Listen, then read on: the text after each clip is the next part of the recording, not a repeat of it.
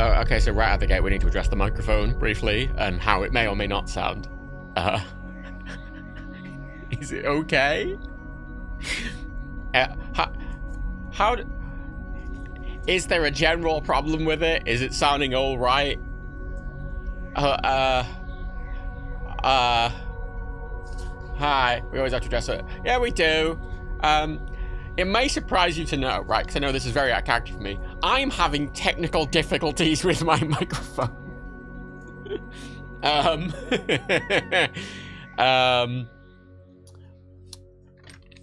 Started out the other day, actually. It started when we recorded podcasts. I joined Discord. With Dan Johnny, went, fuck you, where's all that static coming from? I went, oh, fuck me. For some reason, I've just got a load of noise now. I did a load of noise has suddenly appeared from literally nowhere. Not a Scooby-Why. not a Scooby Y. So I spent a while messing with it before the podcast. Reduced it a little bit, but couldn't fix it, and they were like, "Oh, it's fine." And then I was like, "Oh, I'm sure it'll be fine." And then I went to started to edit it, and I went, "Oh, fuck me, it sounds like shit." So I had to like, I've been messing with the recording quite a bit to try and get rid of the hiss without making my voice sound too. But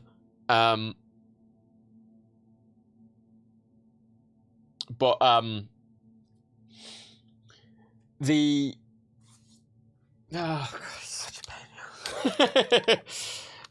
And I messed with it today. I don't know if it's on the line. It's not the microphone itself, because I can unplug the microphone. It's just still hissing. I think it's the compressor. I think it's the DBS. I don't know if it's broken or what. I might try and buy a replacement and test it and see if it's that. Not a clue, but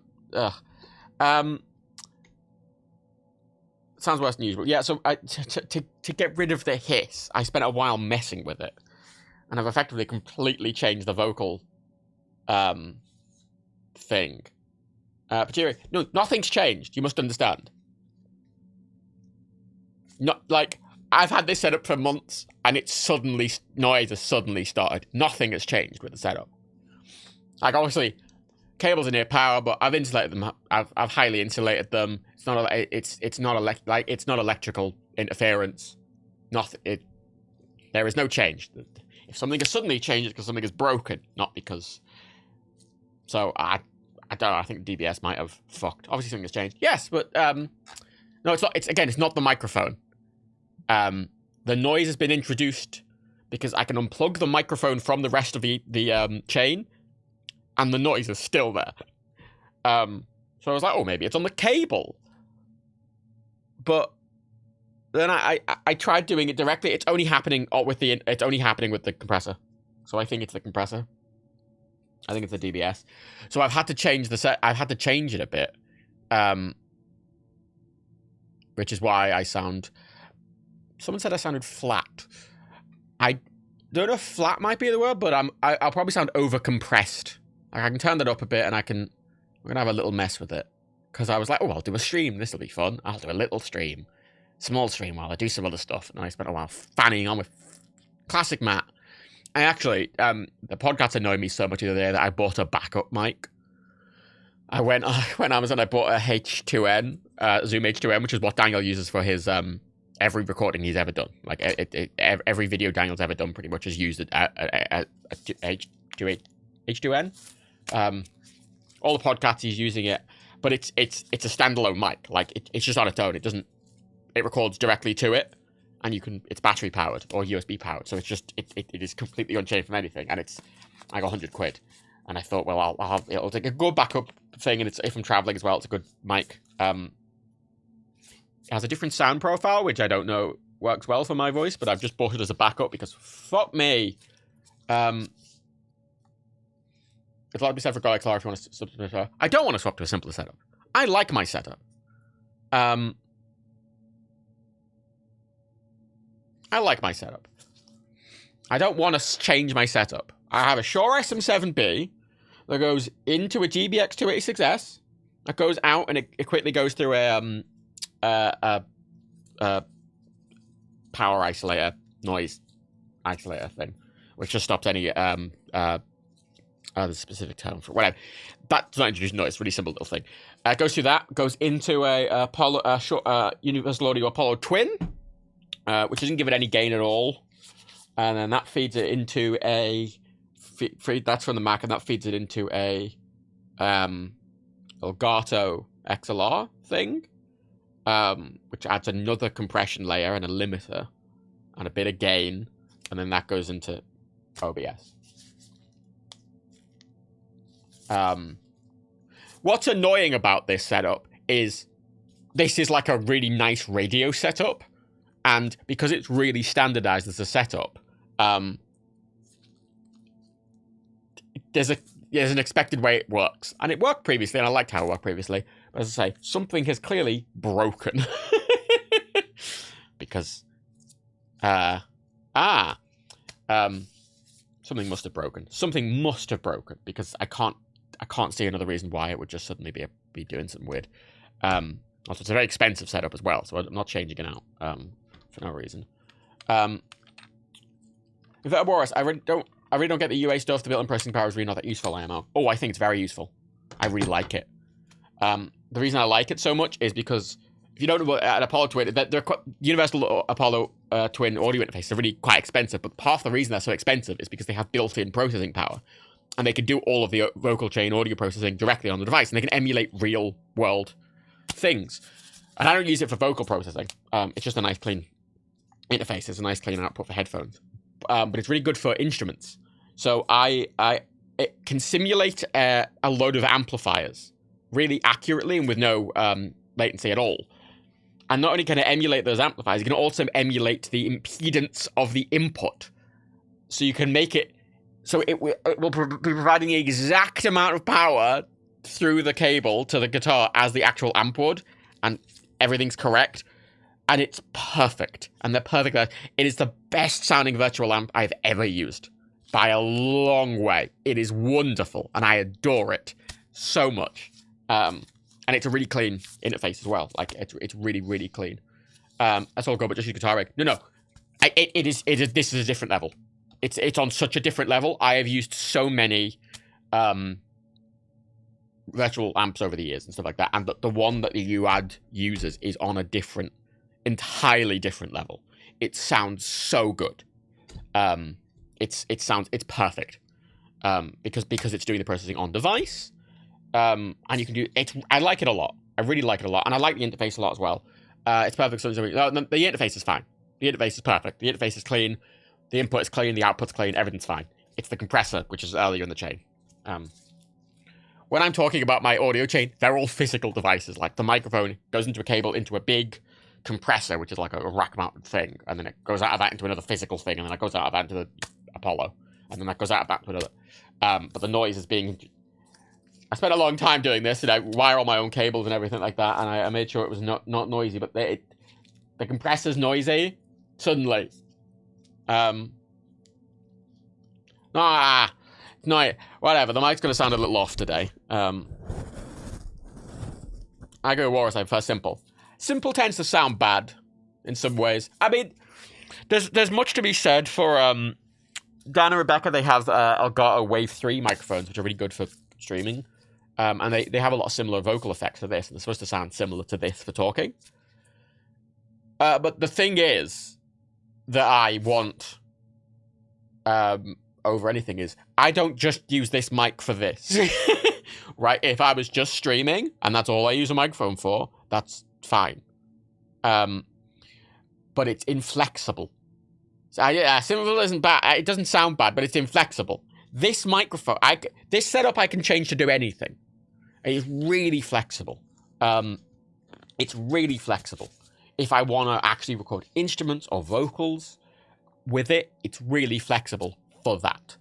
And I have it going through 2 computers simultaneously, and it can do a load of different... It's complicated, but it works very specifically for me, and it works very specifically for what I want to do. I like the flexibility of it, and it works really well for me. Something's just broken. That's the problem. I'm going to turn up the input gain a little bit, turn down the compressor a little bit, see if that helps at all with the muffleness. But to address the name of the stream,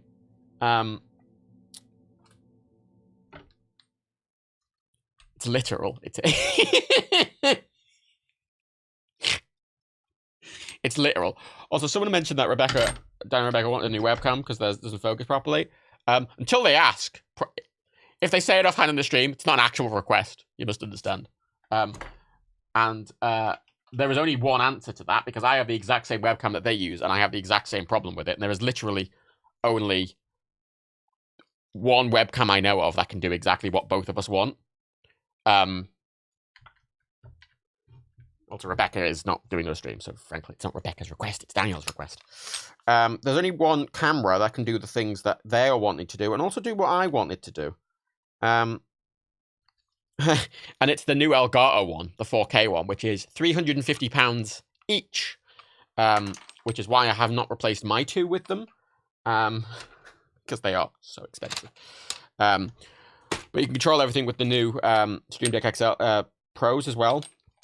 So that'd be, frankly, a better, like, me giving one of those to Dan and Rebecca and the Elgato was a good idea. But the problem is, for them as well, is I don't know if it's worth it. You know, it sounds weird, but like those special streams they're doing like once a month, if that. It's like a once a month 2-hour stream. It's a once a month 2-hour stream, which I don't know if it will really be worth spending a load of money upgrading the camera for, I think, fairly little gain. Usually stuff like that only tends to be worth it if you're doing it more. Like, I made this setup nicer because I intended to stream a lot, obviously with the cameras. But Taylor Chess Cat would pay off one stream alone. Those special Sunday streams, those Pokemon opening streams, they don't make their money back. Like, I noticed this. Like, I spent like a day, spent like 150, 200 quid of Pokemon cards, and the stream made like $40. And I'm like, it's not it's not even washing its face. You know, which is fine to a degree. But there's a limit to how much I'm comfortable spending on certain things. Until they are, you know, if they... Yeah. Of course they don't. It's weird. Those ones just tend not to make money. By the way, today I've got 2 things. I'm doing general maintenance today, and I thought I'd just chat while doing it. I want to take these apart and just because everything's dusty and a bit thingy, and this switch is broken. Like, all these switches work. This switch, it's just stuck. So I want to try and fix that switch, and I just want to do some maintenance. So I've got that to do, which is the oiling the joystick part. And the cutting the G-string part is I want to restring a lot of my guitars. And I've actually set up camera B pointing to the other bit of my desk because this bit of the desk isn't long enough for guitars. So there you go. But I do actually have where is it? Oh, there it is. Ooh. I do have this actual G-string on the desk, which we're just going to appreciate for a moment. There we go. We're just going to appreciate this G-string for a moment. Extra special Nerdcube merch, which does no longer exist. Extra special Nerdcube merch. Wow. I wanted to sell this as a contraceptive device. I think you can tell why. Because I think this would make a fantastic contraceptive device. I think only like 4 of them exist. We did sell them. But they were weirdly expensive, and I did them as a joke. The thing with merch as well, as I've found over the years, is that a lot of people, and this isn't a slight against anyone, to be clear, and it's not a slight against anyone saying in the chat currently, but it's just a reality that most of the time when people are like, oh, I really want this thing. No. It doesn't translate. Like, for fucking years, people were like, we want posters. And I went, great. And people were like, we want posters from these artists. And I was like, great. So I spent ages with, like, working with DFTBA, and fucking Hank Green was like, yay, Nerdcube merch. And I got them at a really affordable price because we weren't taking profit from them. And I was like, I fucking weren't taking profit, and the profit was going to the artists. And I got them to set up this whole legal deal that we'd be licensing, we'd be selling the artists' work, Nerdcube work, and they'd be getting like 90% of the profits. And then 10% was to DFT, whatever. I have them in a storeroom still. Yeah, I have boxes of those posters because they were being sold with shipping for $10. To the UK, if you want to buy them in the UK, it would cost you $10, including shipping and like everything was taken care of. They were perfect. They were really nice quality posters. They were from a really reliable seller. They were worldwide shipping. It was really cheap shipping. Like it was cheaper than actually getting a UK based company to do it and ship them. So it was actually really cheap. Also, that's slightly not aligned properly. And we sold 7.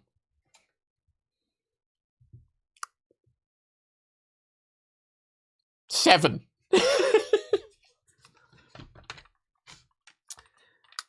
7. We sold 7. Yeah, of each. And 4 of those were to me.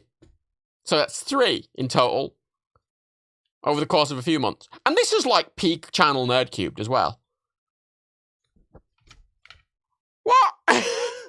Yeah. Yeah. What? Doesn't make any fucking sense to me. The problem with the posters now is one of the reasons we don't sell them. I'll take this apart. One of the reasons we don't sell them, or I'm not selling them, is the date and the fact that one of them it's called the Nerdcube Crew and features 6 people. There's only 4 of us now, and the other one, again, is Dan and Watt. It's not a slight on Watt or Tracy, but obviously, don't really have the right to sell stuff with them on. And again, the artists are long gone. There's no facility. I've not, DFTB. I don't have them anymore. I don't have the facility to ship them out. We can't sell them. Did you advertise them? Yeah. So you didn't know post a thing. I mean, this is like 7 years ago now or something. It's a good while ago. Actually, I'm gonna put music on. I got Twitch soundtrack set up specifically for this. I always forget to do it. Soundtrack by Twitch.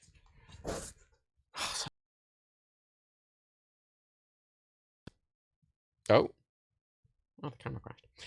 Yeah, no, I mean, Dan was bad at promoting stuff back in the day, but is there a way we can see them? I get them out, but the boxes aren't actually in my office. They're in a storeroom.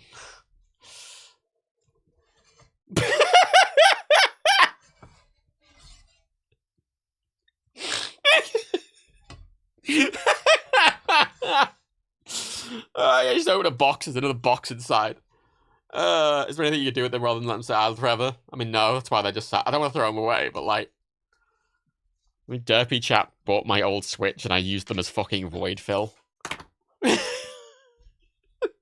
thought it was going to be the bottom panel, but it's just the weight. So all of these are metal. Like, these are proper replicas and they're really heavy. So they both have these weights on the bottom, so you don't have to mount them. You can just put them on a table and the weight alone will hold them. And I didn't actually realize this had a separate weight. I mean, this entire square bit is a weight, but that is the weight for this, which I don't know. I don't know why it needs a weight because it's already incredibly heavy, but okay. So, oh. Yeah. Ooh. Gross. Let's brush this off. These are quite old, these. I'd say quite old. I've had them for quite a while. I can't remember when I bought them. I bought them quite a while ago. There we go. There's another weight.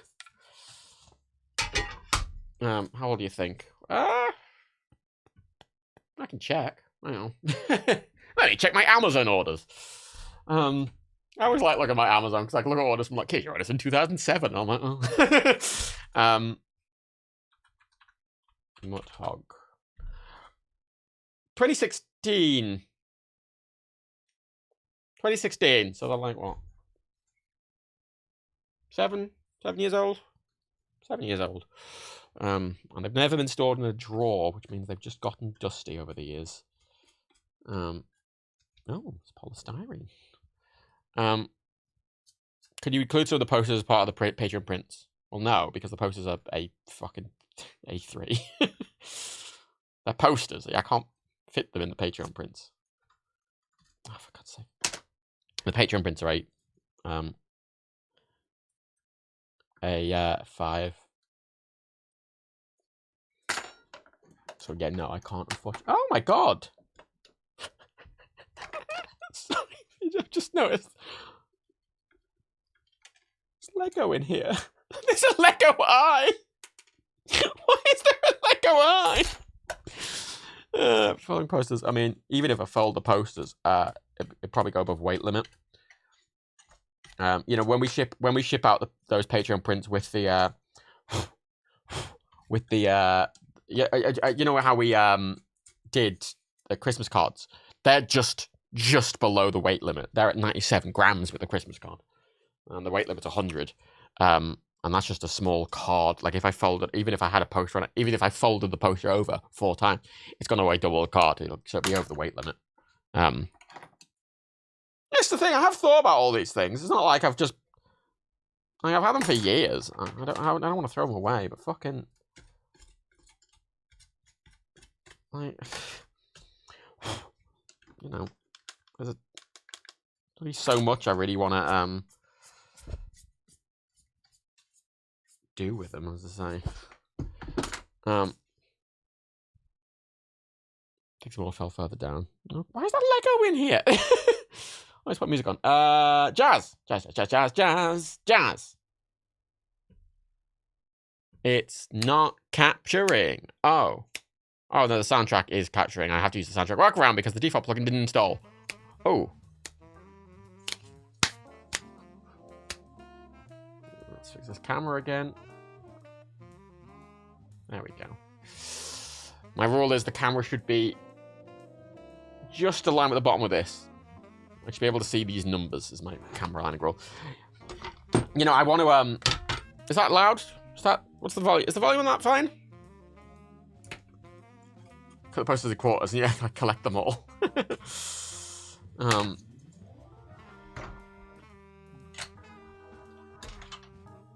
the back of the posters blank so you can possibly print on them? Print what on them?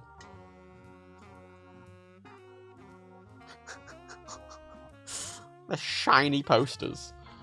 The shiny A3 posters. What would we do at the back of them? Up a bit. Up a bit?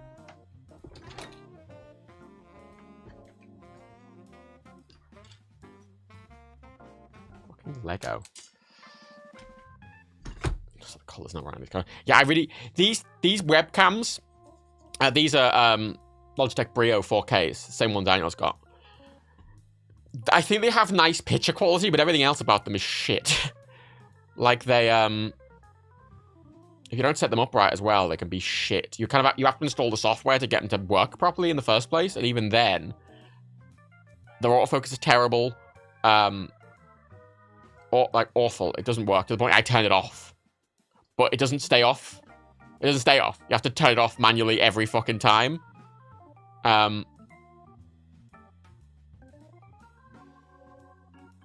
Because the settings don't save. And the Elgato ones, I originally bought Elgato webcams for this setup instead of these. And they had a nice picture quality, but they had no focus at all. They couldn't pull any sort of focus. They had fixed focus, which is terrible for this application, so I set them back. I say their new 4K ones, the new 4K ones can do have full focus, and because they're 4K, the reason they're 4K is it means you can crop into the frame and not lose resolution. So for a stream, the idea is that you can zoom. You can zoom quite a bit just digitally without losing a thing, and you can set up multiple different framing, and that's what it's for, and it does that on device. That's the point of the 4K. It's not so you can stream at 4K. That's the point. Facecam Pro, yeah, Facecam Pro. Really good camera, and I say you can control them, all the settings on it. So like focus and exposure and everything. You can set it up with the new Stream Deck. I can't remember, it's the Stream Deck Pro, whatever, the one with the dials, which I've got there. And you can set it up on dials, and the dials can directly control focus, pull, and exposure and everything. Which is literally exactly what I want. Like, that camera is exactly what I want, and is exactly what I wanted when I set this up in the first place.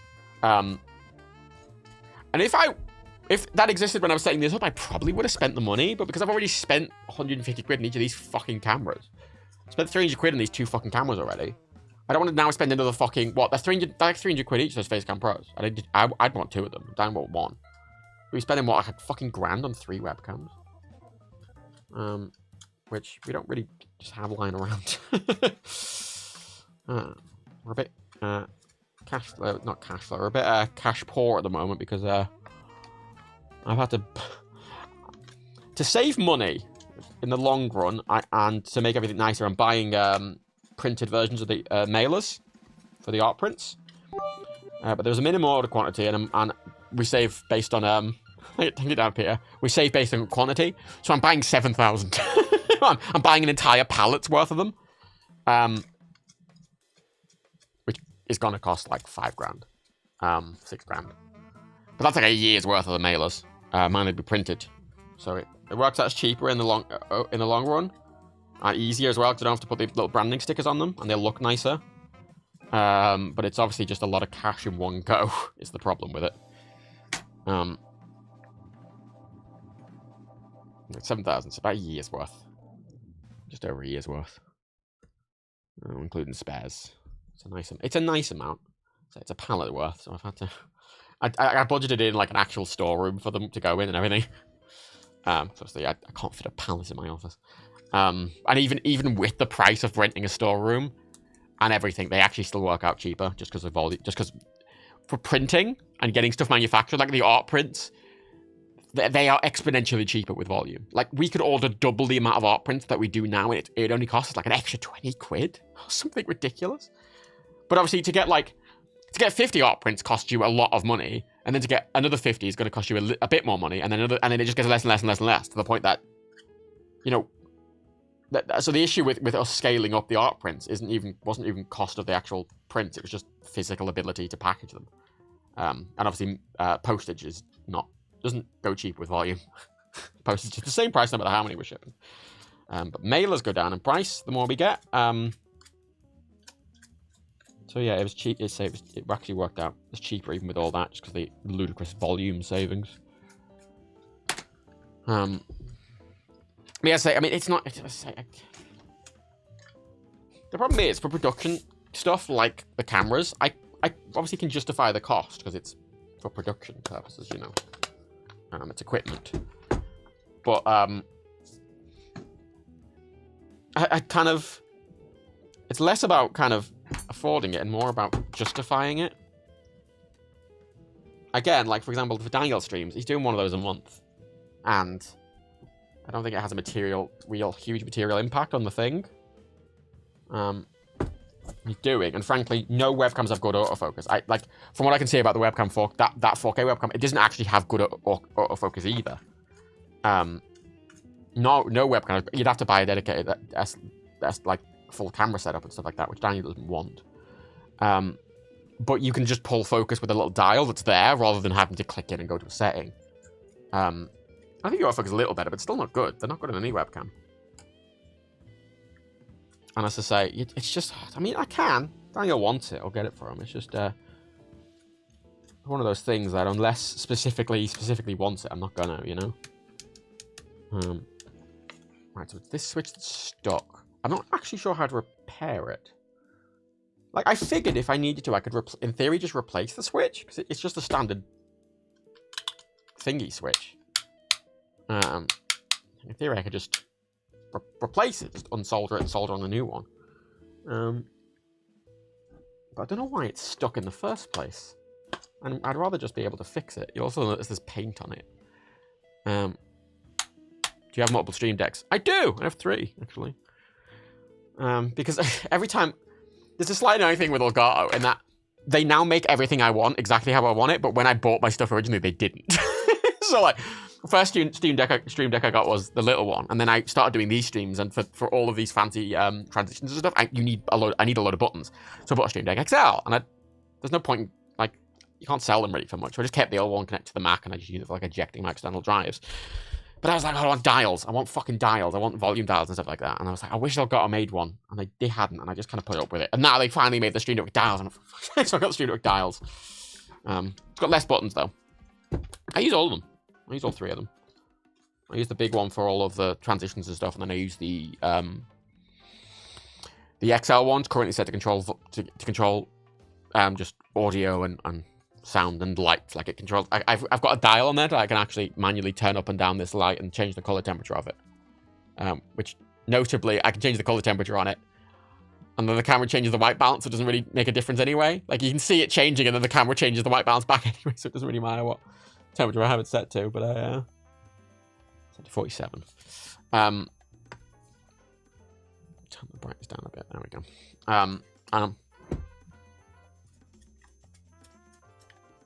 nice bit of kit. It's just a bit of...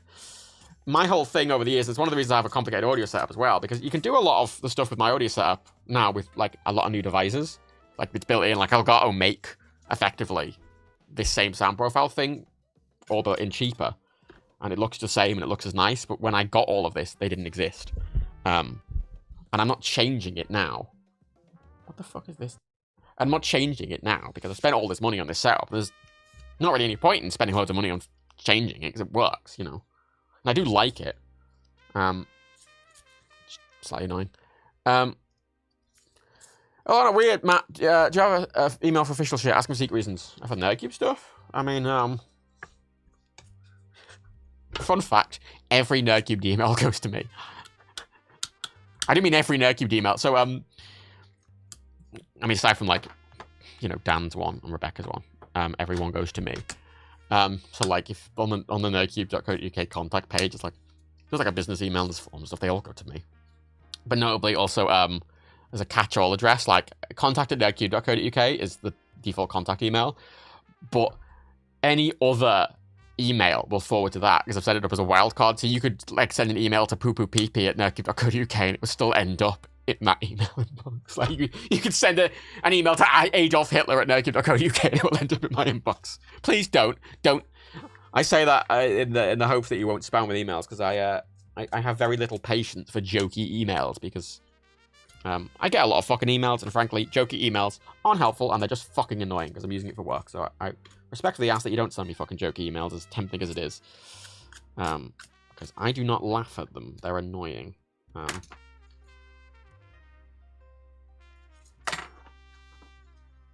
Yeah. Thank you, Alana.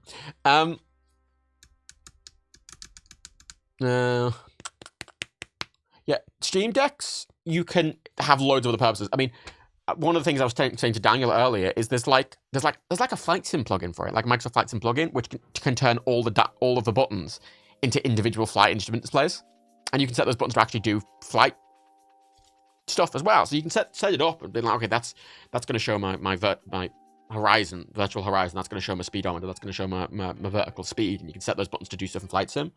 You know, you can set it up with Philips Hue. God, this fucking jazz playlist is shit. You can set it with Philips Hue to control Philips Hue lights. You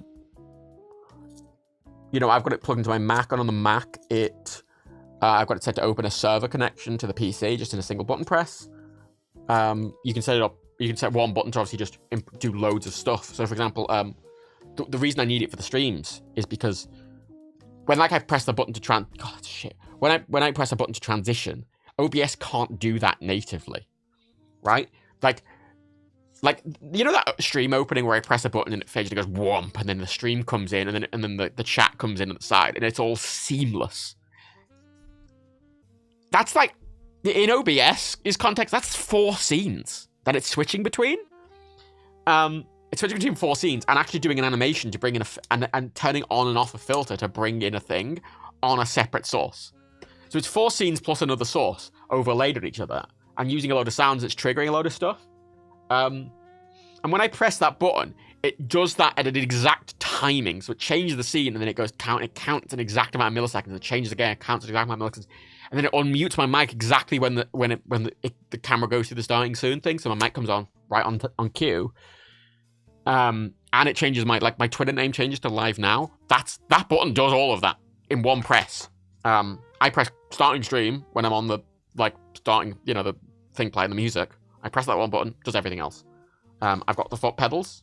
I've got foot pedals for this, so I've got a Stream Deck foot pedal, which has 3 buttons, which I just got set up for this, so I can change the side camera, and I can change back to, like, that view if I want to hide the thing, and I can bring that back, so I can do it hands-free, which is really nice. I like them a lot. The current issue with the newer Stream Deck with the dials is just that there's very few plugins that actually do anything with the dials currently, which is slightly annoying. And the way they've done it, Elgato, I don't really like, because effectively when you turn the dial, every dial movement is effectively just a button press, and that's just going button, button, button, button. And I don't know why I can't just say, hey, even a plugin that's not made for the dials, can I just say, hey, every fucking dial press, do, you know, to make it sort of back compatible with the older plugins, but it's not currently.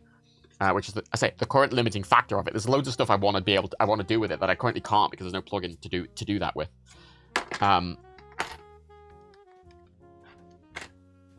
Just slightly annoying, but I'm hoping it becomes more useful in time. And as I say, it's really good for controlling the cameras, which again, I don't have it. I kind of bought it with the intention that I would get those Elgato cameras one day. I think I had in my head that I'd get them while they were on sale or something. Because I do want to get them eventually. I just don't. Well, thank you for doing Crea. 20 months, buddy, no. That's the thing. Like, I used to use a Korg Nano Control 2, which is this little cheap MIDI interface with like 7 sliders on it. And there's a couple of apps for Windows that basically you map those sliders to individual applications in like the Windows audio mixer. So you could say, hey, I've got dial 1's going to be my mic input in Windows, and dial 2 is going to be like iTunes, and dial 3 is going to be OBS, and dial 4 is going to be, I don't know, fucking Firefox, right? And one of them you could set it so that you could set one dial to be whatever the application that was in focus. So you could say the application that's in focus. So for example, if I was playing a game, I could say that the application that's currently in focus is mapped to like dial 5, and that meant that I could turn down that single app if it was too loud for like the stream purposes, which is great. But I don't like the Korg Nano Control because it's quite large, like present on the desk, and it uses fucking mini USB, and it's cheap and plasticky and a bit horrible. I've wanted something a bit nicer for years, but nothing else really exists. And I found there's this company called PC Panel who makes one, which I have on this desk somewhere. I was going to paint it and modify it a bit because I didn't like how it looked. Somewhere, which is like 4 dials with buttons, which is exactly what the actual new Stream Deck has, 4 dials with buttons. But I still probably will use the PC Panel for that sort of audio mixing. It's really modular and stuff.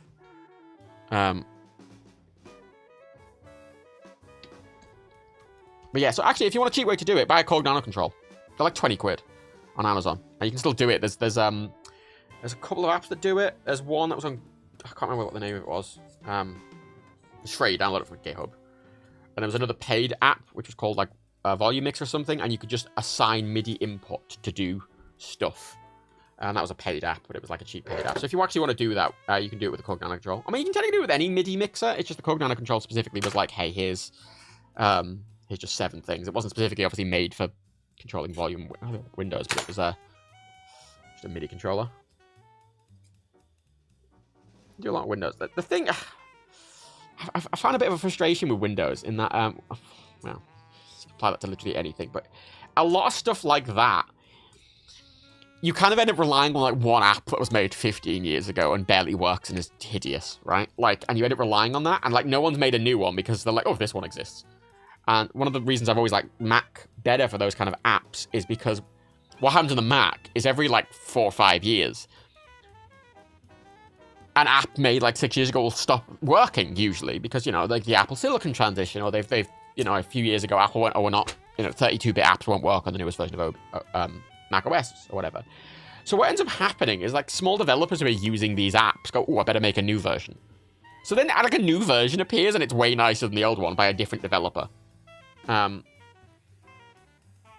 you always get like quite up-to-date apps for that on Mac OS. And Windows, you just end up having like, here's one app that everyone's relying on that's like 70 years old and made by, and you know, never been fucking updated, and like you update Windows and it fucking breaks. There's those people that form brain like it's broken, and everyone's like, well, there's nothing you can do to fix it. I'm like,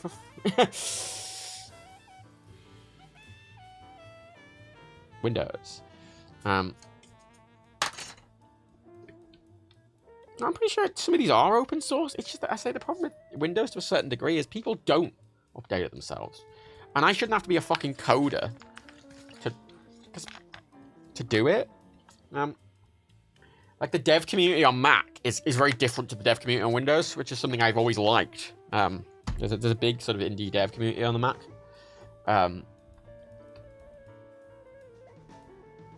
For like little apps, little like utility apps, which you don't really get on Windows. And there's usually like a single repository for these little apps as well. Whereas on Windows, it's like you go to some like random page, it's like, all right, yeah, so this app would be fine, just install it and give it admin privileges. And I'm like, I don't know if I trust that, you know? What the I fucking hate Twitch soundtrack. It's shit. I've tried so many, like, free, well, not free, but, you know, like, these stock music things that are like, oh, yeah, stock music you can stream or whatever. Oh, the washer that came out of that one. And every single one of them is a terrible jazz. I've considered just, using the stream audio pass-through, because basically, how this works is that on the VOD, there won't be the music. Which is fine, obviously, for the VOD, but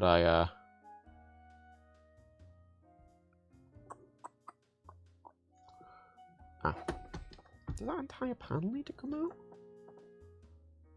But I could do that with, like, just music from fucking iTunes. Does this come out?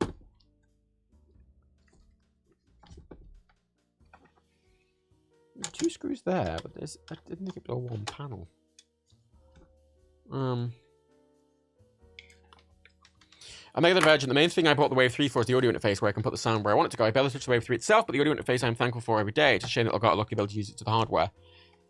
They have, but one of the actual nice things about the new Stream Deck, the one with the dials, that has Wave functionality built in. So you don't actually have to have a Wave audio interface to use all that Wave mixing now, because they've put the hardware in the newest, that Stream Deck with, like, that Stream Deck with the dials is great.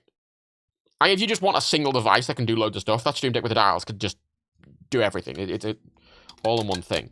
Like, I haven't got a Wave XLR input for the PC, because I needed an interface for the PC that was just clean for this. It didn't need to do anything. But I had a couple of effects in OBS just for streaming. But I can have them built in, that it's doing them on the hardware level, which is nice. Don't need it, but it's nice to have. These screws are just cosmetic. I don't think they do anything.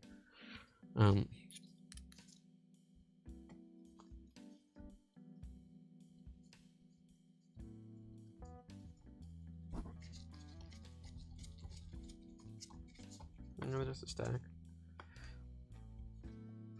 Oh, they're all lined up. I can put them out of alignment now.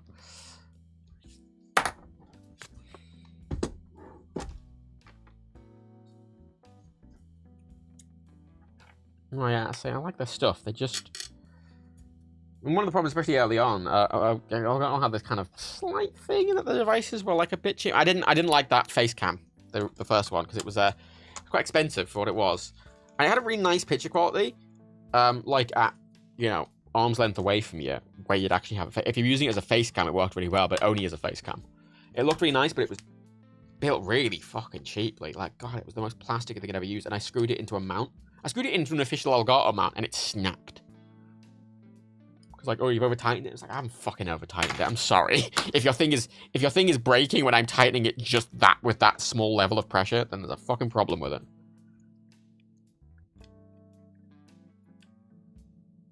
How does this come out?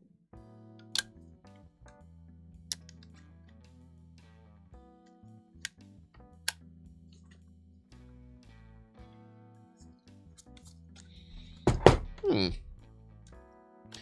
never removed these kind of switches before, so I don't actually fully know how they work. You'd think there'd be an easier way to take them out.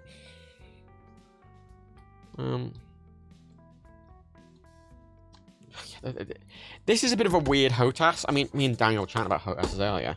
In that, Daniel's got a honeycomb one, which is really nice. The one that, it was a bit confusing, because Daniel always says Microsoft sent it to him. Microsoft didn't send it to him. Basically, when Microsoft Flight Simulator got released, Microsoft's, like, PR people were working in tandem with all the PR people for, like, accessories, who were making, like, Microsoft Flight Simulator compatible accessories. Like, Honeycomb and Thrustmaster, and loads of them were making MSF certified accessories.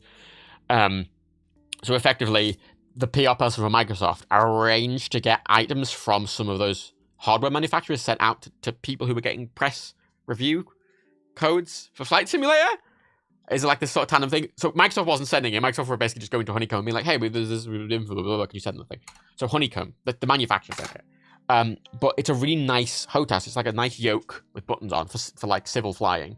And it's got a really nice throttle quadrant where it's got six levers that are interswappable. So you can have it for like a 4-engine jet with reversers and have your flaps and like speed brake and stuff on either side. And it's got a trim wheel. And you can swap it out, so you can have it be 2 engines or 3 engines, or like, you know, you can set it up for like prop planes. You can have one for like prop feathering and 2 for really great kit for civilian sort of flying. And it's about the same price as this setup here. And I was saying to Daniel that if that honeycomb one existed when I bought this, I probably would have bought that instead. Like, I got this because it was like the highest end house you could really get at the time. And granted, because it's an A10 replica, I mean, it's really high quality. This is metal. This is heavy. Like, it's heavy. And also because it's Thrustmaster, it's interchangeable. So you can actually buy other replica sticks. So you can go on, like, Thrustmaster website and you can be like, oh, I don't like the A10 stick. I want a replica of an F-16 flight stick, which is almost identical to this, but it's slightly different. And you can just get it and screw it on. Thrustmaster have a wheel that's like that as well, where you get a base for the wheel and you can attach, like, I want to attach an F1 wheel with all the working dials and displays, or I want to attach an old wooden Ferrari wheel or a leather, like, BMW wheel, and you can. Thrustmaster makes really nice stuff. And this is nice and flexible. Like, I wouldn't want to use Daniel's setup to, like, fly in, like, something like Elite Dangerous or Star Citizen, you know, like a spaceship or something. I wouldn't want to do that. This is very flexible, which I like, but at the same time, oh, the other one would be great for an actual, like, civilian flight simulator thing. I don't have rudder pedals, though. Thrustmaster sell rudder pedals. Oh, well, that's loose. That board's loose, but that's not actually what's attached to the thing, anyway.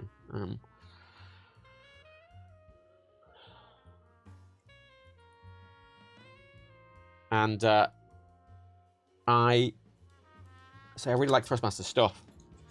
So I'd love their, like, bigger proper wheel. Yeah, I think it's what Cookie said. I think it's the T300. It's like you buy the wheel base, basically. You just buy this base, and it's belt driven. One of the reasons I tend to not like racing wheels, like Logitech have one, which I gave away to a friend of mine because I didn't like it. It's that standard, like the Logitech T29. It's one everyone uses. Little wheel, pedals. You can get a shift and stuff for it. I don't like it at all because it's gear driven, which basically means when you're turning it, it's giving you the force feedback. It's geared, so you can feel it gearing, and it doesn't feel like a wheel. It's not smooth. Like, an actual wheel is smooth, and when it pulls on you, it's not... If you're driving an actual car, if you're fighting against a steering wheel, it's not like a gear. It's not like a motor pulling on you. It feels different, and I hated how that G29 felt. And also, when it was on the desk, it's horrible. Thrustmaster ones are belt-driven, which feels a lot more natural. A lot more natural. And again, I like the flexibility you put in different... I don't play enough racing games to really justify it, is my thing. But I do play enough games where I fly to justify something like this. I mean, this is great because on the back, there's all these buttons, and they're toggleable, and this is a joystick. This little nub here is actually a full joystick. Like, it's a full axis joystick. So I use this for rudder control. So, like, when I'm coming in, I've got my middle finger there, and I'm using that for actual analog rudder control, which isn't great, because it's obviously tiny and not very accurate, but it's better than, like, it gives me some control authority over the rudders that isn't just full left or right, which I like. And then all of these, like, they're all separate buttons, and that clicks in, and that's separate buttons, and that's clicking either way, and that clicks either way. And, like, there's so many buttons. Button there, but, you know, there's a switch on the side, a 3-way switch. There's this switch down here. That's an axis as well. That's fully that's those buttons. That's just a full axis. At on and off. They're 2-way switches. You can change the friction on this, and it lights up. It's really flexible. I like it a lot. And you can lock the throttles together as well with this. So they're locked together. You do that, and they come apart. And because these are really standardized as well, basically any game I've ever played that with support for flight sticks has built-in presets for this, which is really nice. So I like it a lot, but I'd say, you know, if I'm flying like a fucking A38, like, not an A38, but like an A300, or I'm flying a fucking 737 or an MD-85 or whatever, like the MD-86, I'd like a proper, like, thing like Daniel has. I can't really justify buying 2, but I do need rudder pedals.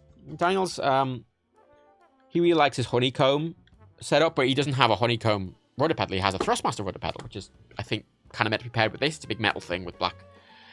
Thrustmaster charges £450 fucking pounds for those pedals, which these together cost £300. I think they're a bit more now. And the rudder pedals are 450. I'm not spending £450 on rudder pedals. But Honeycomb are releasing ones that are meant to go with Daniel's HOTAS. And they sent him the last two for free, so we won't get that one for it. I might get Daniel's old Thrustmaster pedals, which are the £450 ones that he got for free, which go with this better. Omega, my favorite play when I was doing sim was the A319. See, I don't like it. I don't really like simming in Airbuses. I think the better planes in real life to fly, and they're more comfortable. But obviously, in a flight sim, I'm trying to do bullshit. I'm trying to do bullshit in a flight sim, and Airbuses are very much designed to not let you do bullshit, because that's how they're built to control the plane and not let you do bullshit. Admittedly, Airbuses have this kind of stick where in a Boeing, the yoke will, like a car, turn. If you let go of it, the yoke will turn by itself, as will the throttles. So if it's full to right, you'll have to pull hard to the left, and it'll give you resistance. Whereas the Airbus has an opposite thing, where it has a stick like this. Whereas when you pull up, you've like said, oh, I'm pitching 30 degrees up, and you let go of it, and it'll still say, oh, pitch that degree up, and it'll stay like that. And that returns to center. And that's not like direct input, but that's how Airbuses have a control stick like this on the side. This is actually a bit better for an Airbus sim, but there's Boeing. I mean, I prefer flying Boeings in a flight sim, because again, the Boeing, they have two very different philosophies. Boeing are very much built like an old aircraft, where you have the yoke and it's very direct. The pilot can feel that. The throttles move back and forth on their own, as that you can see the control wheel. Everything's moving, so you get this direct input to the pilot, and they're built more for actually the pilot flying it physically. Whereas an Airbus is opposite. The computer's flying it, and the pilot's telling the computer what to do. So instead of on a Boeing, where you've got this big yoke in the middle that you're actually controlling, on the Airbus, there's nothing in the middle. There's just your instruments. And then this side stick is literally over here. And you've got a table in front of you. Because the idea is you're probably not going to be making that many manual inputs anyway. Which say, great for actually flying, but in a flight sim, I don't want to fuck around with that. I do want to fuck around. I just don't want to fuck. I want to fuck around completely. How do I...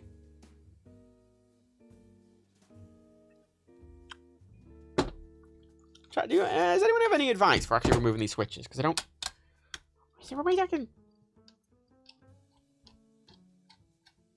unlock this? I've been watching... Because when I was younger, I was really into the show Air Crash Investigation, which is in the States was called Mayday. And then it came on Disney Plus, and it was called Mayday: Air Crash Investigation. But the key point is they were different, because Mayday and Air Crash Investigation, one was made for the UK and one was made for the US. And as a result, they had different voiceover actors. So the British one had a British voiceover actor, and the American one had an American. And I would prefer the British voiceover artist. I always prefer the British voiceover artist. So, it was impossible to get for years, basically. Like, when I watched it originally, I had to pirate it, because it was like it aired on National Geographic, but that was the only place you could watch it. When it aired on National, you couldn't buy DVD, you couldn't buy anything. And it finally appeared on fucking Disney Plus. It appeared on Disney Plus. And I'm like, oh, fuck, yay, great. It wasn't all of it, but it was like half of it. Appeared on Disney Plus. I was like, great, I just love it. I love Air Crash Investigation. And I was watching it, I was like, yeah, and then it's the kind of show I will just put on if I just want to put something on in the background.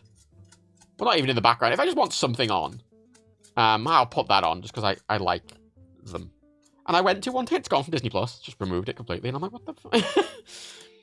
And to get my kind of fill of that, Mentor Pilot, who's one of the many pilot YouTubers who I watch, does a series about air accidents, and he does them. He kind of recreates them in a simulator, and he kind of goes, and they're really well done. And what I quite like about them is because he's talking from a pilot's perspective, he's giving a bit more. He's giving a bit of a different perspective, and he's giving you a bit more technical details about the plane. And he does air accidents that aren't actually.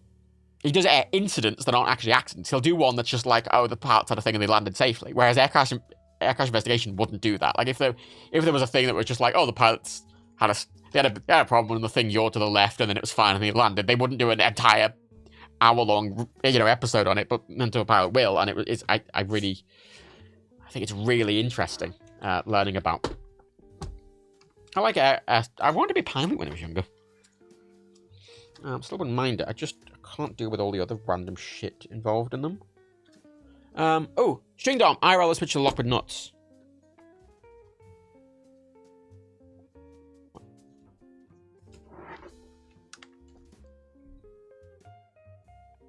Where?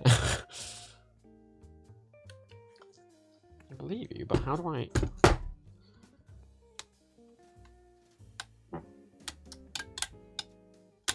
I mean, yeah, like that was always a big thing when I was growing up as well. Like there was, because I flown a plane. I did a flying lesson.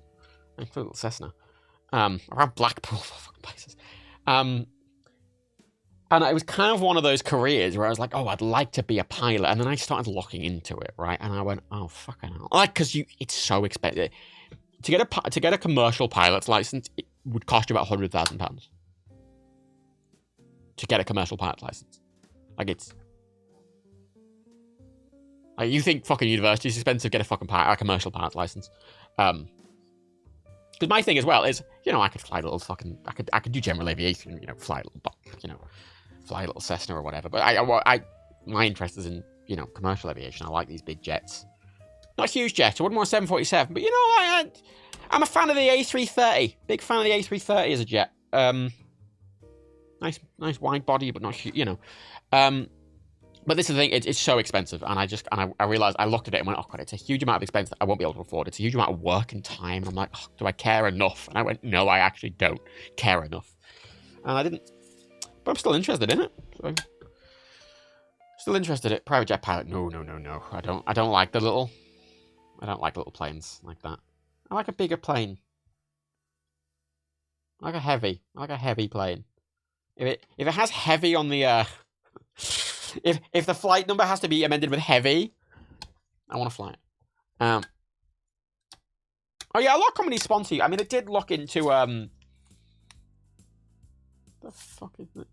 I did debate, like, you know, something like Ryanair, because Ryanair, for better or worse, have a lot of young pilots. Have a lot of young pilots. They would sponsor you. I mean, their base is in Dublin. I'm an Irish citizen. I was flying to Dublin fucking every 2 weeks, you know, I was always flying a Ryanair jet. They also based out of Liverpool. Their flights are often very short, and they're doing a lot on a day, so you actually get a lot of experience doing landings and takeoffs, which is sort of really valuable. So you get a lot of experience with them on different runways, and they're always changing. You get a lot of varied experience on them fairly quickly. You know, if you're a long-haul pilot flying, like, you know, if you're flying a fucking 787 from London to fucking, like, Sydney or something like that, you're barely doing any landings.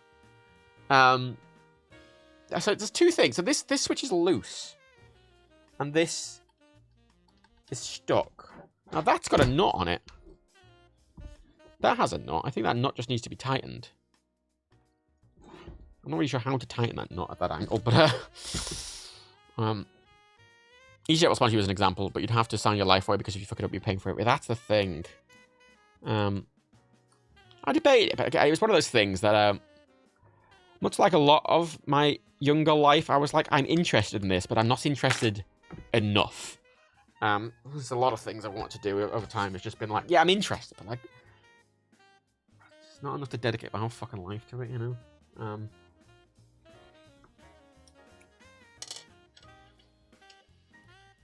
And much like a lot of things I enjoy, I think it's something that I'd enjoy less to do, if that makes sense. Like, I enjoy being an aviation enthusiast, and I enjoy learning about accidents. I enjoy flying in simulators and stuff like that, but I don't... If I was doing it as a job, I don't think I'd like it enough. How on earth did I know repair guide to this HOTAS? Not a Scooby. Like... I can undo it, but I can't get it tight enough. How would I... Wait, hang on a minute. Oh, so that's the nut for this one. But I'm wondering if this here, the nuts might be hidden below this kind of... It's not glass, what is it? Just this panel. This panel with the stuff written on it. Actually, that's where the nuts might be hidden. So maybe these screws do something. Maybe they hold this down. I do think they are just aesthetic, though. Cargo jet pilot. I wouldn't mind being a cargo jet pilot. I mean, another. I think being a cargo jet pilot would be fun because you get a lot of experience and you're not actually responsible for passengers. Which I think is a bit less pressure in some ways. Because a lot of times, when you're flying passenger services, a lot of times you're flying with passenger comfort in mind. Like you're trying to do something that's comfortable for the passengers. In a cargo jet, that's less relevant. I mean, there's a what's his name? Captain Joe, Pilot Joe. His name's Joe. It's Joe. Whatever. He's a pilot E2 as well. He flies 747-8s cargo planes. He used to be on the A320, and then he did a type rating for the 747, and he's flying 747s now. Mentor pilot does 737. He's a line training. He does line training for the 737. 737 pilot. No, sorry, not 737. Yeah, no, 737.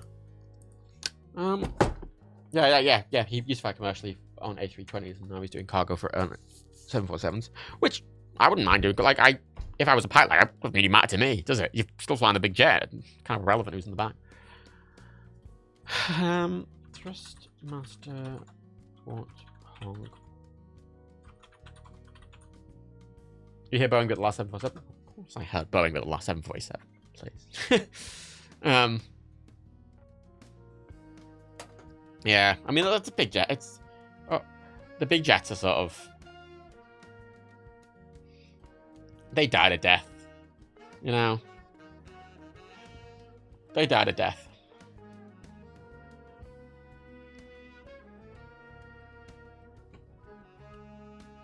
No one likes them. No one needs them. Like to airlines don't like to fly. That's why the A380 died as well. Talk about twin-engine, single-floor jets. Twin-engine wide, like 787, 777, A330, A350. They're the even like smaller jets, like the 737 Max 8 and the A321, A321LR.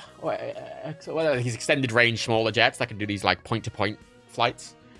I'm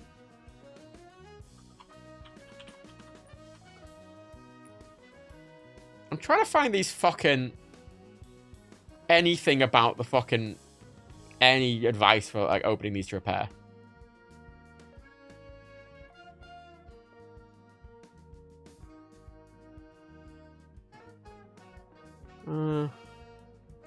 So we can figure out how to repair it.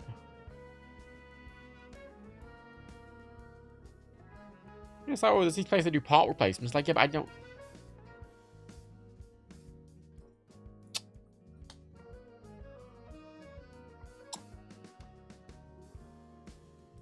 What's Dan's favorite plane? Yeah, pretty sure 747. I love a 747, but I don't think it's my favorite plane. Sorry, I'm food hungry. I've been thinking about this. I don't know what my favorite plane is. I don't like the A380. Never liked the A380. I like the Concorde, but I don't love the Concorde. I like the A330 a lot.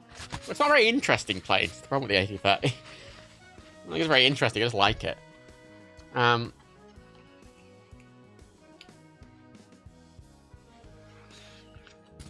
I mean, I like the old sort of big rear twin jets, like the sort of like a DC-9 or an MD-87 or something. I'm a fan of those. I always have a soft spot for the TriStar, the Lockheed L1011 TriStar. Which notably, my mum was a flight attendant back in the sort of 80s, 90s, and she was a flight attendant on a TriStar. Oh. Flight attendant on a TriStar back in the heyday of pre-9/11. I mean, loads of people are still using 747s. I mean, some airlines are still using A380s. I mean, Emirates are still fucking using all their A380s, and they're gonna keep using them. I think they even wanted more. Like, they're not gonna stop flying for a long time. those jets. A380s are going to be a bit harder, I think, because there's not many of them. But 747s are going to be around a long while. Going to be around a long while. I mean, I was always sad to not have flown on a Concorde. See, that switch just pulls out. I mean, I've been on a lot of the Concordes. Like, I think I've actually seen most of the Concordes that exist in museums. Because most of them are in France and the UK. I think I've seen all of them. I think I've seen all of them in the UK. I've seen most of them in the UK, if not all of them in the UK. So the one in New York, which is I think the only one in America. I've seen like 3 or 4 of the ones in France. There's one in Germany. I like a 787 as well. I mean, when we did that flight to New Zealand in Flight Simulator, the real-time one, Daniel wanted to fly a 747. He likes to fly the big jet. He likes the big boy. He likes to fly the big boy jet. I didn't want to fly the big jet. I want to fly... I mean, first of all, one of the reasons I tend to not like flying quad jets is because this HOTAS only has 2 things. And as much as I can bind, you know, just to the left and right, I like having individual throttle control. I just do. I just have a peeve about it. But I like me a smaller twin jet. So I went with this. I was very insistent on going for a 7.8 for that. So I went with the 7.8 and he went for a 747. I looked at them and I went, they have a similar top speed. They have a similar flight ceiling and top speed. And I went, well, I'm just going to adjust my fuel and we'll be able to, because he was worried that we wouldn't be able to stay at the same speed. And I'm like, look, we'll stay at the same speed. I think the 7.8 was actually a little fast. I don't know, but it's close enough to not matter. You know, the Emirates A380 is a big fuckers. And they obviously use them for a lot of... The thing is, a lot of those big planes tend to get used for these super luxury first class things, which I resent. I get annoyed at kind of airplane enthusiast YouTube a lot because a lot of time I keep getting recommended, like, oh, here's a review of the Emirates first class. I just think it's disgusting. I kind of think that... I mean, I have a massive distaste for any sort of ridiculous level of opulence because I think it's actively disgusting. That level of opulence. I don't care if you've got it with fucking credit card miles. I think it's gross that it exists. I think it's gross to kind of what's the word I'm looking for? Gross to glorify it. If I was flying on an aircraft, if I was flying on a long haul aircraft and I had the money, I would want to pay for business class, premium economy sort of thing. I'd want a bigger seat, a bit more space. We're willing to pay for that. I always think that's a fair trade-off. I go on trains a lot, and I will often go first class if it's available for not much money, just because bigger seat, nice. Might only be a little bit more. Yeah, I don't need that. I think any level of ludicrous opulence is disgusting. How the fuck do I? I'm going mad. I thought this would be really quick and easy to do. I think first class people. The problem is, I say Emirates are sort of selling that out to a lot of wealthy people who are spending, frankly, a lot of money on them, and they're not worth the money.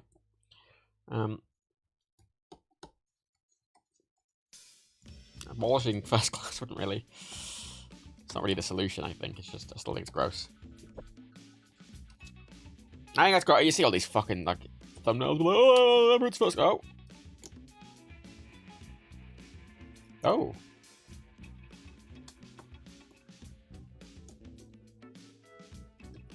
Emirates first class review. Wow, and it's like them withholding a fucking champagne. I'm like, fuck off. And then every fucking Musk bro is like, oh, you're just jealous. It's like, no, I know, no, I assure you, I am not.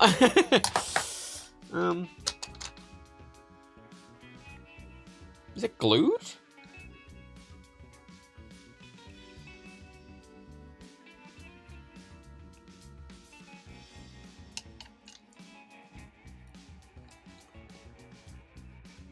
Glue, it's taped. Sticky tape. A bit of plastic. Right. And there's the lights. They don't have a knot on. Ooh. They were a bit of foam.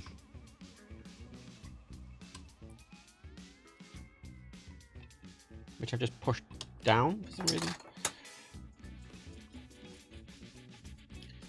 Then people don't see those first class seats as good value for money. The people who buy those seats aren't people who see them as value for money. They're people who are trying to be opulent. Yeah, because I would say there's like 3 ways to be rich, right? There's 3 rich people things. There's people who, you know, go and spend their money on these big expensive Lamborghinis and these hugely expensive designer clothes and all this shit. And fly these first class flights. And it's not that they're worth the money. It's that they have the money and they just feel entitled to spend it however they wish. Which is why I find it disgusting. Because I'm like, no, you're choosing to spend not just a bit more for something nicer. You're choosing to spend a lot more for something just so you can feel opulent.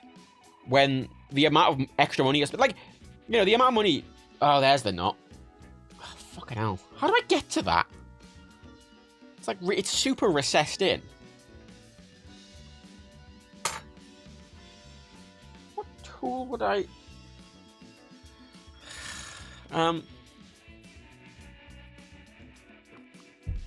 Yeah, the "oh, you're just jealous" thing. Like, I genuinely don't think I could live with myself if I was the kind of person to go if I was in first class on a plane. In that context, like on a big plane like that, you know, where it's like super opulent, I think I'd feel disgusted with myself. Like, I am assuming I need sort of like I'm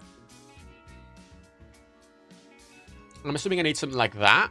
The big version. I'm assuming... No, I can't remove the PCB. Because that switch is basically locked into the body with that nut. I can't remove the PCB unless I undo all those knots. Like, this PCB is held to the body by those nuts. It's not like I can solder off the joint. Like, I can't solder under this. Like, I need to actually... I need to remove the PCB, I'd actually need to remove all 3 nuts. I mean, it's seized, right? It's a seized switch. Is there any way I can is there any unseizing? Would WE-40 fix it? I mean, it's like... Oh. Uh-oh.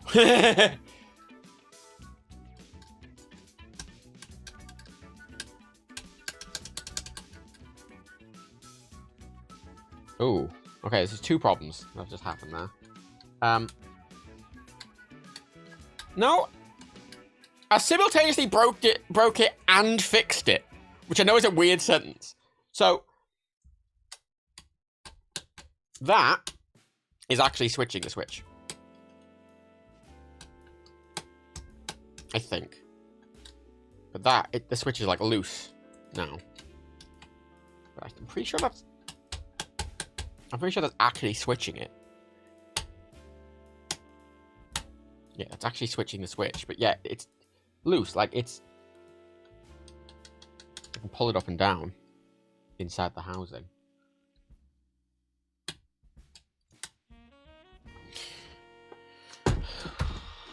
In some ways, it's actually better than it was. Because it actually, in theory, can work now. There's nothing wrong with it being a bit loose. Well, there is. Because it's not a bit loose, it's very loose. Like, if I pull it up, it's literally... That's completely detached from it. That's not doing anything. I mean, I have to fully jam it down. And I have to be pressing it down while doing that to get it to switch. If I just switch it like that. Like, if I'm switching it normally, it's loose. It's not doing anything. I have to push it in.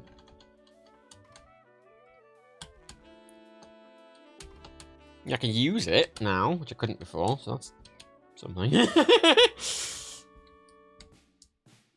How are these switches like?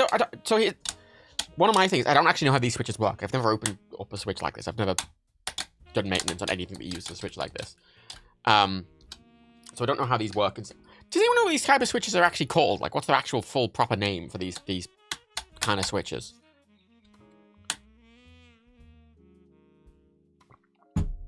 I want to Google it. I want to understand how they work inside. Like, it feels like the metal bit's kind of detached from an actual lower switch that's moving.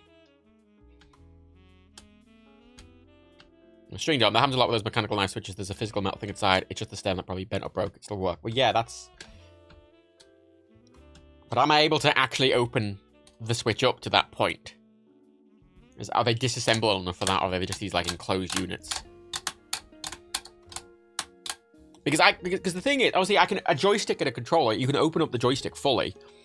And you could, in theory, very delicately open it up and remove something and put it all back together. Toggle switch. Toggle switch. Disassembly.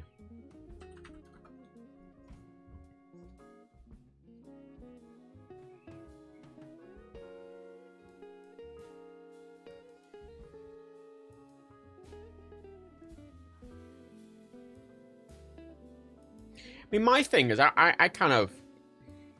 My intention with this, more than anything, was I was going to try and fix it, but I figured if I couldn't fix it, I can... It's a really standard part. Probably not too difficult to just get a replacement. It's not like I have to get a replacement for this off Thrustmaster. Like, it's just a fucking standard switch. Like, I can just replace the fucking switch, surely. But, the current issue is I actually can't remove the PCB, so you can get to the switches without getting these nuts, which I can't access. Unicrets! I do recommend GOG. I mean, I launch it for everything. It can be a bit finicky at times. You sometimes have to poke it to get it to remember, like, all of the things you're signed into, but I really like GOG launcher a lot. I use it to launch all my games. I don't use anything else now.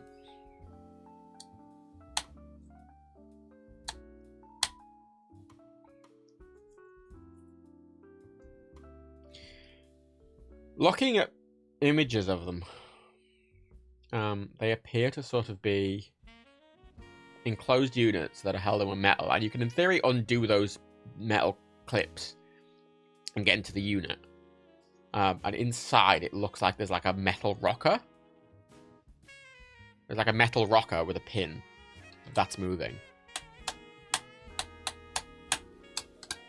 Thing is, if this is broken now, even if it was fully broken, it's no worse than it was before, because I couldn't physically move it before, so it didn't work anyway. It's not like I mean, it's intended to be EAC arming, which I don't use for that. I just use for some other random auxiliary switch, but it's not necessary. It's not like it's a throttle. Probably cheaper and easier. You say it's easy to replace it. I don't know how to get it out.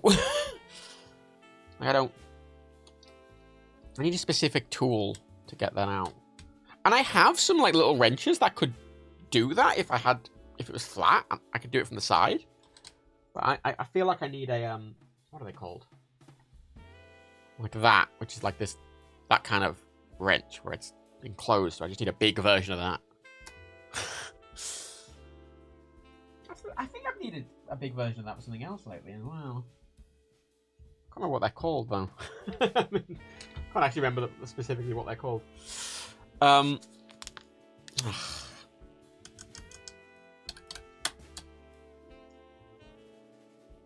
here's a question. Lubricant-wise, should I be going with normal... Should I be going with silicon lubricant, or should I be going with a non-silicon lubricant?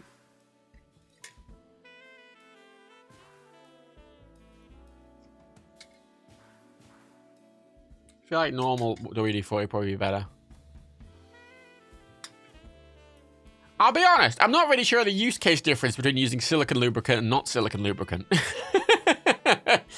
Like, there's obviously different applications of both of them, but I don't really know enough about lube to understand the specifics of them. It's probably normal WD-40 would be better. I mean, silicon's for use on metal. Prevent parts from sticking. I mean, that would be advantageous. Let me Google that. Silicon versus non-silicon lubricant. No, that came out. I took your advice for his Liverpool Public Library. It's great, isn't it? Just. Well, the pedant would say that WD-40 is not lubricant. It's oil, fine. Stop squeaks, dries out moisture, cleans and protects, loosen rusted parts, free sticky mechanisms. I mean, use both. Is it a grease? Would you say it's a grease? Because I think this is pre-greased. Actually, what is this? It's oil, isn't it? Just oil. Oil. Actually, is it?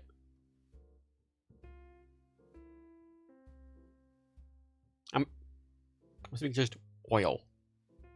Silica's better for non-metal applications. I mean, it says for use on metal. It's got a picture of metal on it. Prevents parts from sticking. Free sticky mechanisms, and it says it prevents parts from sticking.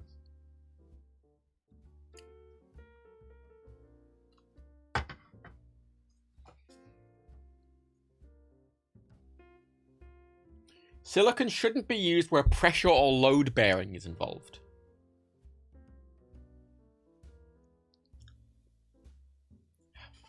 Fucking normal. Fuck's sake.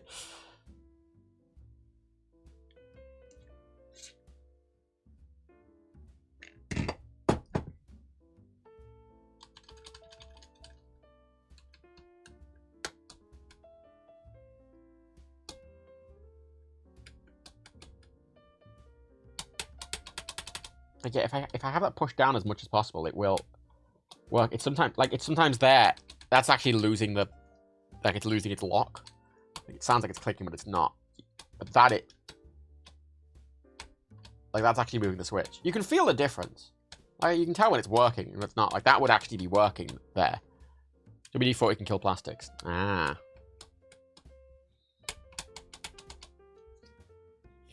So don't use it on the throttle then. On these switches, it's just metal inside them.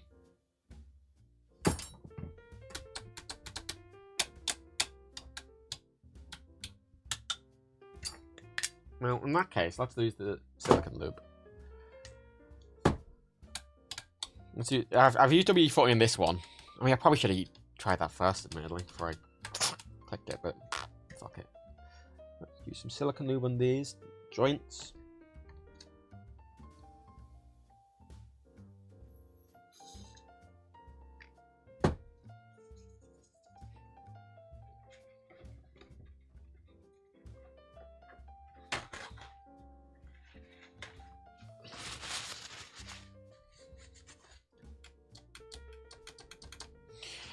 Matt, do you think you'll go watch Oppenheimer when it comes out in cinemas? I mean, yeah, I'll watch it when it comes out in cinemas. I'll watch anything, me. I don't fucking give a shit. I'll say anything. Like film. Even if I don't like a film or I'm not that interested in a film, I'll probably go and see it. Half the reason I really like having like an OD Limitless card is I like just being able to go and see everything. I mean, there was a period a few years before the pandemic, because I just fell out of practice with it after the pandemic. But before the pandemic, I used to just I'd see everything. Any film that released, I'd just go and see it. I'd go and see it, only knowing its name. You know, my most fond memory of that is you're back this 40 months, thank you. My most fond memory of that is seeing The Equalizer, which I saw only knowing its name and that Denzel was in it. I hadn't seen the poster. I hadn't read any stuff. I didn't know anything else about it.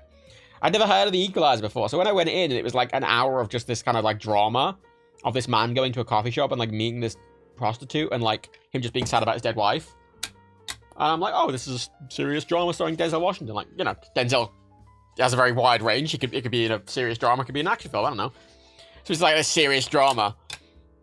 And then he like suddenly goes into this place. He's like, I'm trying to buy it. He like seems really innocent. I'm assuming it's like an hour in and I'm just assuming it's a straight drama. What did you assume it was going to be only known in? Honestly, I didn't assume anything about it. I had no assumptions about what it was going to be at all. I didn't really think about it. And he just kills like three. He puts a timer on. He kills three guys. I'm like, oh fucking hell! There's no sudden surprise. But then I realized I was after the fact when I was telling people about the film, I was like trying to not spoil that. But then I kind of looked at the poster and went, oh, he's holding a gun. In the poster, he's holding a gun and it's raining, and I'm like, oh yeah, no, it's an action film, and I just didn't know it was an action film. Oh yeah, it's a film. And I really enjoyed that sort of like not knowing at all. And I really enjoyed it. It's one of the reasons I love that Limitless card, because it means you could take a risk on like seeing basically any film.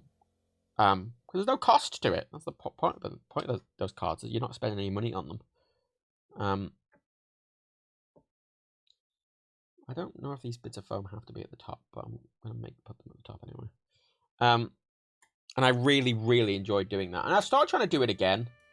I'm trying to... There was a weird... Obviously, the pandemic did a lot of things to a lot of people. But with me, I noticed effectively... I got into the habit of doing a lot of stuff pre-pandemic. I should try and wash this, clean this. And then the pandemic hit, and I kind of had to, there was this weird thing, I'd get up one day, and often if I had a few hours free and it was the middle of the day, I would just go to the cinema. Like, the thing is, start times for films are often, at the start of the day especially, are quite similar. So some days I'd literally just walk there without knowing what was on. I'd just turn up and see, you know, look at the list of films that are on, see what's on in the next, 20 minutes, and I'd just go. And just sit and wait for the film to start. And I'd do that if I had, like, a few hours free. Which, I didn't, the luxury of doing this job meant that I could work whenever I wanted. So I could just go in the middle of the day and I'd start on my day and I'd go and work. So in the pandemic, I was getting up a lot of days and being like, oh, I should do this. And I kind of have to stop myself and like, oh, no. No, that's close. Oh, yeah, it's sticky on the bomb. Paint off.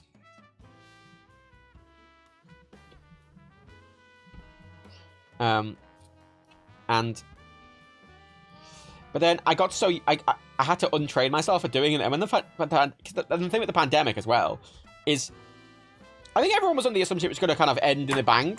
It's going to be like, oh, we're over, yeah, it's done. It kind of didn't.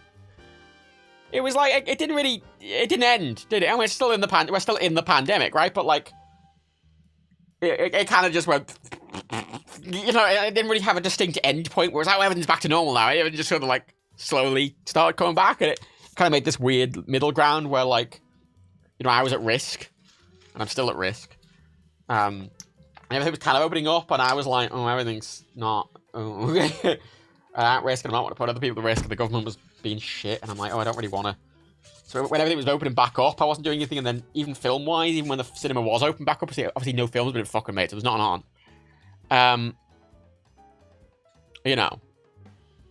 And I've only recently started to try and regain those habits. Because it's just something, when you fall out the habit of doing something, it's hard to get back onto that. Like, I started, last year I started going to the gym, I was going to the gym every fucking day. And then, like, over Christmas, because of the print, I was going to Dan and Rebecca's all the time, and I can't go to the gym at Dan and Rebecca's, and I was there a lot, and Christmas was there, and I just didn't go to the gym for like a month and a half. And I was like, God, I need to go back. I was just so, you have to really push yourself to get back into habits. And I've started trying to do that with the cinema again, because one of the reasons I really like film as a medium in regard to anything else, I'm really into film and music, not TV, and I'm not that into games. Because if you want to sit through and play a game, it's a quite big time commitment, and you have to be fully focused on that, right? You want to play a game, even a short game, is going to take you 10 hours. Some of these games take 40, 50, 60 hours, I'm like, oh. TV shows, especially the newer they get, they're like, oh, we're going to do it. It's 3-hour episodes. There's going to be 15 episodes a season. I'm like, it's 15 fucking hours for one season. Like, someone recommends you a TV show and you look at it and it's got fucking 5 seasons and it's got, 52-hour-long episodes. And I'm like, it's 55. I don't have 50. When the fuck am I going to have 50 hours? But film, most films are like 90 minutes. And I like going to the cinema because you're fully focused on it. You just go to the cinema, wherever the lights are off, you've got no distractions, you can't get your phone out, you can't play a game, you can't do anything, you're just watching the film, but it's 90 minutes. So even if the film is shit, you've not really wasted much, it's just 90 minutes. And even if I hated a film, I at least would know why, and I would examine why, and it was still valuable to me. Like, even if a film was shit, it was still a valuable 90 minutes. And I really like that. This year I've been making a point to try and watch more films. I mean, so far I've watched a film.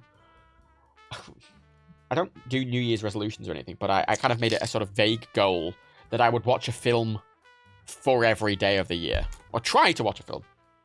Not with the intent of actually necessarily doing it, but just trying to.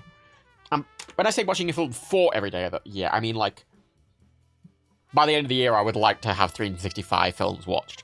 I don't have to watch a film every day. Like, I could watch 2 films in one day, and then the next day not watch a film, and it's still the same, you know. I'm being vague with it. I'm just trying to aim for it. And God, that's really fucked. There's no real way to polish these, annoyingly, as well. And so I started doing it, and this year I have watched 28 films so far. When I said which times I went and saw Tar. No, like, you occasionally post stories on films on Instagram via Letterboxd. Do you have anything that shows what books do you like, or do you have any recommendations? I don't have anything for books. I don't read a huge amount of books. I have a lot of books. I don't read a huge amount of books. I mean, reading is something I desperately enjoy and don't have enough time to do properly.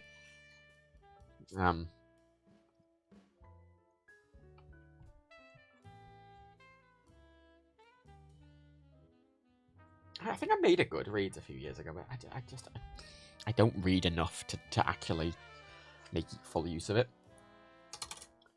Okay, I'm going to do the I'm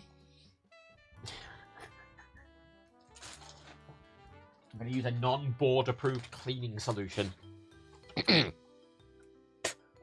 All right. It's really annoying because saliva actually makes a really good cleaner. Because there's enzymes in your saliva that break down a lot of things, so it makes a really good surface cleaner for some stuff. Especially on my desk, I have a lot of stuff because obviously I'm talking a lot to camera, so you end up just getting like slight, what's what I call spittle. And spit makes a good cleaning solution. Yeah. Also fill with bacteria. Yeah, man. I'm only using it. And basically what I do is I clean it with that and then I clean it with alcohol. So that gets off any stains. But it's sanitized. That's a nice, I think, what to do in it, just for my stuff, you know. I'm not gonna do that thing proper, but you know, I've watched, like, I've been really enjoying getting back into film this year. Because again, it's just a habit thing. It's not like I stopped because I didn't like it. It's just a habit. And I like watching films. I mean, I was trying to do a thing where I was reviewing them all, like writing a little review, but frankly, I don't want to do that. I don't care enough about every film to write a fucking review for it, and also then it becomes like a chore and a bit more of a job. But I don't. I've realized a lot of things. If you try and do them like as a job or a thing like this, it kind of becomes a bit less fun. So I explicitly don't want to do that for film. I'm writing reviews of stuff I find a bit more interesting, or have more complicated thoughts on. But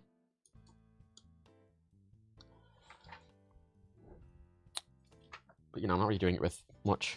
So I'm just rating them. Some of my ratings change a bit over time.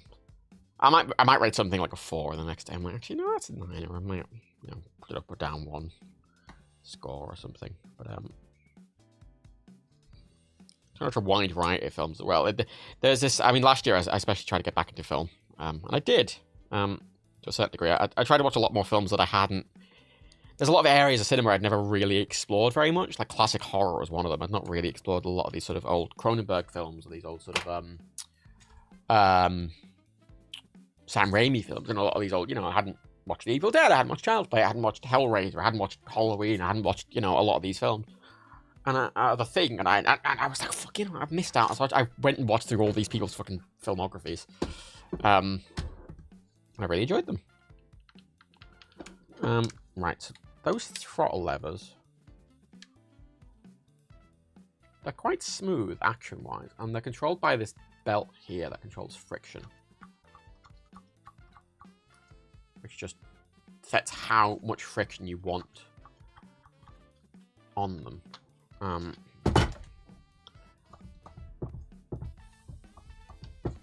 do people even care about your opinion? Well, that's the thing. I think it's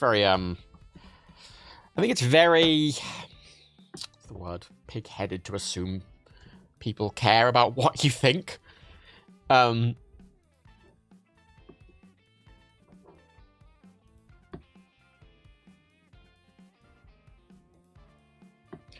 Like, what I try to do, for the most part, is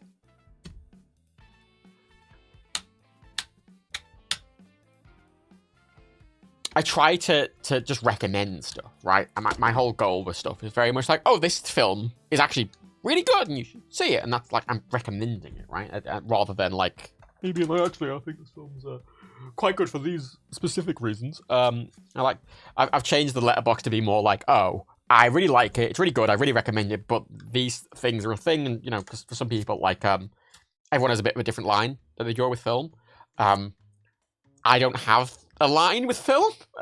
Really, I will happily watch literally. I mean, it's always slightly frustrating. Not frustrating, but frustrating's not the right word. But like, so Dan and Rebecca, right, they both like films, but they're very specific in what they like and what they don't. But I'll watch anything. I'll watch anything. You know, Daniel can't deal with anything with even a slight fucking amount of even light horror. Or something overly dramatic, and Rebecca doesn't like big action scenes or big movement things or superheroes or anything that involves the death of dogs or the sexual assault of people, which is a fair line to draw. As I say, in terms of cinema, my whole thing is I will watch anything, even if it come out of it going, God, that was shit, no one should watch it. I can tell people that was shit, no one should watch it. Now let's apply some new glue, shall we?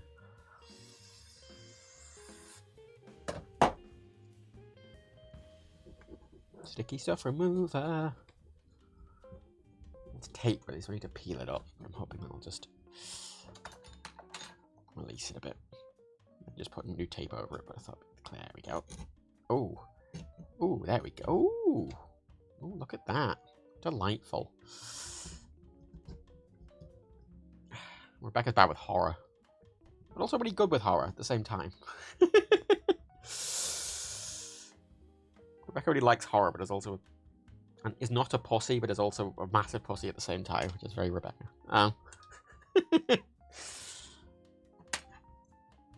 So I'm easy, really fucking easy with film. I will happily watch anything. Never walked out of a film. It's rare I ever stop watching a film. There's only one film I've ever in the past 5 years. There's only one film I've actually stopped halfway through. And not walked out on because I was watching it at home. But there's only one film I've ever stopped halfway through and stopped watching it. It wasn't even halfway through. It was like 25% of the way through because I was so. The worst offense I find a film can be is boring, right? Because my tolerance is really high. I can deal with anything. If a film is offensive or crass or fucking just shit or stupid or vapid, whatever, right? I can deal with it. I'll find something that to pique my interest, you know? Now, there's only one film I ever walked out of because I was so fucking bored.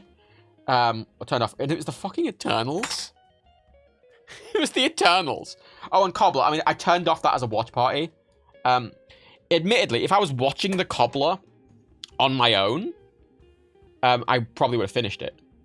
But in the watch party environment, I was like, oh, this will be a bit of fun. It sounds like a really stupid Adam Sandler film. And it was just him being really horrible and transphobic and rapey. And I'm like, no, I'm not doing this as a watch party, no.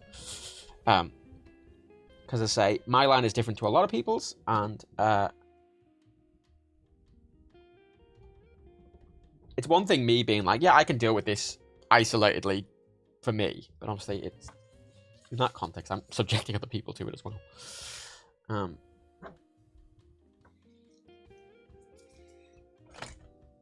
Where's my tape? Tape. Ooh, tape. Is that my thick tape? That's my thick tape. Where's my thin tape? Ah! Lots of tape. I need, one of the problems with this area right now is I've got actually no story. Everything's just awkwardly stacked. Like, I need a thing that I can hang these on and everything. I need places I can put everything properly. Everything can live rather than the spaces. I mean, under the desk where my legs are, I want to have like drawers and stuff. But currently there's a box. There's a cardboard box which one side is broken, so everything's falling out, and that's where all the disassembled iPods live. Because I haven't sorted this area out properly yet, which annoys me to no fucking end. Oh my god, it's so annoying. I just haven't had much time to deal with it.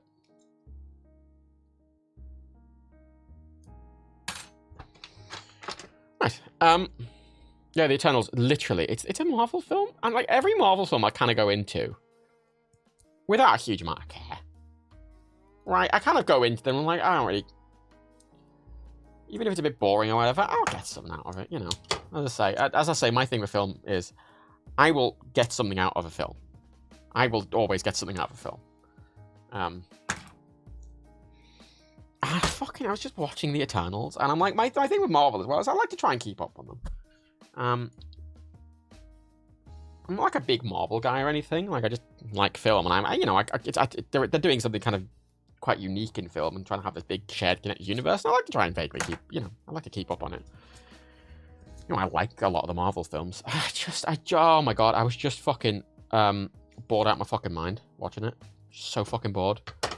Oh, so fucking bored. I'm like, how's a Marvel film boring me? I mean, a lot of them are kind of wanky and can be dull at points, but just so fucking bored. Turned it off. Felt like I was falling asleep.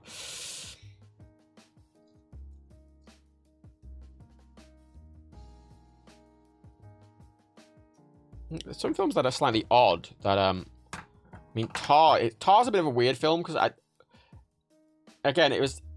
like to try and go into films without much context because I think someone sort of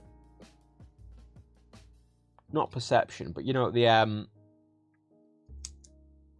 someone's sort of idea of what a film is can really colour how they actually respond to it.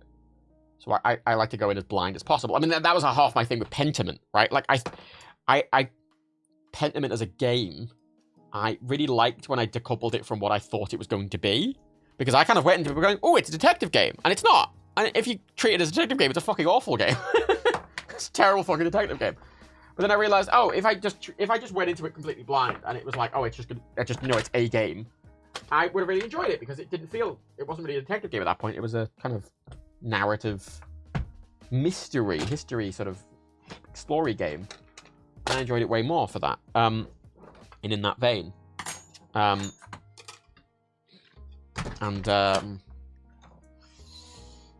try and do that with film, and with Tar, the thing I'd heard someone describe it as is it's like reverse Whiplash, and I kind of went into it being like, oh, when I think of Whiplash, I think of something quite high energy.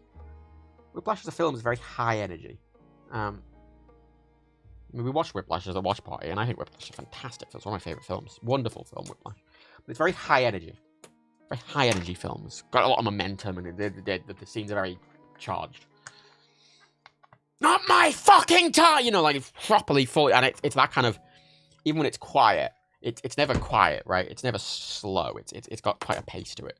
And Tar, when I heard it was reverse Whiplash, I was like, oh, it's like Whiplash from, like, the other side of the thing. But it's not like reverse Whiplash. I didn't really like that as a descriptor because it is,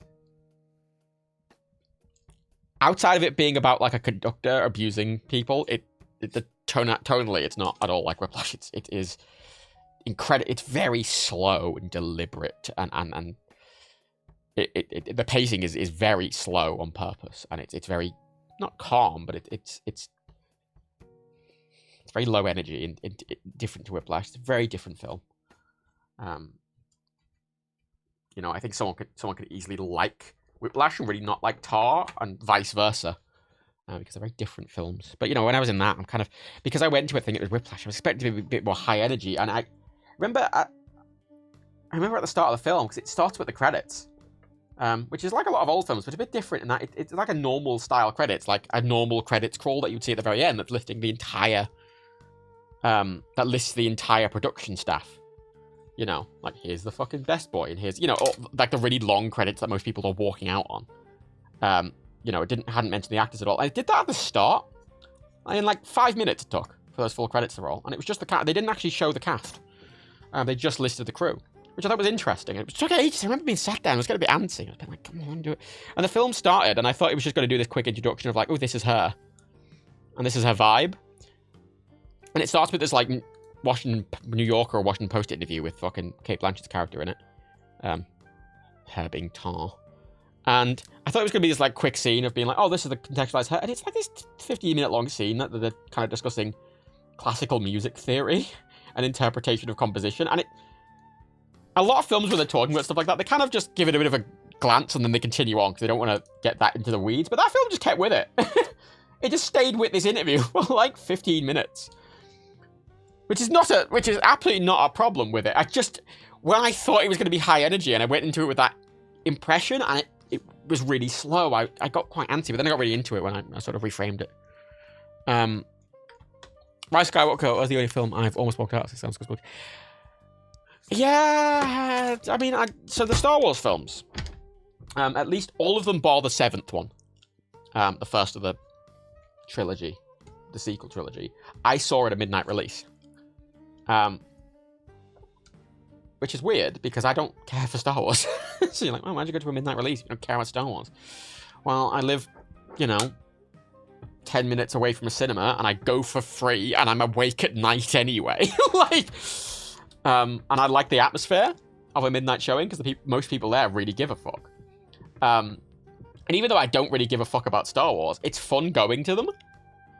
I went to this midnight showing, and I always go to the cinema on my own. I quite like it as not a social experience to me, the cinema. But, I got there, and loads of people are fucking cosplaying. There's a fucking full R2-D2 replica kind of bopping around the cinema that someone had brought along, and it just kind of wandered about, and there's all this atmosphere for it, So I always made a point, with any film that had a midnight showing, that I'd go and see it at midnight. Because it was a very unique atmosphere. I saw Justice League at a midnight showing. I saw Batman v Superman at a midnight showing. I saw Jurassic World 2 at a midnight showing, and let me tell you, people did not care for that movie, because no one was fucking there. The staff at the cinema were really annoyed that they were having to work, because they were like, there's no one fucking here. There was like 5 people in my screen. The big IMAX screen. There were like 5 people there.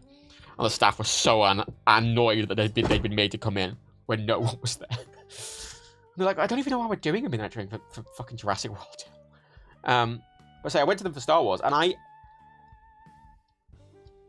I was a weird response that I had to those films, because I don't have that emotional resonance for the Star Wars films, or the care for like Luke Skywalker or Rey. I don't really care. I don't care about the characters. I have no, I don't care about them either way. I have no love or, I don't have this emotional response to them or whatever.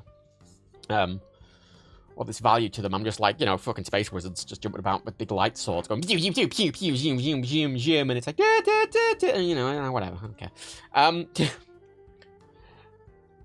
But when I was watching that film, something I really like about Ministry is you really feel the vibe of the audience. Because they're the kind of showings where people aren't quiet. And I generally want a quiet film. I want a film that's, I don't want to be bothered in the cinema. But at these event films at a midnight showing, I don't mind when there's sort of an atmosphere and a noise, because that's kind of what I'm there for, right? So, like, people are, like when in Avengers was fascinating, because there was there's that classic thing. I mean, there's been a lot of videos about it, when there's this, when in Endgame where Cap stood there, he's got the shield, and he's got the hammer, and he's got the broken shield, and he's just on his own about to face Thanos, and the whole thing goes quiet, and you hear Falcon say, on your left, and then the portals start opening up, and there's this big swell of music, and everyone appears, right? And then there's like 60-second long scene of all the superheroes just kind of turning up with the music, and there's no dialogue, and it's just this very big scene, this big triumphant scene.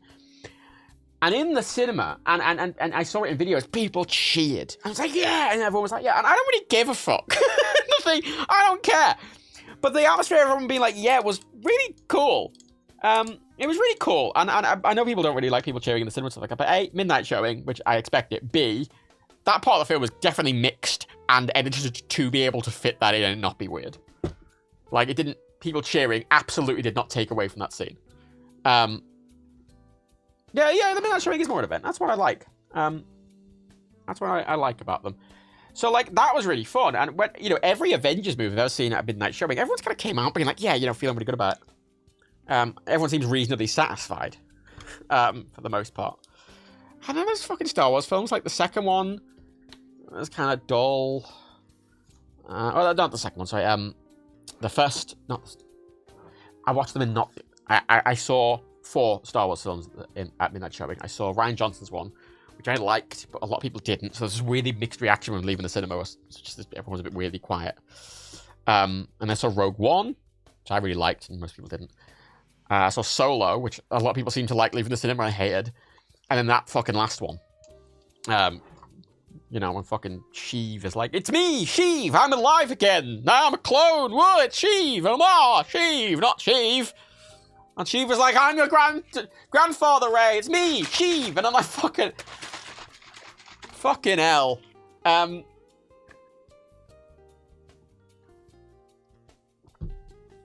Exhausting.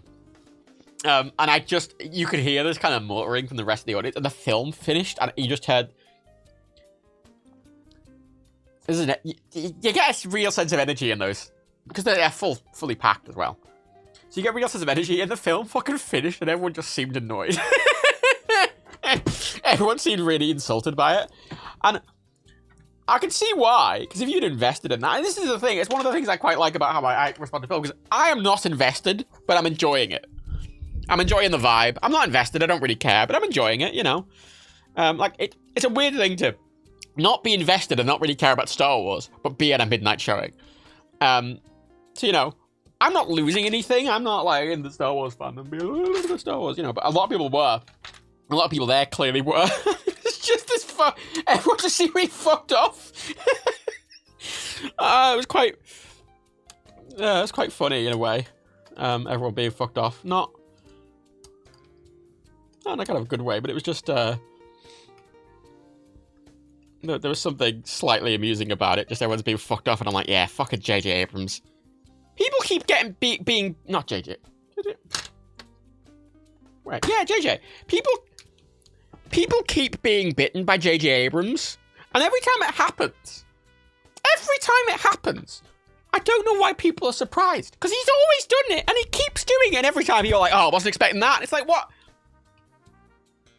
were you expecting exactly from J.J. Abrams? You know, like, you know, the guy who presided over Lost, which infamously has one of the worst endings of any television ever. You know, everything he's ever done, he's like, I've got a mystery, and everyone's like, oh, what's the mystery? And he's like, fuck, I don't know. Because he hadn't thought about it at all. I'm gonna oil up just some of these components. Give him some lube.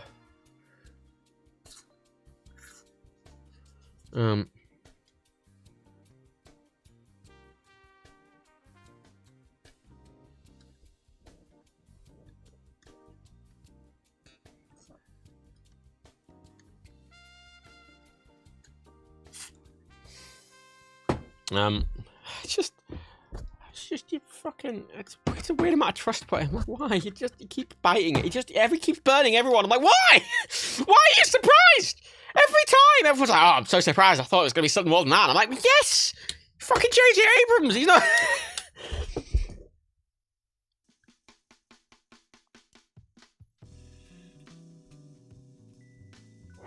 You know.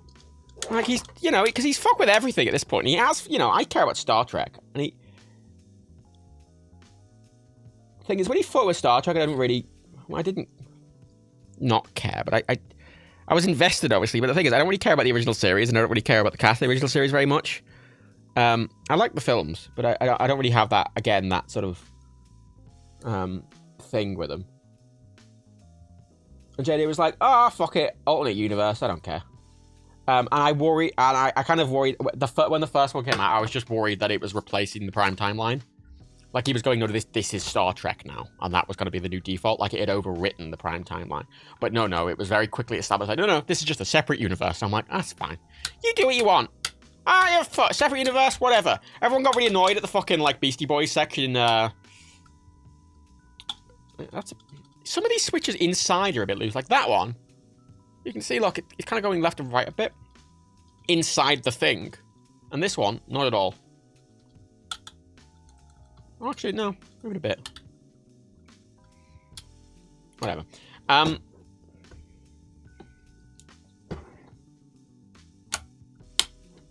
that up. And every time, I just... It was like, oh my god, I didn't think he was gonna just bring Palpatine back out of nowhere and fire Ryan Johnson for no fucking reason. It's like, yeah, he's J.J. fucking Abrams. He's a fucking stupid pedant. Not a stupid pedant, he's just a controlling asshole. At least Zack Snyder... Like, Zack Snyder, at least, at the bare minimum, has a fucking... He's actually a creative. I might not like everything Zack Snyder does. I might not agree with all his decisions, but he definitely has a vision. People might have... Didn't really like what he did with Justice League and stuff like that, but, he had a thing he was going for. J.J. Abrams doesn't. He just acts like he does. He's like, I know what I'm doing, and he absolutely does not. And everyone's really surprised. And I just, again, why is anyone surprised? I don't know, it's something quite enjoyable. I mean, I really enjoyed, because, was it the second one with Wide Boy Kylo? Was that on the second one? Was that in number 8? I think it was. Why? Because it was when he and Rey were doing the weird telekinesis thing, wasn't it? Well, they were, Luke drinking his milk. Yeah, the second one. Because I was sat right at the front in that one, and right at the front of like an IMAX theater, you're looking up, and it's a bit distorted, the view. It's a bad seat. I decided to go last minute, and again, the nice thing about going on your own is there'll always be like a few single seats that no one's taking, right? So even on the day of the showing, you can usually get a seat, even in the IMAX, even in like the main screen, if you're going on your own, because it's just like there'll be a few like scraggly, lonely seats, which nice. But yeah, sorry, it's just look that wide Kylo bit where he's like naked on the screen. He just looks like the widest man in the world. From below, where I was looking at it, it looked because when you're looking up at the screen from that angle, it almost makes the screen like a V shape and it distorts everything. So he looked so much wider from my... So, like, he only looked really comically wide to everyone else. And from my perspective, he just like the widest... He just looks so silly. I'm a big fan of him.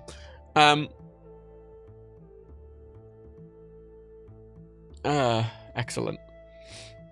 Excellent. Oh yeah, there seemed a lot of anger in the cinema. Like there was when Hawks for the oldest spy. I had some people go, huh? I could hear some people more like when people are leaving, because people start talking about it the second the screen ends. I could just hear people like, what the fuck? Because I stick around. I normally don't stay with the credits, but I in those midnight showings, A, it's busy, and B, I'm kind of there for the vibe, so I'm kind of sticking around to see what the vibe is, and everyone's just like, what the fuck was that? And I'm like, oh, it's so funny. Genuinely funny. Let's put this back on. No, there's a screw I didn't put back in. What the fuck is this? Fucking playlist, man. They're just very vague about what they mean by jazz. Yeah, no, JJ just had a lot in his films where he's like, here's a thing. Oh, it doesn't matter. They do that a lot. That entire film. It's like, oh, Chewbacca's dead. No, emotional moment. No, it doesn't matter. Ah, CP3O's down. No, it doesn't matter. He's fine. Ah, Sheev's dead. No, he's back now. Oh, no, Kylo's dead. No, he's fine now. And there's no stakes at all. It's like, they're shit films. That one is just a shit film generally. That's what I quite enjoy about it, because there's a lot of times, like, I think in a lot of franchises like that, is a bit of tunnel vision. And you end up in this kind of thing where, like, the fans of it, of that kind of shit, of that kind of medium, will generally be either more or less apologetic towards a film, right? They'll have stronger opinions about it. And, a film that might be quite insulting to, like, a particular fan base might be, like, a fine film in itself. It's just, but I like that film is just the film that everyone agreed was bad. It's just a bad film. I don't care what Star Wars is. A bad film. It's just a bad film.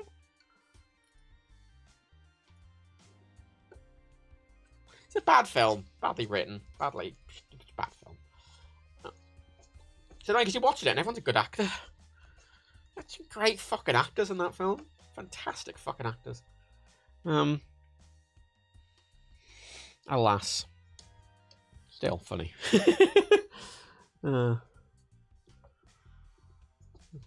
Funny.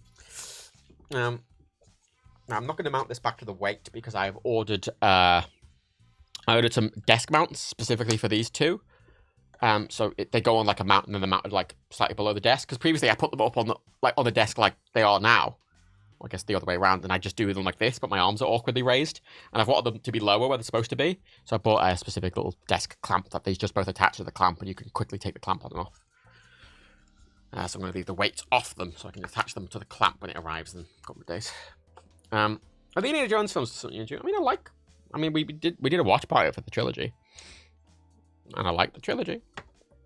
I don't like the second one very much, but Last Crusade is one of my favorite ever films. I think Last Crusade is a wonderful film. But it is my problem with franchises, really, is I kind of like to just leave them alone. Like, those 3 films existed, I'm like, just leave it. Just leave it. They're fine. Like, we got I don't care about new ones. A franchise being a franchise, I have no allegiance to it one way or the other. I have no allegiance. I don't care about the new one. I mean, I love Ghostbusters 1. I didn't like the remake, or the fucking, what was it, the fucking modern SNL remake, which I just thought was painfully bad. Because I just think modern, I mean, SNL's always a lot of hit and miss stuff, but I think modern SNL comics, I don't like them at all. It's a different kind of comedy, which I just don't like it.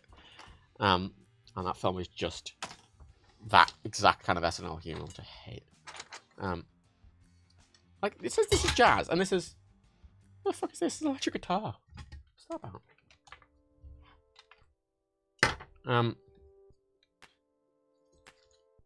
So I don't care about the new one. I mean, there's that Ghostbusters film came out with,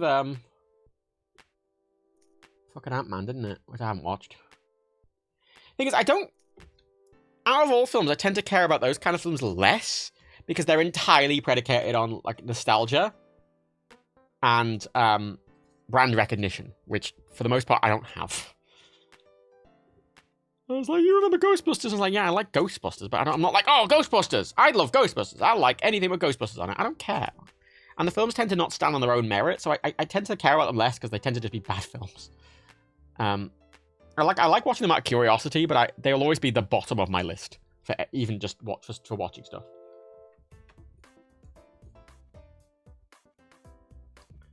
Like, whatever the new Indiana Jones film is, even if it's surprisingly okay, it's like... Yeah. Harrison Ford. Right.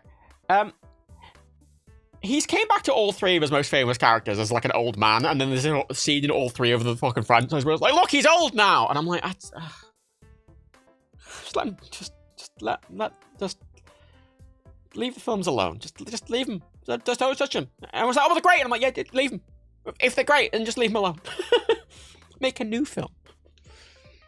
You know? Just make a new thing. Because the whole thing with those films isn't like, oh, we have this idea. Oh, this would be a really good fit for this franchise. It's, oh, we should bring this franchise back. It's going to make loads of money. Let's shoehorn something in. Which, again, is why I don't really care. I mean, Ghostbusters. I mean, I don't like Ghostbusters 2. I liked the first Ghostbusters film. And there's 4 of them. And only the first one was any good. I do not care about any of them. And then they're like, oh, but you care. And I'm like, no, I don't. You care about this franchise. It's not a fucking franchise. You've been trying to make it into a franchise, and every time it's failed. So there's like this lip here where this sort of brushed metal meets the plastic. And it can get like bits of dirt in. It's like a tiny, tiny gap with just bits of dirt in, because you've got your hand on here all the fucking time. Admittedly, I will say, this HOTAS is more damaged than it is, because I basically not stored it in a drawer. It's been like on the floor in the way, and I've moved it around a lot, and it's been shit's fallen on it. I will say, right, I like how big and metal and chunky this is, but I'm constantly a bit annoyed that, like, this actual joystick bit, these pylons here, and these bits on the surround are all plastic, and I'd rather them just be metal. I don't like them being plastic, really. But whatever.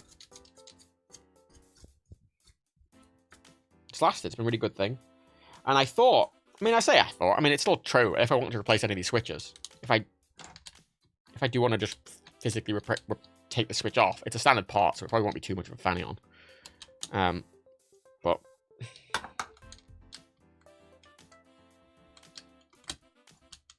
oh.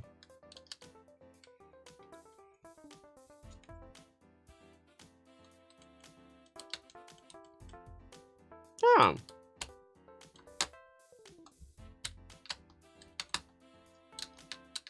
Oh. It's not latching onto the clip anymore.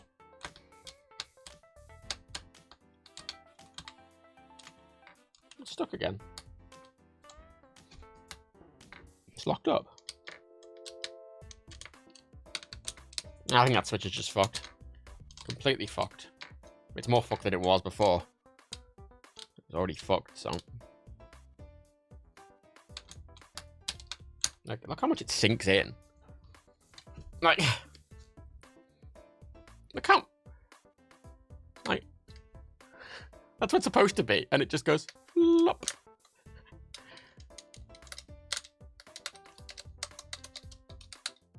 Oh no.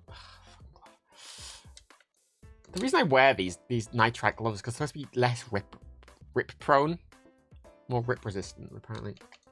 Yeah, right. That's not fixed it. I've cleaned it.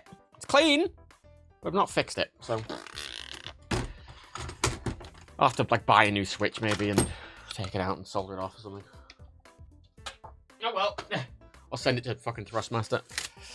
Let my hand dry for a second. The rocker probably broke. Yeah, but I mean, it worked when I was rocking it in and back, and it worked for a bit, and I put that thing back on, and now it stopped working again.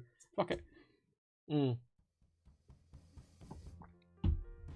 So, Avian, I think the only movie franchise that I enjoyed was the M. Night Shyamalan stuff with Unbreakable, Split Glass. They were entirely standalone until the third film. I mean,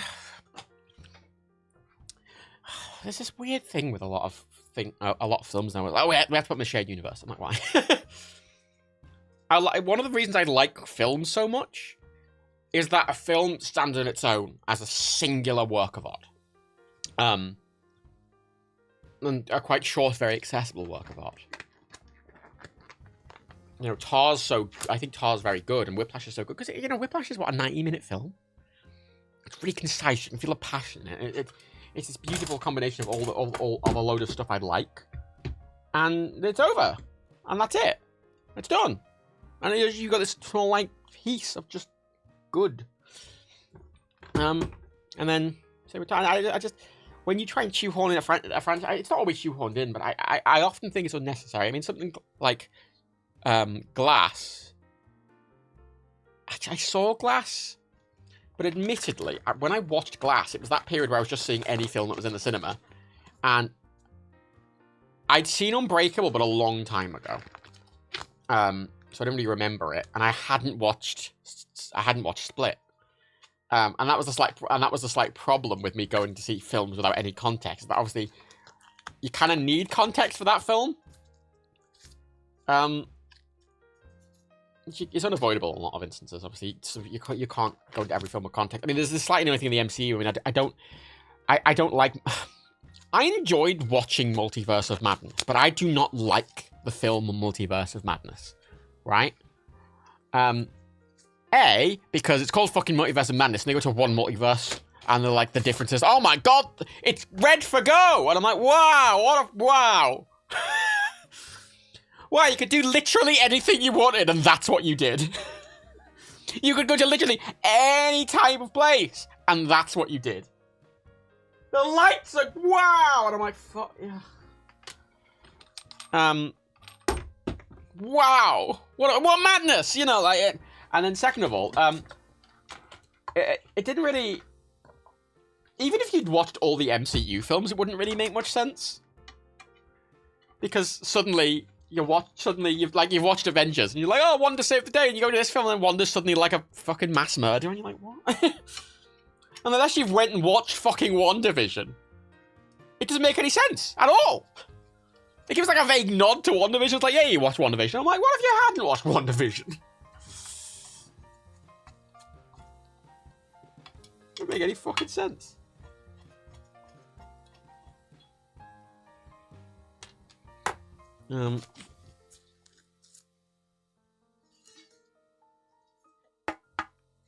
Big bit of, I'm assuming, steel. Let's put that over Now, there's a slight problem with... Oh. There is a slight issue with this in that I realise with this, in hindsight, that Thrustmaster have definitely had to pay royalties to the US Air Force for this. So buying this, I gave money fucking to the US Air Force, I'm assuming, so that's good. It's great. I thought there was going to be a plate below there.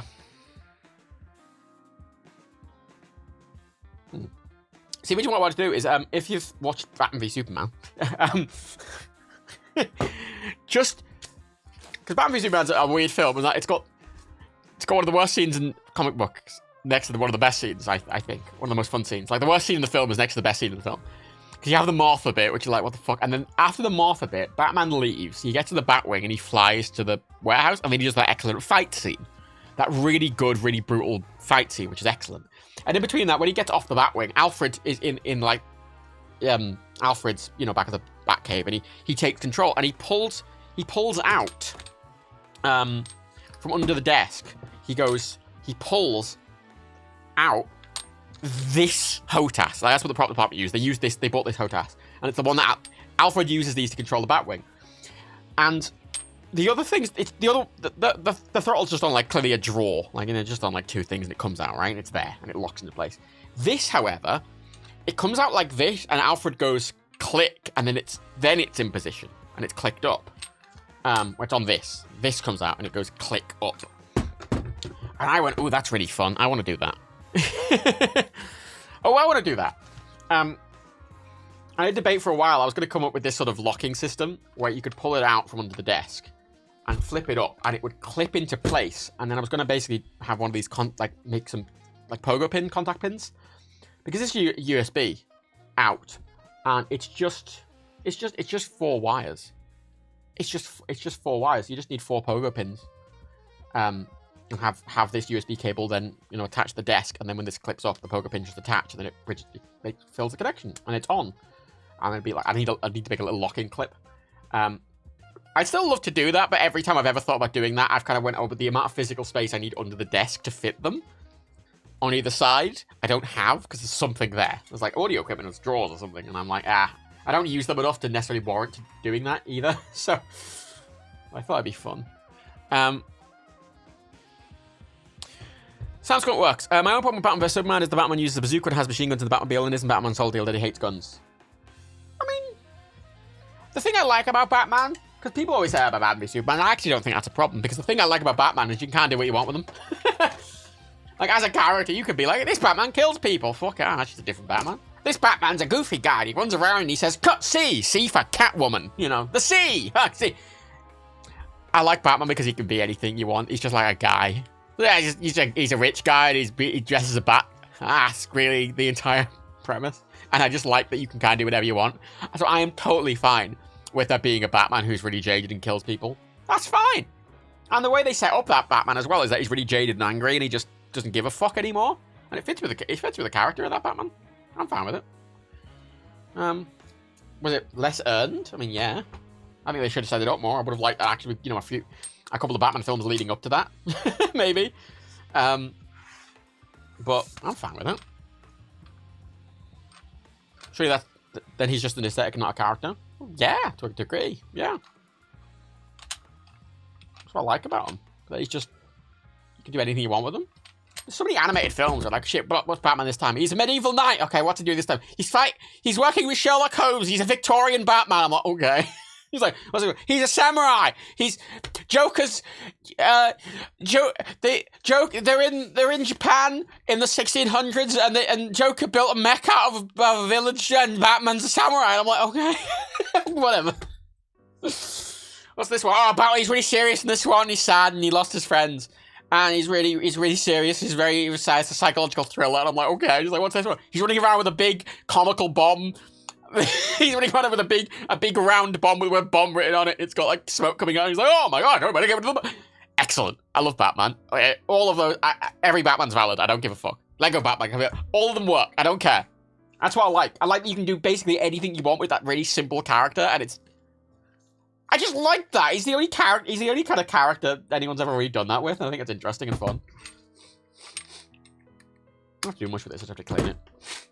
Right, let me get my cleaning brush out. I have cleaning toothbrushes. This is a harder one and this is a soft one.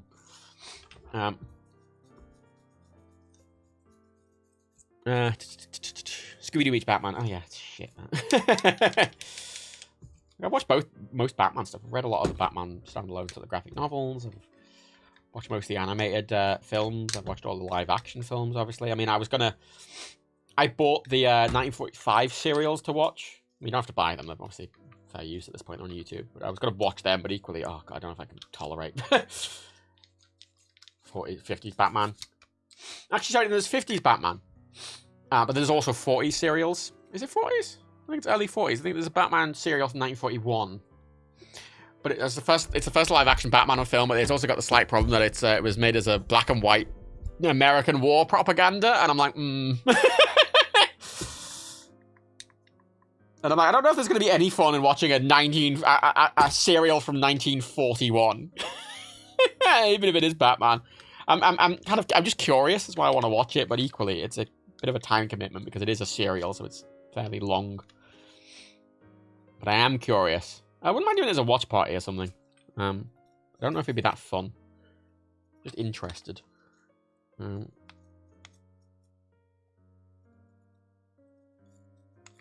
Interested. It's like there's so many different takes on it. Because it's just a really simple premise.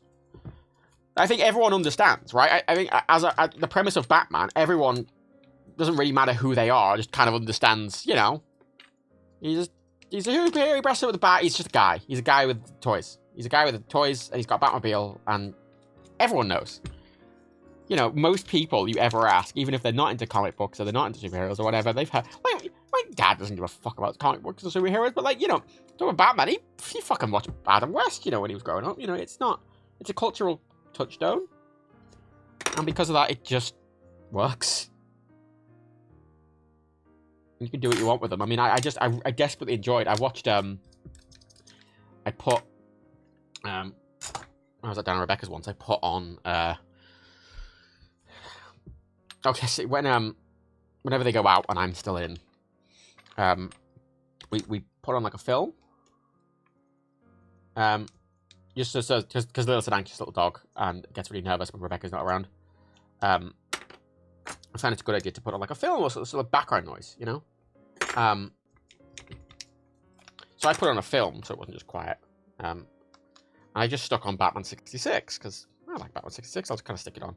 So I stuck on Batman 66, and, you know, then Rebecca got back, you know, like 30 minutes later or something. So Batman 66 is on, but Daniel sat and watched it, and Rebecca's seen it already, but Daniel hadn't seen it before, and they're just watching it, and I'm just like, this is the best. Batman 66 is such a fun film. And, you know, there's just that ludicrous thing where he's in the Batcave, and he's got his, like, little apron on and his, like, science gloves with his Batman outfit, and he's like, oh, it's a riddle. And he's like, what's C? And like, they're like, oh, they were out at sea. C for Catwoman. And he's like, whoa, what's yellow and curvy and you can write with it? And Robin's like, a ballpoint Leonardo. And Batman's like, exactly. It's like, so fucking deadpan. So fucking deadpan. Wonderful. And you're watching this fucking film, and like, the plot is they've in their penguin submarine, which is a submarine with flippers. It looks like a penguin. They've turned the UN into all the members of the UN into dust, like dehydrated dust, for some reason, and then the Batman rehydrates them later. It's a whole thing. It's a whole thing. And it's stupid. Right? It's really silly. It's a really silly film. You know, at Christmas, we all got a choice of Christmas film we wanted to watch for one day over Christmas, and Christmas film is a very vague terminology because it can kind of count as anything set at Christmas, so I chose Batman Returns. Because, again, Daniel hadn't seen it. Danny DeVito, Christopher Walken. I don't actually like it as a film that much. It's probably one of my least favourite Batman films, but aesthetically it's wonderful, and Danny DeVito is wonderful as Penguin. And it's really silly because, you know, you're like, what's he going to do as the Penguin? He's got an army of penguins with jetpacks on the back, and they're going to kill the world. And all right, whatever. Cool. So, you got that, and you got Batman 66, and immediately after 66 Batman, I just quickly turned on the newest one. at the start, and they didn't see me do it, and I just kind of put it on. And I didn't tell Rebecca what film it was, or what it was. I just kind of put it on, you know, while they weren't looking. And obviously it starts with this kind of very serious thriller where there's like guy in the background. And I was like, oh god, there's just like guys in like a gimp suit breathing, and he just like beats a guy to death, and it's so dark and serious and violent. And I'm like, Rebecca, what film do you think this is? And Rebecca's like, I don't know. I'm like, yeah, it kind of seems like a David Fincher sort of like horror-y thriller. And Rebecca's like, yeah. And I'm like, this is Batman. That character you're looking at in the gimp suit, that's the same guy in that film like 10 minutes ago you're watching prance around and be like, riddle me this! It could not be more different. It is the exact... Oh, they are both exactly the same character. They are both the Riddler, but they could not be more possibly polar opposite. And I love that you could have that. It's my favorite thing about Batman as a franchise, in that they both exist, and they're both valid, and I'm like, yeah, I'm having a great time. I'm having a great time that they could both exist. You know, and that's like, no, that's the same. I mean, it's not obviously the same universe, but it's the same. They're both the Riddler. These are both Batman films, and they're both the Riddler. I'm like, I just love that. I adore that. I think it's so much fun. I haven't watched, there's two animated Batman films, Return of the Crusader, and another one, which came out like 5-6 years ago. But they're sequels to the 66 film, like direct sequel to the 66 film, starring Adam West and Burt Ward as Batman and Robin. It's animated. And it's a bit weird because you're listening to it, and Adam West's obviously very old at that point, and Burt Ward's obviously an adult. so they sound really weird. But they're like the direct sequels to the 66 Batman film, if you want sort of more Adam West Batman. I haven't watched them yet, though. I haven't got around to it. I watch a bit of them, but I haven't actually sat down. I just haven't. But I adore that Batman can be both those things. I think that's so much fun. I like that, you know, Batman v Superman. Batman's just going around killing people with a big machine gun. I'm like, yeah, whatever, fuck it. Yeah, it's Batman's different. That's the beauty of Batman, I think, that you can make him. Same with Joker. It's why there's been so many different iterations of both of them, because everyone has a different idea, and they're like, oh, we can do a different take on this exact same character. And I'm like, yeah, fuck it. And yeah, you've got that basic template of Batman doesn't use guns, Batman doesn't kill people, but you can go off script. And, you know, in Batman v Superman, there was a reason he was angry and jaded, and, you know, a lot of the film was setting, it didn't really explore it, which is the problem. But a lot of the film was setting it up like, oh, this Batman is, you know, he's angry, he's lost everything. You know, it's a Batman who's, you know, Joker killed Robin already. Wayne Man is burnt down, you know, he's alone, he's old. He's angry and he stopped giving a fuck, basically. It's Dark Knight Returns sort of theme, but you know, again, it wasn't like it was. His moral compass was like he was trying to kill Superman, for fuck's sake. His moral compass is not really existent in the same way, which again is a valid take. You don't have to. I'm not saying you have to like the take, but I think it's a valid take. I think that's the nice thing about Batman. I've seen a clip of Batman Returns, and I like how he turns his entire body to look at someone. It's because those early Batman suits, the cowl and the cape were one piece. There's one big rubber piece, so you couldn't actually turn your neck in relation to your torso, because the shoulder piece went up to the helmet, and it was a single piece, so you couldn't turn your head. And they reference that in The Dark Knight, because in Batman Begins, the suit he's wearing is similar, where the sort of the shoulders and the neck and the head are all one piece. And then there's that whole bit where he goes to Lucius is like, I need another suit, I need to be able to turn my head. I mean, there's that first scene at the start of Dark Knight where he can't turn his head. He's wearing the suit from Batman Begins, and they give him the new suit where he can actually turn his neck. And that's kind of direct reference to those older sort of Batman films where he couldn't, you know, the Tim Burton ones and the Schumacher ones where he just couldn't turn his fucking head, and he has to turn his entire body. And it's really silly. That's why I like the Tim Burton ones so much, because they have this kind of darker, brooding, gothic tone, but they're still really silly, because you've just got this guy who's going, whoop, whoop. And then also, I mean, fucking Michael Keaton. I always like, Batman doesn't kill people. Michael Keaton straps a bomb to a guy and then pushes them down a manhole and then closes the manhole. And then under the manhole there's this huge explosion, and then he just walks off.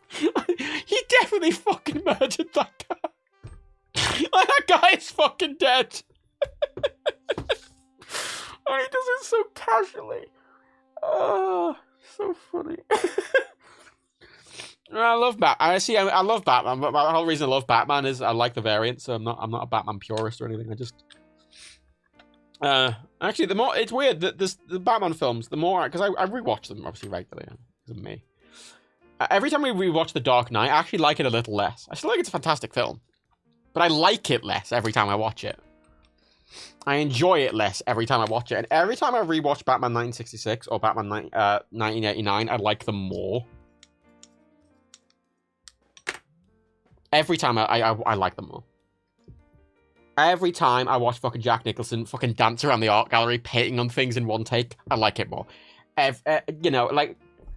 Michael Keaton as Batman just to joke. Michael Keaton when he's playing Bruce, when he's not in the cowl, and he's just doing that whole thing to joke. You want to go put you? You feeling lucky, punk? He's just because Michael Keaton is going full Michael Keaton. Excellent. Fucking Joker pulling out a huge fucking really long handgun and shooting down the Batwing. Excellent. 10 out of 10 shit. You know? Love it. Batman with the fucking bomb. God, because I always forget when I watch Batman 66 as well. It's just these, like, the riddles. Because, like, you know, fucking you're watching the newer Batman. The Batman. You know, the one with fucking Robbie P. And he'll be like, he'll get this riddle, and he'll be like, oh my god, it's the most complicated riddle I've ever gotten. And also, like, there's this whole, like, oh, it's a flying rat. And he doesn't, for some reason, he doesn't make the logical assumption that they mean by flying rat, they mean bat. As in Batman. Because that is the second you hear flying rat, you're like, yeah, Batman. And he's like, oh, they must mean, like, cat. And I'm like, what? Idiot. But I just love it in 66 Batman. They get a riddle, which it doesn't make any sense, and then you just watch them really confidently get the right answer with absolutely no logic whatsoever. It doesn't make any fucking sense.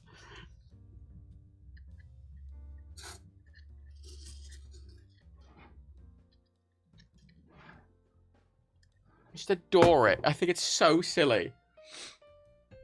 You're pitching and I'm like, yeah, but obviously they mean bat. He's Batman. What else? He said a riddle to Batman. The answer's bat. What the fuck else? What do you think him? Of course he means Batman.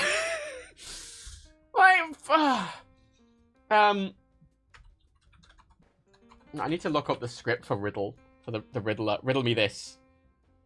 I need to look up the script.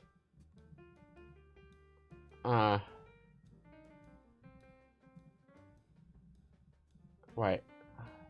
I guess, is there a subtitle for it?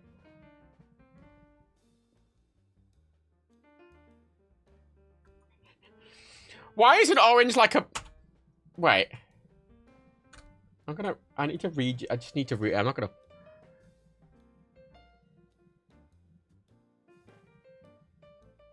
Why is an orange like a bell? Because they must both be peeled. No. Why is an orange like a bell? Dancer, because they must both be peeled. Correct.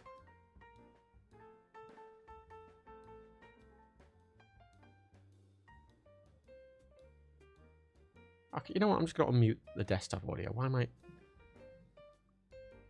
Twitch, we're gonna listen to some supercuts of these. Because, honest to God. Cigarettes, but no... Both must be peeled. Right. There are 3 men with 4 cigarettes, but no matches. Sorry, very loud. How did they manage to smoke? They threw one cigarette overboard and made the boat a cigarette lighter. What is it that no man... Like what? What? Because they both must be peeled. Right. What? There are 3 men in a boat with 4 cigarettes, but no matches. How did they manage to smoke? They threw one cigarette overboard and made the boat a cigarette lighter. What is... What? What? What do you mean what? And they're like, correct. And I'm like, what do you mean, correct? Is it that no man wants to have, yet no man wants to lose? A lawsuit. Correct. When is the time of a clock like the whistle of a train? When it's 2 to 2. 2, 2, 2! Right you are.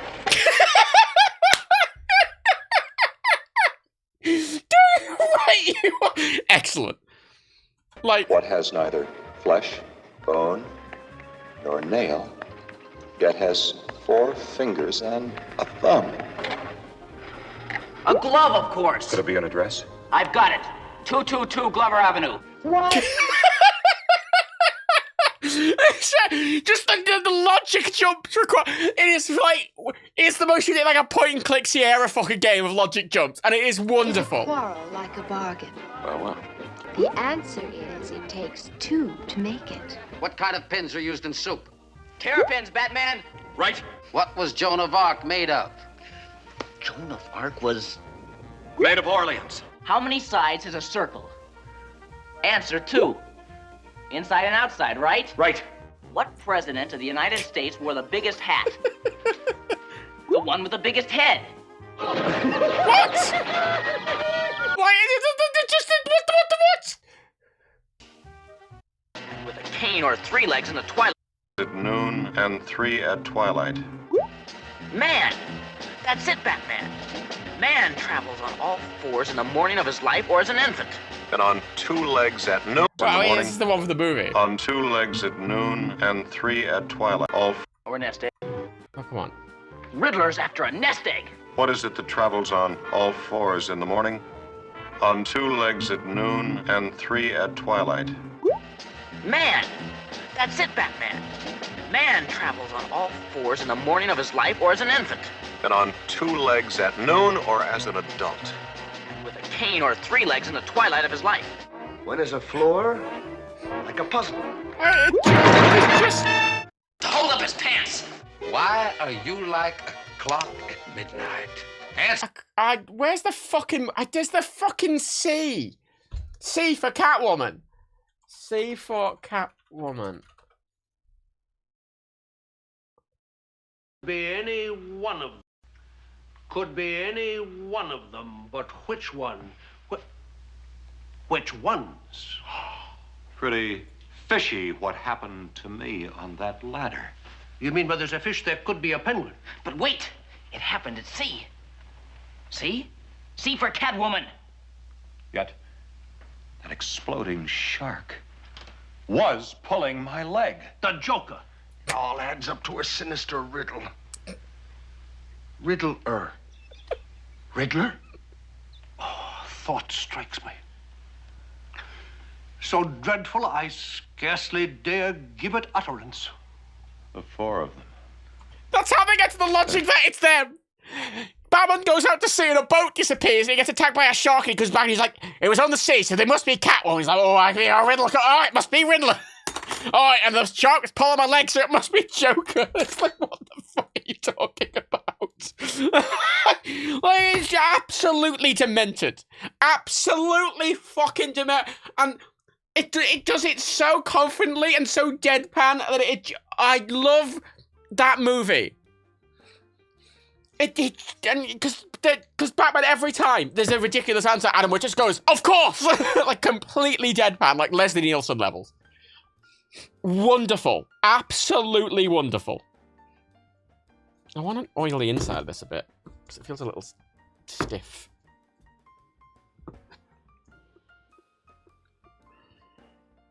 I don't want to disassemble it too much, because this is where all the wires are connected, and I don't want to fuck around with it too much. I'm assuming these screws are also aesthetic, like the other ones. What are you getting from the bottom?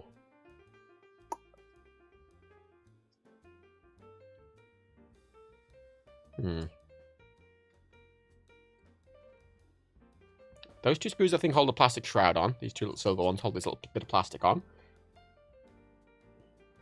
With these pins, which are actually connected to the joystick itself, they all run all the way through. It's weird that there's not a base plate for this. Because you might want to take it off the big weight and put it on something, and it's weird that they wouldn't just be covering up this bit of electronics. It's weird that it's just open. What if Leslie Nielsen did Batman? Honestly, it'd probably be pretty funny. Probably work. I mean, again, I like Leslie Nielsen. I mean, we watched that Leslie Nielsen Santa film. Santa Who. And even though it's like Leslie Nielsen, like super fucking, kind of toned down, right? Because it's for a kid's film. It's kids film Leslie Nielsen, Disney kids film, Christmas Disney kids film Leslie Nielsen. He just... I found a lot of it really enjoyable because he did a lot of it so fucking deadpan and committed to how deadpan it was. And because that's Leslie Nielsen, he just... Ooh, why am I... Okay. I went like this and my hand was like... like, why?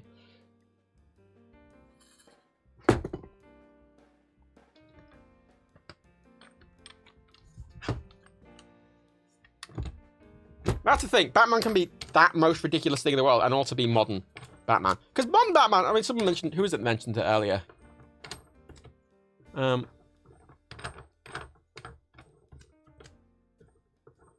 Oh, someone said modern Batman's pretty goofy as well. Like, he is. Oh, my God, actually thanks, man. Thank you. Yeah, like, modern is really goofy as well. But in a different kind of way. Because there's something very silly, obviously, about watching a very serious film where he's like, this is a serious world, and everyone's very serious. There's a guy dressed as a fucking bat beating people up, and it's like, I'm sorry, there is no scenario in which that is happening in a serious world. And it's kind of ridiculous in and of itself. Which is a bit silly, but, I mean, you know, the modern film, you're kind of watching it, and there's this kind of thing from the police in that film where they're kind of looking at Batman being like, what the fuck is a guy dressed as a bat? What the fuck is this? But obviously it's got a very serious, violent tone, and there's just something to be said for something very silly. So both are valid. All Batman works. Oh, that's nice and smooth now. Yeah, that action's good. It's got no weight, so it's not... it's not holding itself down. But, that thing I bought... obviously, I think it just screws directly onto it, not onto the base. The base isn't involved. At least in the pictures, the base didn't seem to be there, so, I'm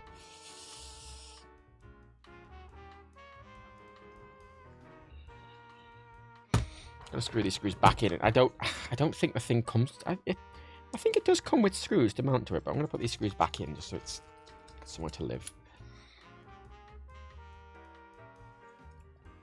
But, I love Batman, man. I mean, I've got a Batman shelf with all my Batman shit on it, and it's got, like...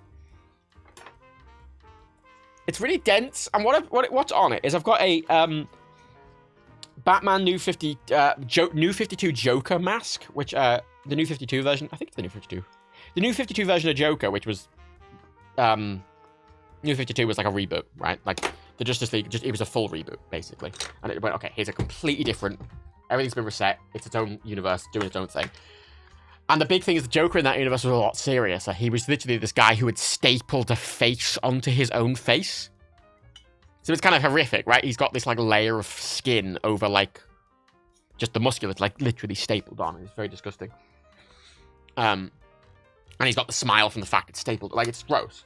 And I think the first version of that came with a mask of it, which I bought. Put on a shelf, which I love. But then next to that, I've got two figures, black and white figures of a Batman and a Joker, as designed by Gerard Way. So they're like the most emo-looking Batman and fucking Joker in the world. Like, not goth, emo, which is weird. They're bizarre and I love them. And then next to that, I have a Batman original comics, like, porcelain thing of Joker's head, which looks so silly. Then next to that, I've got, like, a chibi Batman, a serious New 52 Batman. I have Adam West Batman on a surfboard. I have a meerkat of Batman. You know the meerkat from CompareTheMarket.com? I bought insurance through them one time, because when they were releasing Batman v Superman, they were like, oh, if you get insurance through us, we'll give you a meerkat plushie of Batman or Superman as a meerkat. And I'm like, I have to have Batman as a meerkat. I have to have a meerkat dressed as Batman, because that is the stupidest fucking thing. And I got it. And I love it. And it exists there. I've got Bat Dog from the newer Bat Pet. Well, that was like Super Pets or whatever the fucking new film is, which I haven't seen, but I've got it. And they're all together on the same shelf. And they just couldn't be more... couldn't be more different. And I adore. That's clean now. Good. Right. Sorted. I mean, these buttons are... I can't really do much to these buttons. The buttons are fine. Yeah, they're all. Like this is never. I've never had any sort of problem with this. It's the throttle I've had a bit of a problem with. If you ever want a really good control stick, joystick, this is the best you can buy. Honest to fucking God, it's the best joystick you can buy. Like, feel free to get a different fucking thrust lever and whatever, and mix and match. But this, if you ever want a really, really good joystick that lasts forever and is really flexible, and that you can get different joysticks for, the Warthogs are excellent. Excellent. Right. Let me switch cameras. Right, let me just change my setup slightly.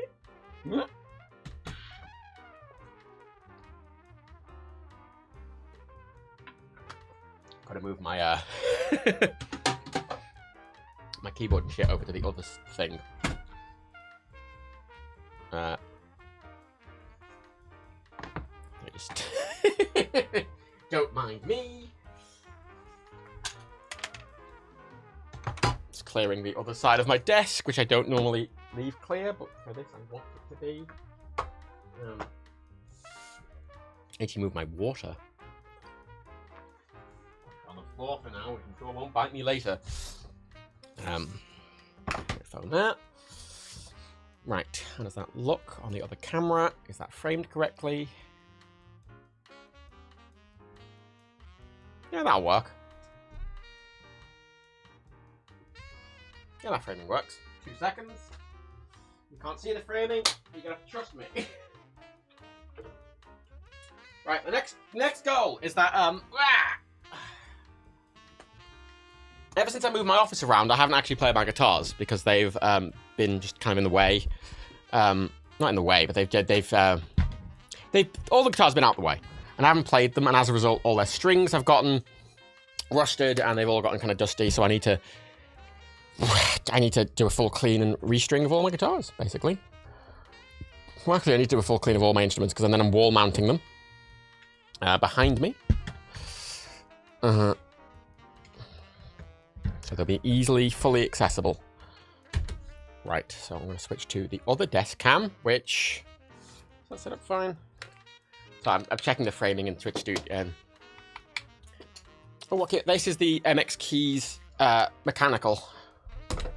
Logitech MX Keys mechanical. Really good keyboard, actually. Really nice. They do them in blues, browns, and reds. I like MX Keys a lot because that's 3 separate connections for 3 separate computers or 3 separate any devices, Bluetooth and through the USB thing. So I have this connected with Mac and PC, and I just press a button and it switches. And it's a really nice low-profile mechanical keyboard with backlighting, and the battery life is 1 month with the backlighting on. Like, the backlighting comes on when your hands get close to it, and it goes off when you go away.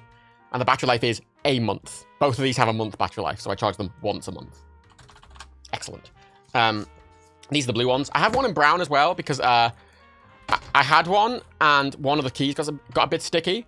One of the keys got a bit sticky because I spilled some vodka on it during a watch party, and I contacted them and was like, hey, can I buy just a replacement switch? Because these aren't standard, these aren't Cherry MX switches. These are like Logitech's own proprietary switches. And I was like, can I just buy a replacement switch? And they're like, oh no, we don't sell spare parts for them. And I'm like, it's just a switch. And they're like, oh, you'll need the whole thing replaced. I'm like, well, I don't need the whole thing replaced. It's just one switch. And they're like, no, we'll just send you a new one. I'm like, you'll send me a new one? And they're like, yeah. And they just sent me another one. I'm like, oh, I didn't ask for it. They didn't ask me how it was stuck. They just sent me a new one. I'm like, oh, all right. And a new one arrived, and it had browns on. And I went, you just sent me one with the wrong switches. And they went, oh, whoops. And I'm like, whoops, yeah. I'm like, oh, we'll send you a replacement for blues. And I'm like, do you want me to send this one back? How do I send this one back? And they're like, oh, you don't need to send it back. And I'm like, what do you mean I don't need to send it back? They didn't even want the old one that was sticky. They had no process to take to send a thing back to them. So I have 3 of these. I have 2 of these with blues on, and I have 1 with browns. I only paid for 1. They just sent me 2 others. I don't know what to do with them. They're just around. And yeah, that's an MX Master 3S. I really like both of these. Their software is awful, FYI. But, everything else is nice. Right, I'm just setting up the framing for this other side, just because I can't put the guitar here because there's not enough space for a full guitar, but it is on the other desk. So I'm just reframing the other side.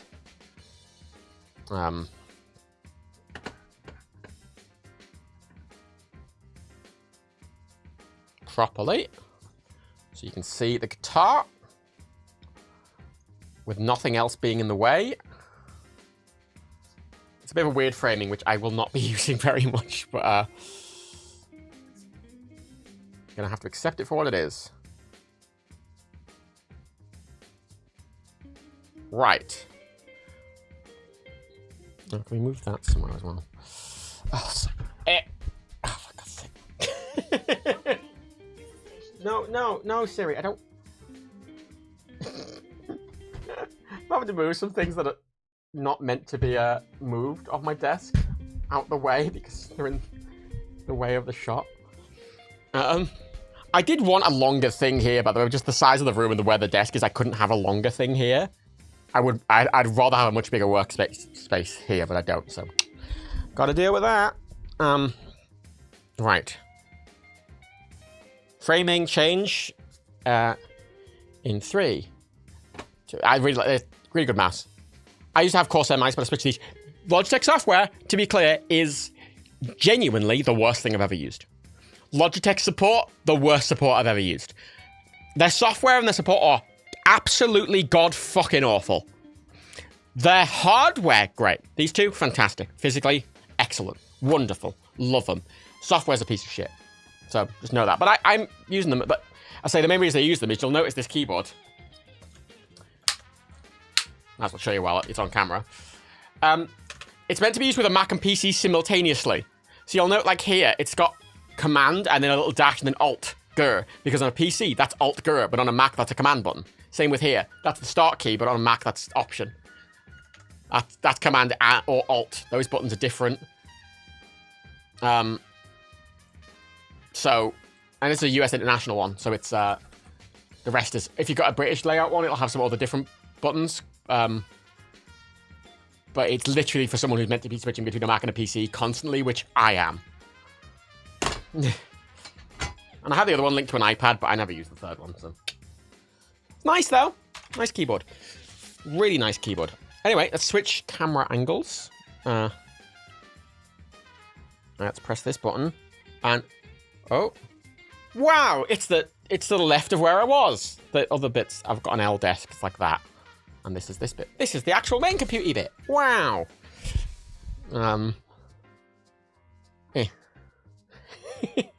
Just gonna have to excuse the awkward framing here. That's my very dirty guitar. Right. This is my boy. This is my boy. This is my boy. This is my boy. My big boy. Oh, look at me. Just gonna live in the corner of the frame. Oh, right there. That's my desk. Wow, look, there's my Stream Deck's in order, and there's my awkward controller. Do you want to see the weirdest controller? Wait, where is it? Fuck. Where's the controller? Wait. It fell. Right, so. I buy all of these. I buy all the Nintendo, sort of like the Switch Online controllers, like where they do the exact replica of the 64. I buy them, right? I like controllers. I found this controller the other day, which just came out. It's the stupidest controller I own.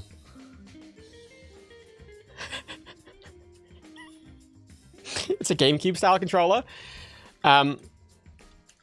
with Hall effect sensors. It's got turbo buttons on it. It's got an extra button on the bottom, and they're Joy-Cons.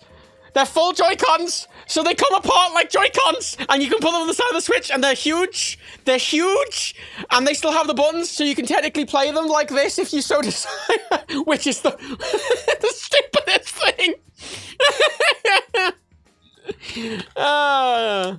And they have backlighting.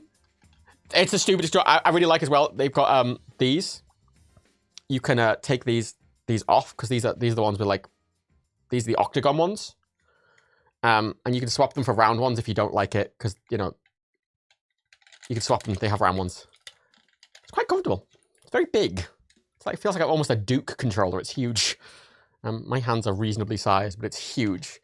But you can bind those turbo buttons to any of the buttons. Like it's got a little button that you can toggle to what you want the turbo to be and how often, and you can make the back ones any button as well. And they just work like Joy-Cons.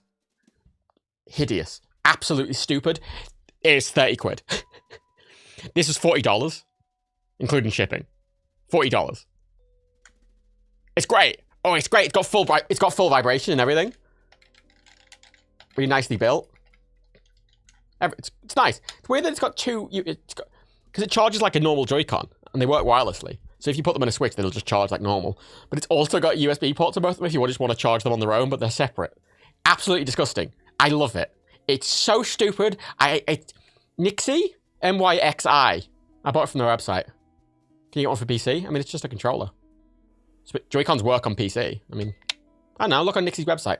They make Switch stuff. Absolutely stupid. Absolutely stupid. I'm a big fan of the GameCube button layout, though, because, yeah, when you're playing a game, you are preferencing one of the 4 face buttons over the other, and I like that it's just preferences A. These are very squishy. These feel very soft and squishy, but these are really clicky. Really clicky. The joysticks feel really smooth and really nice. The D-pad's clicky. D-pad's reasonably nice. But then these face buttons are just really squishy and kind of gross. Weird, but I kind of got it more as a novelty, because look at it. Look at it. I love it. It's hideous. Absolutely hideous. I love it. I mean, because I collect, I get a lot of, hang on.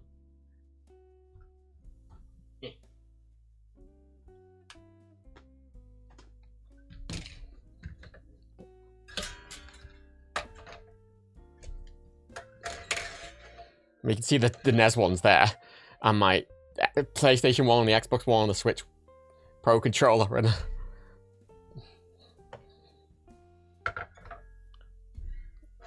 I like controllers. I've got a Dreamcast controller, even though I don't have a Dreamcast and I can't use it. I just like having it. I've got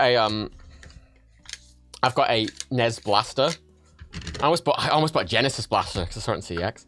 They're dusty. I never use them. I like controllers. I think they're neat. And especially on the Switch as well. I love these ones that Nintendo make for the Switch, because they are just full Bluetooth, really nice Bluetooth controllers that are made really faithfully to the original design, that have a USB-C connection on them, which I put a little magnet connector on, are full Bluetooth wireless, and have these extra like switch buttons. But they're really faithful. So these are just great, because even if you don't have a Switch or whatever, these are just great. If you want it, like, if you're emulating on PC, these are the most accurate controllers you can get for PC, because Nintendo make this it's a Nintendo controller. The Sega Genesis one's weird because it's a horrible controller to use, but it's really weird because on the back, it's got the Sega logo and also the Nintendo logo, which is just the weirdest. Could you imagine seeing that in the 80s? Could you imagine buying it? But I just like it on the Switch as well. Obviously, these are natively thinged, and if you're using the emulators of them, it just natively goes, oh, but yep, here's the accurate controls. Which for the Nintendo 64 is a blessing and a kind of... And I have a blessing and a curse, because the 64 controller is kind of horrible to use. But equally, trying to bind the 64 controls onto like a Joy-Con doesn't really work, so it's kind of a bit shit either way you use it, but I like that I can use it legitimately. Anyway... Oh yeah, the NES ones don't have charging ports. Like, I've got them on a, this is the Nintendo's official charger, which has got a charging dock for this, which is weird, because instead of this doesn't have pins on, like the PlayStation 5 one or the Xbox one, which just have these, like, pins on the bottom, these pogo pins to charge. This, you had to add it, so they gave you this weird little thing that you plug into the back, and it gives it the pogo pins. It just sits. That's the official one. It's a nice little controller, this. And then I've got the NES ones living there, and they're charging. They're just Joy-Con docks. But yeah, they are. The Nintendo, the NES ones are actual Joy-Cons. Like, they function as a Joy-Con. How do you plug in so many USBs? Do you have a massive USB dock? I mean, 2 computers. I mean, these aren't plugged into a computer. These are just plugged into USB power. So I've got a big USB power brick with loads of ports. But anyone that just needs power, so them, they're all plugged in. These... They're plugged into the PC, as is this. That's plugged into the Mac. That's plugged into the Mac. They're plugged into the Mac. Whatever. Anyway, there's my Les Paul. It's my baby, which I've customized heavily. Heavily, and it is battered and bruised, and I like it because it's mine. I'm going to take the strings off. I'm going to clean the whole thing. Oh. It's a pad. Oh, no, that's... What part is the Switch controller charger? Nintendo. It's the official Switch controller. It's official. That's an official Nintendo product. Everything I get's official. Like, the only non-official thing I have is... I have 2 third-party things. That game controller is obviously third-party. And the thing that the... DualSense controller's on. Because Sony, in their infinite wisdom, only make a DualSense official charger that is white and has 2 controller ports, which I don't need. I wanted one like this Xbox One, which just sits. Razer make a black one, which I don't like Razer products, but they make a black one which just uses the pogo pins, and it works fine. It's just a fucking charger, so I have a Razer one. It's weirdly tall, and it holds it up like that, but you know what? For my layout, that's fine. Works in this context, but it's not great. But that's what I've got. That's the charger. They're all official. What's wrong with Razer stuff? One isn't. Razer's products have the worst QA of anything I've ever seen ever. Awful QA. If you get something from Razer, if it works, great. But like 50% of the time, it will not work at all. It will just break horribly because their QA is atrocious. Absolutely atrocious. Absolutely fucking atrocious. Wait, how's the Xbox controller charging? When you buy an Xbox Elite controller, it comes with this. This is built into the case of the Elite controller, but you can just take it out and just USB port in the back. Has little pogo pins in the back. Sits on, magnetizes, it's sat on. That's how Elite controllers work. Say, if you buy an Elite controller, you get both of those together. So, I just have to Google something because I have to... De-stringing this is a bit slightly annoying because I've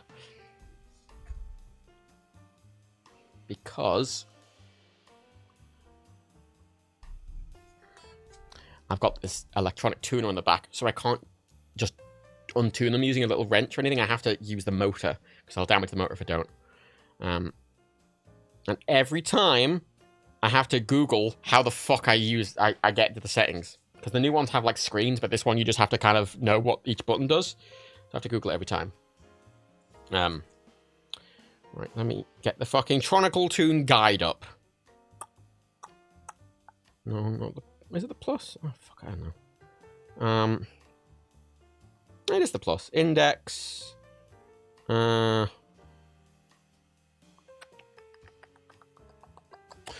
this guitar has 2 batteries. Because this has a battery. That needs charging.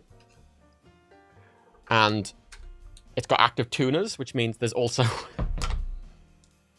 a 9-volt battery in there. Which means it just has fucking 2... Why is it... Who has a guitar with 2 fucking batteries? It's annoying.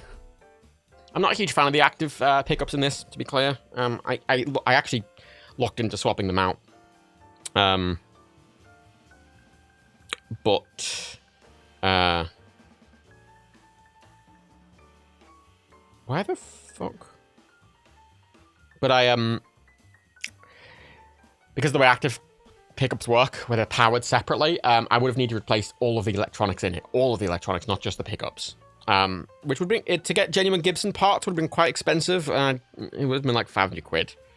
And I'm like, and that would have been just for like parts. So, right, I need to try and find tuning mode. Tuning mode. Tuning mode. Calibration mode. Tuning offset mode.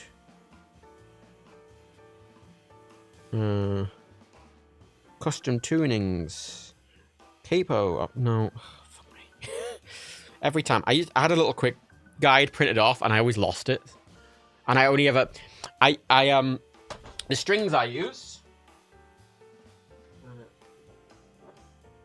Let's get my pile of strings out that I'm planning to restring, which I will not be doing all of today because you can see I have a lot of strings.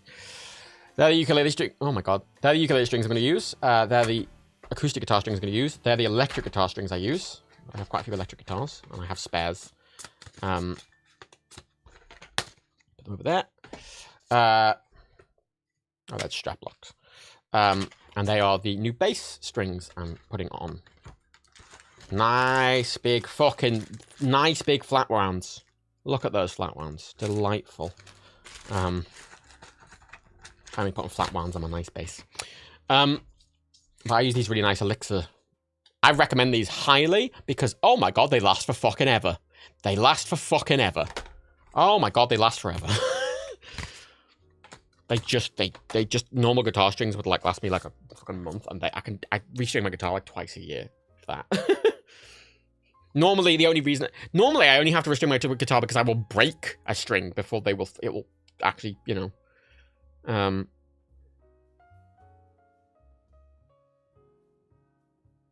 Right, let me quick start guide. Oh my fucking god! String drum. I agree to a point. I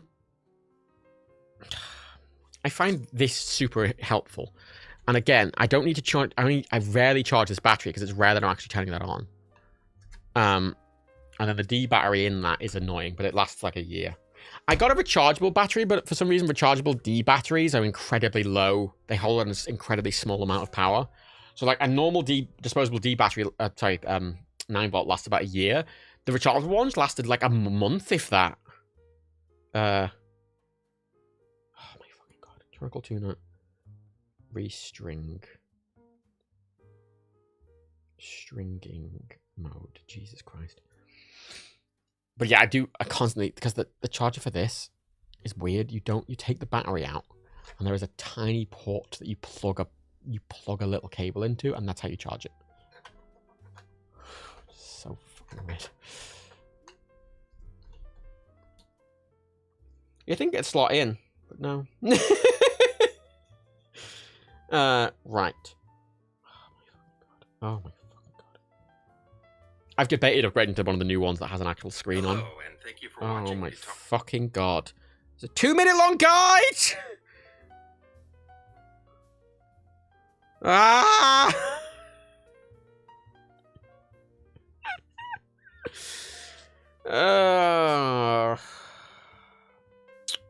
Right, let's look at this other guide. Fucking hell.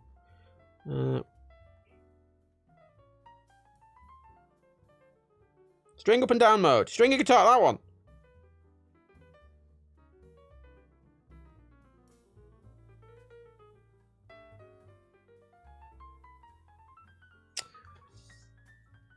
Sorry, can we just appreciate the fact that that has text on the screen? Look, it's grey on grey! Why is the text grey on grey? I can't fucking read that! What the fuck? I finally found the detail. It's grey fucking text on grey fucking... Ah! Right. Fuck me.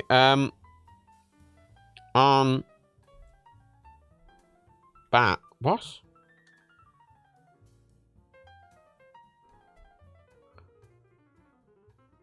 You know, I've got a feeling I remember it. I think it is...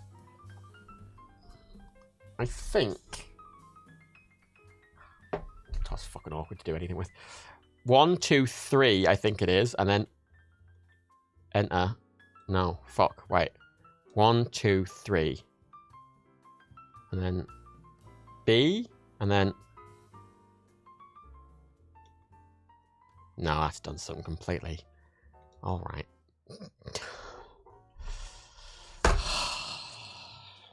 These are expensive, these, so I've not replaced it.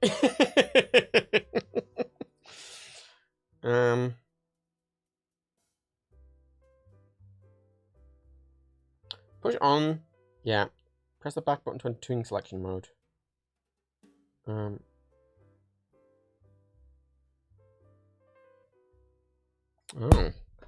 Function menu.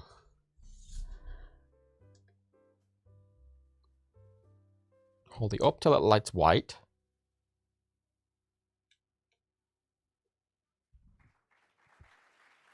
Right. 1, 2. No, that's 2. 1, 2, 3. Enter. Yeah, well, I was right. It was 3. So.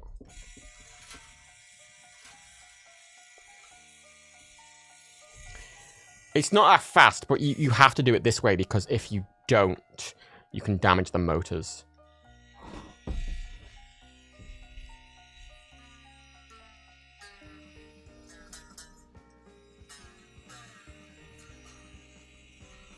So let's just go one by one.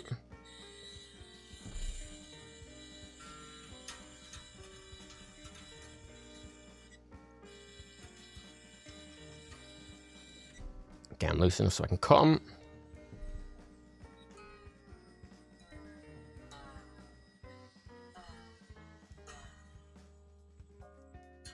This entire thing is a pain in the arse to restring because these motorized tuners are a pain in the arse, and also got a fucking Bigsby, which is also a pain in the fucking arse.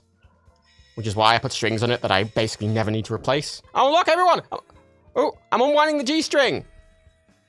Wow, I did it! It's the name of the stream. I've unwound the G string. Wow, I'm doing it.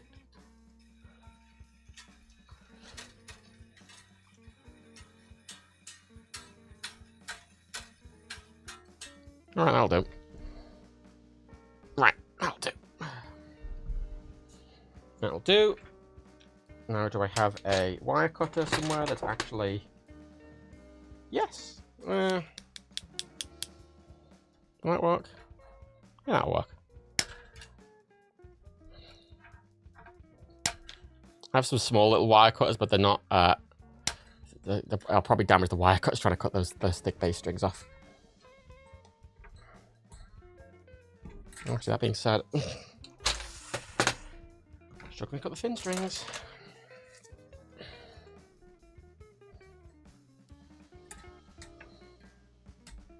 Come on, you bitch.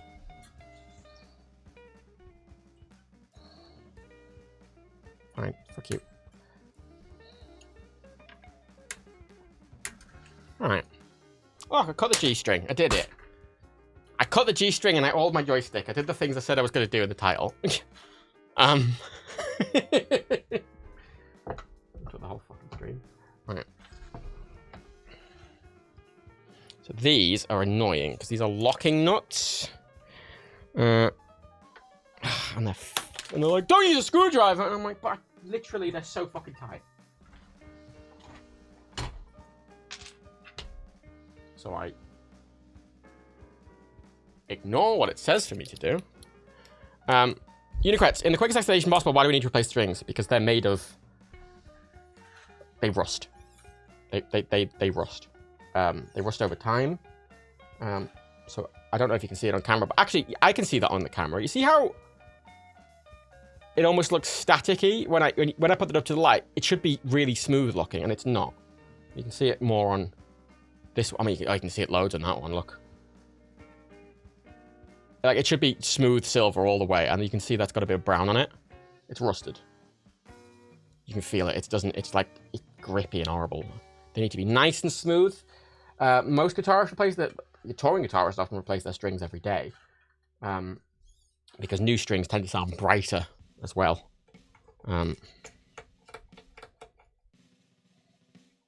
They sound brighter. But yeah, they rust. They are... They're disposable. All strings are. Any instrument that's stringed, you have to replace. I mean, actually, pretty sure every single instrument has disposable parts. I mean, you have to... pianos have strings that you need to replace occasionally and tune them. Guitars, violins, bass have all of them stringed. Clarinets, saxophones, they need their reeds replacing regularly. Brass instruments, I don't actually think have parts that you need to dispose of or replace, but you do need to clean them. I think brass instruments are the hardest wearing of them. Drum skins, yeah.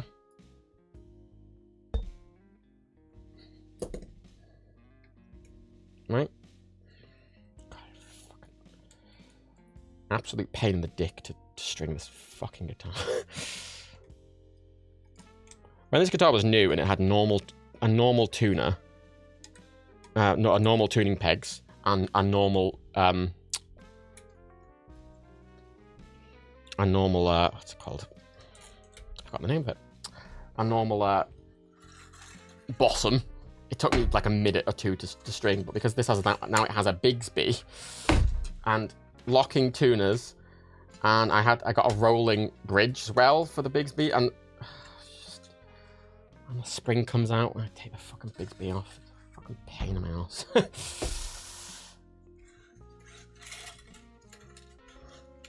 Thing with the Bigsby, you'll notice I have to bend the strings around this and latch them to that, and then I have to bend the strings around.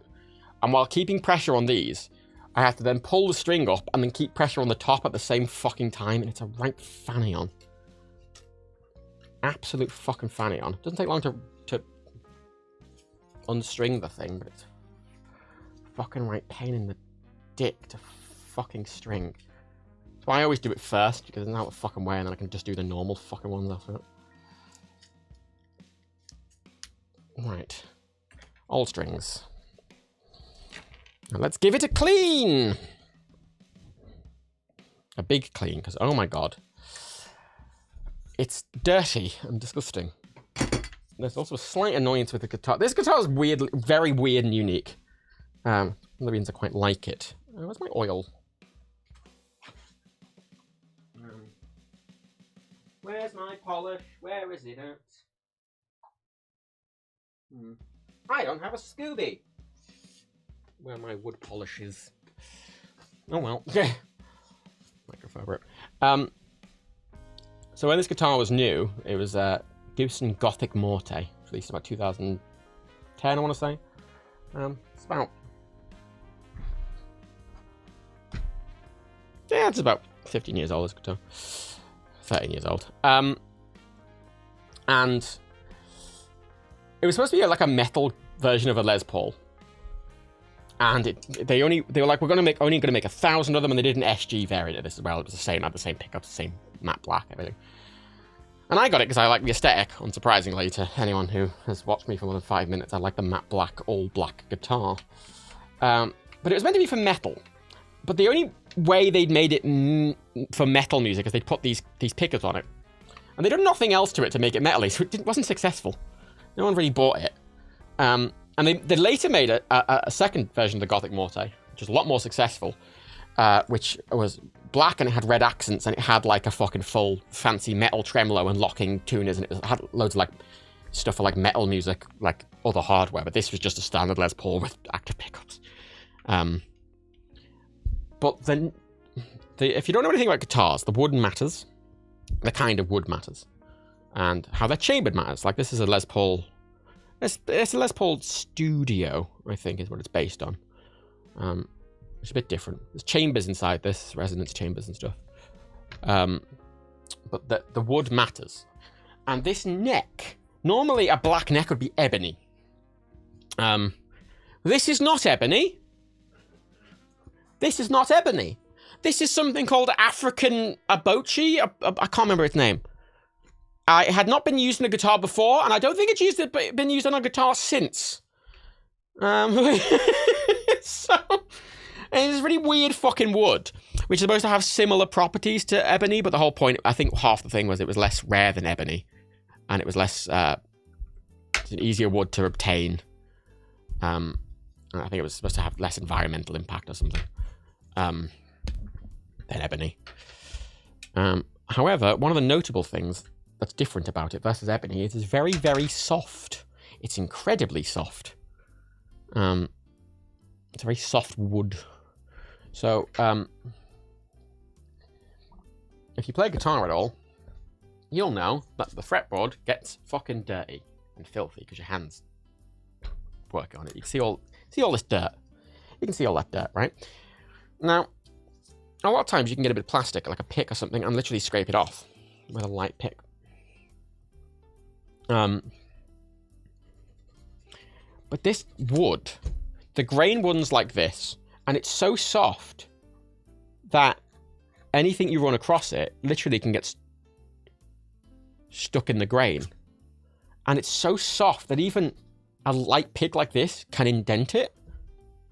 It's dead skin. Yeah, it is. But the fretboard is so fucking soft. It's so annoying.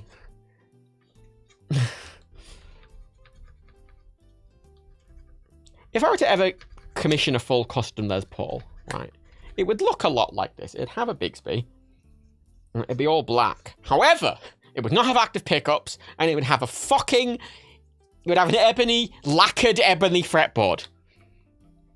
Give me a lacquered ebony fretboard, please. Don't give me any other bullshit. What's all the fucking nonsense? Sounds like a shit wood for guitars in general. That's a nice tone. It's an awkward wood. I mean, again, when I got this guitar, this was when I bought this, it was the most money I'd ever spent on anything.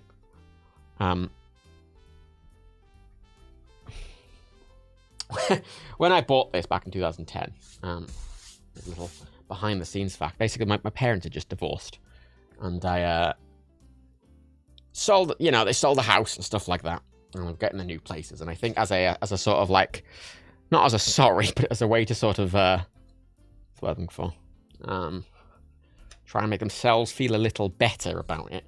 They were like, "Oh yeah, we'll give you a bit of money, like, you know, like $1,000 from the house sale." As a, oh, well, you're involved. I'm like, okay, fine, whatever. And I spent £1,000 on this. So it's a £1,000 guitar. It's the best £1,000 I've ever spent, because I've still got it. And I knew it'd last me my life. It was going to be my guitar. But a £1,000 Gibson Les Paul, especially a special one like this, it was kind of lacking in a lot of ways. It was lacking in a lot of ways.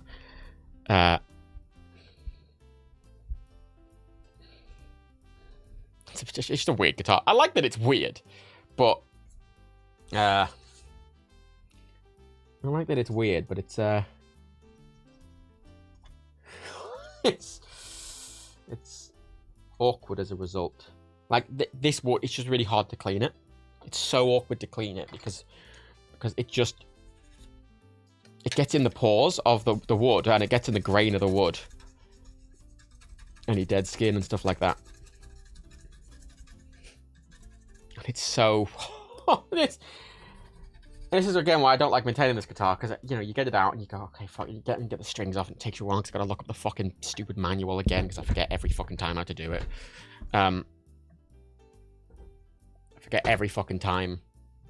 And... I'm doing it at a weird angle because I don't have a thingy rest. I don't have a foam rest for the head. Fashion one. You know what? I could. 1 second. I've got lots of.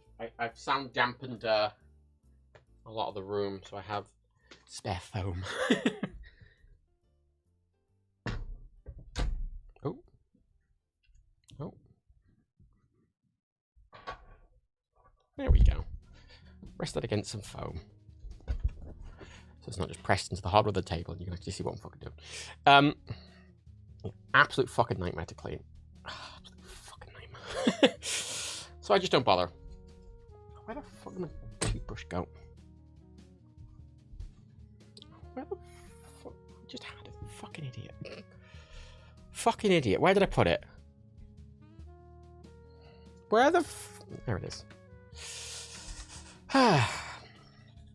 Hate cleaning it, hate maintaining it.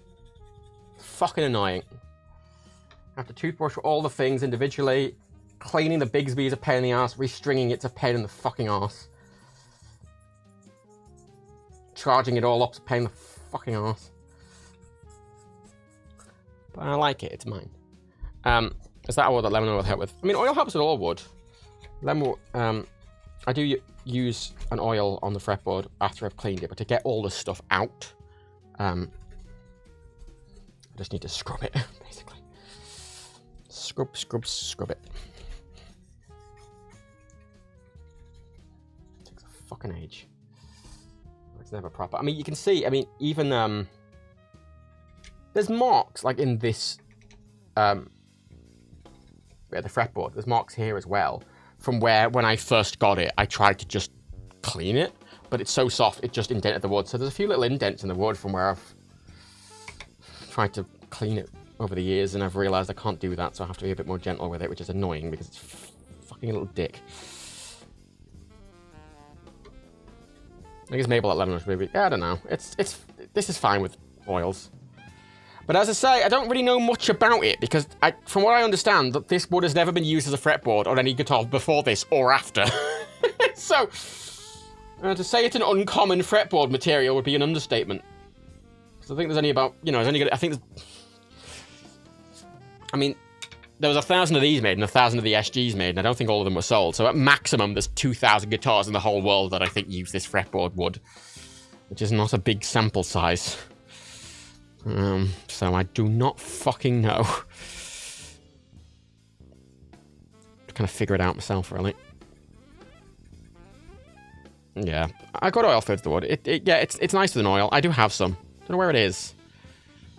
I've started doing this and I've went, where the fuck's all my guitar cleaning stuff gone?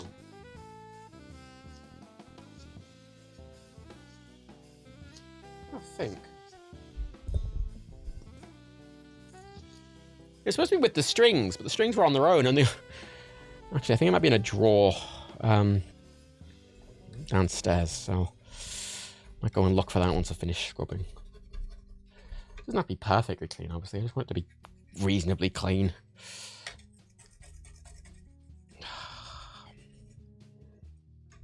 Need a harder brush. Where's my other brush?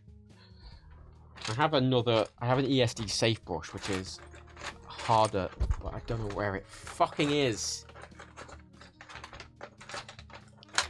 I've got these ESD safe brushes, which I use a lot. Really nice little brushes.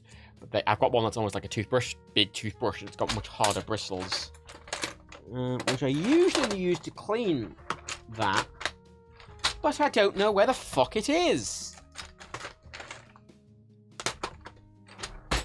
Where have you put the fucking brush, Matt? You big fucking tit. Tit. Fuck it. Fuck it, can I... and yeah, I've seen people use razor blade to clean the board, but it looks like it's for much deeper clean. Yeah, well, no, I think if it was a different wood, I could use a razor blade. But this wood is the softest thing in the fucking world. Like a credit card fucking indents it. It's ridiculous. Like if I use a harder pick like this, which is like a normal, I don't like guitar picks. Literally, if I did that too hard, it would indent it. Like to get in between the grain. See that? You see that bit of dirt there? If you want to get in between the grain, it doesn't get in there, and it just makes the grain bigger and damages it. So I've not had this with any other woods. I mean, where is it? My other electric guitar is this boy, which is a Brian May guitar. And this has an ebony fretboard. And you'll see an ebony fretboard, you can see from right there, it's a much different texture. It's much smoother, it's much harder.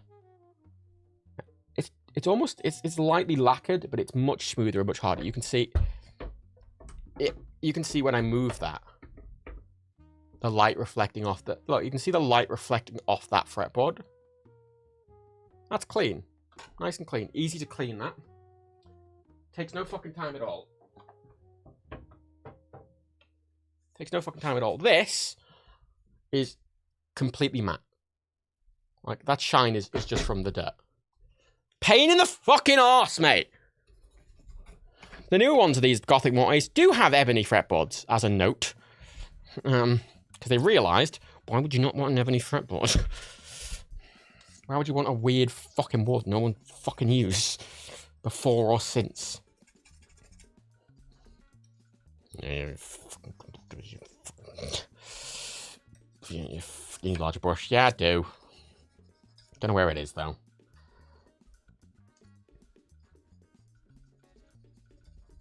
Oh, yeah. Because I've moved all my office around completely. I, removed everything out of my office to put everything back. There's a lot of stuff that's just misplaced, and I don't know where the fuck it is. All my tools and stuff are just somewhere. And I don't know where. And apparently just my guitar stuff is somewhere. I might go look for that in a second, actually. But I need to brush this anyway. I need a harder brush. It's quite a soft brush.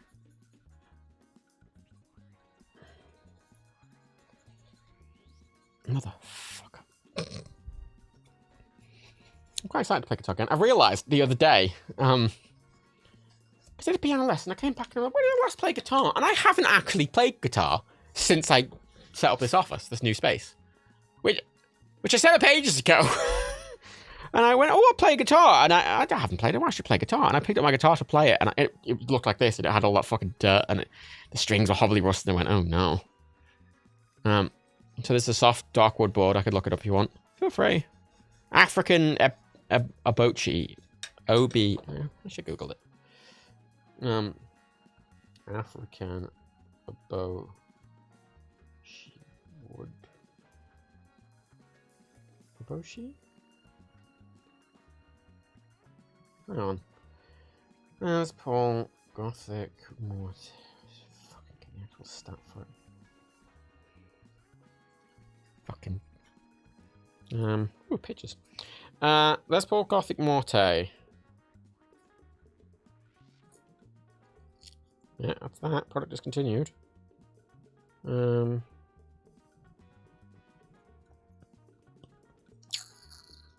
pickups. These are unique pickups because they were made to be active pickups, but they were based on the passive pickups that are famously in Les Pauls. It's supposed to sound like a Les Paul, but a bit harder.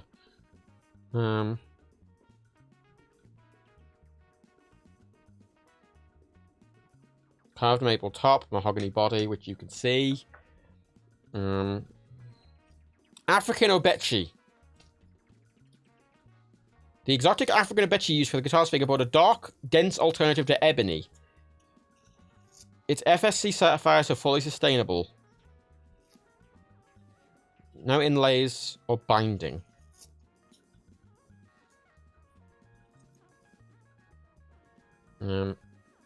O-B-E-C-H-E.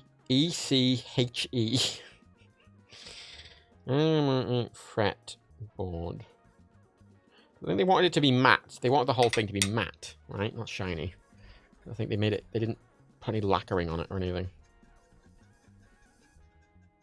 It's on a fretboard woods. Why do woods matter? Yeah, fretboard... Oh, fuck you. Rosewood, maple, ebony. Wow. Up and comers. Walnut, synthetic fretboards. It doesn't even list that. What the... Opinions on Obechi fretboards. Oh yeah, it's a form asking about someone buying this guitar. Ooh, apparently they started using them on other Gibsons.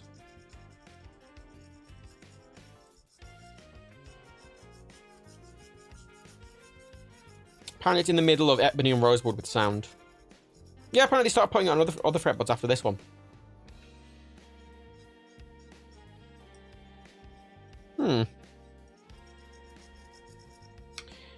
It's definitely not particularly hard. I was able to easily put a dent in the fretboard with my fingernail when I had it.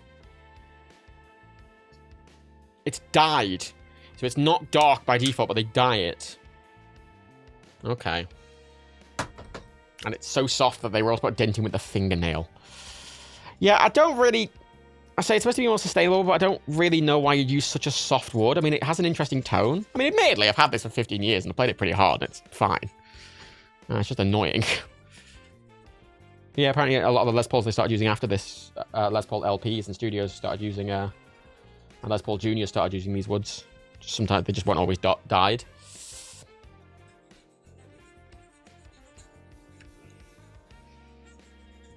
I always like this. It's supposed to be a really minimal guitar, because my whole thing is I've always liked something to be very well built. I don't like flashy guitars.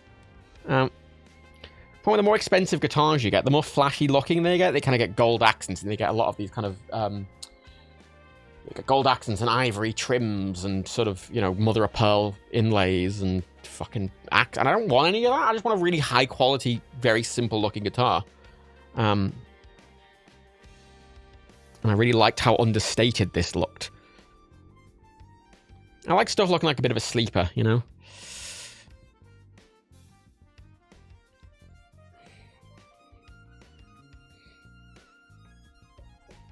Like, there's that famous Les Paul, the, What was it? Black Betty? Not Black Betty, is it? What is it? It's a famous style of Les Paul, which is shiny black with 3 pickups. And with gold and white accents.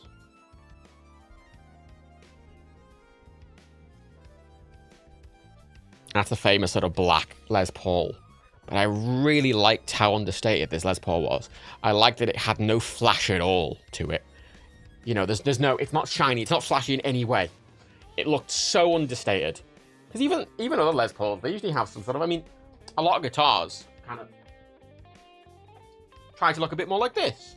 Which I think is nice looking, in fairness, this sort of Brian May guitar with this beautiful glossy red colour, and it's got these nice inlays and stuff like that, but it's obviously flashier, right? Look at that, it's like a sports car. I mean, a lot of guitar painting was based on sports cars at the time, right? Like American sort of sports car paint was what they was kind of basing it on. Sunbursts and stuff like that, but I always liked it to have really understated looking guitar.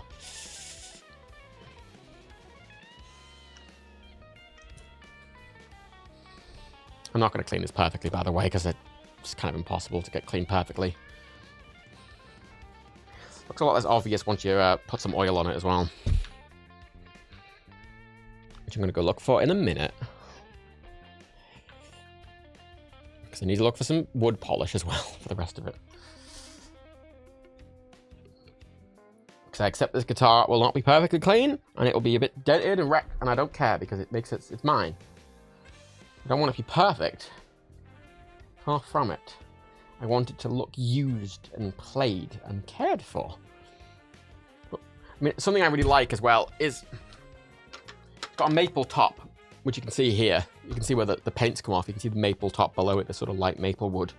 But then it's got a mahogany back. It's got a mahogany body for the rest of it, which you can see. Yeah. You can see there, you can see the mahogany there coming through, this nice, deep, rich mahogany, and then the maple on the front. And I like the little glimpses of that you get. You can see on the side where there's this really weird... Can't even see it from the angle. There's a really weird stain on the side that almost looks like something dripped on it. That stain. It's not a stain, the paint's come off. You can see the way through it. One of the downsides of having a matte guitar is it just... the paint comes off more easily. Obviously. Do you oil your strings? I don't oil the strings. I oil the fretboard. I don't oil the strings. I don't want oily strings.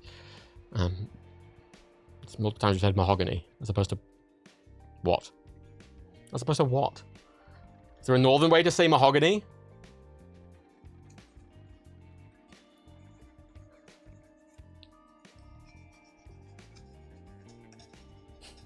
Mahogany! Fucking mahogany? How would you say it? It's like boff. God, I have this really distinct memory of, I had a stopover in Newcastle once for like a few hours on a train. I was going up north. Train got cancelled and I was stuck in Newcastle for a bit. I can't remember where I was eating, but I went into a place and, just have like a tea and a snack. And they had them in the menu, to be clear, before I say this. They were in the menu. I wasn't just asking randomly. But I said, and I quote, "Excuse me, do you have any of the vegan scones?"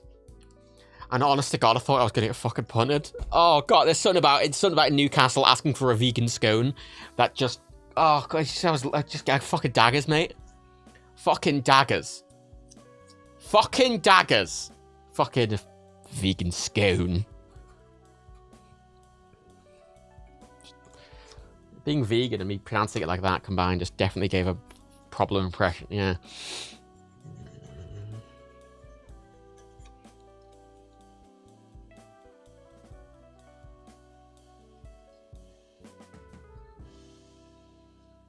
Attention, I always tried to, when I was younger, I still do, when I was younger, I didn't really want a Liverpoolian accent, so I tried RPing stuff a lot, like receive pronunciation stuff, which is why occasionally when I talk, you'll hear me very much over-pronunciate something, and I kind of put on this slight accents when I say scone and when I say over-pronunciation. I do that a lot.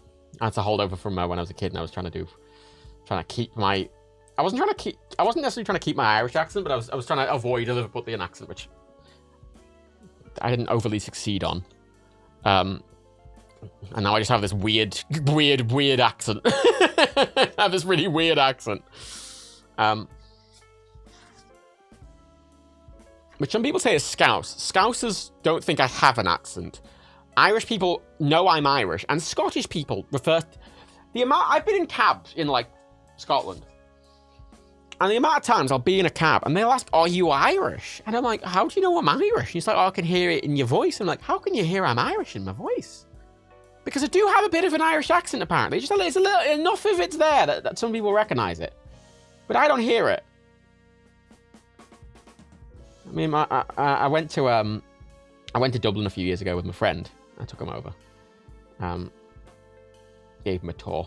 He'd never been. He was like, "I want to go to Dub," and I'm like, "I will go to Dub." And apparently, while I was over there, he said my accent very quickly went quite Irish. The accents come out, I think, when you're around people of a similar accent. Apparently, I sound a lot more Irish in Ireland.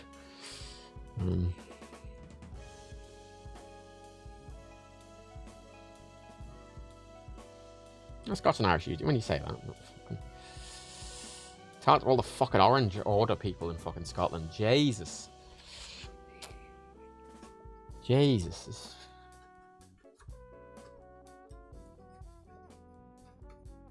The famine is over. Why don't you go home? Fucking hell. Fuck off. Fucking orange bastards. Fuck off. Fucking King Billy can go fuck himself. The fucking Dutch fucker.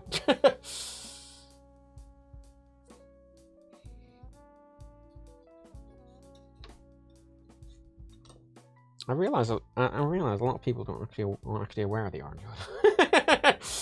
And I might just be sounding fucking mad now with what I'm saying, if you don't have any context for that. I'm sure most people sound Irish now. Well, yeah, but you know, it's I had the accent growing up, obviously.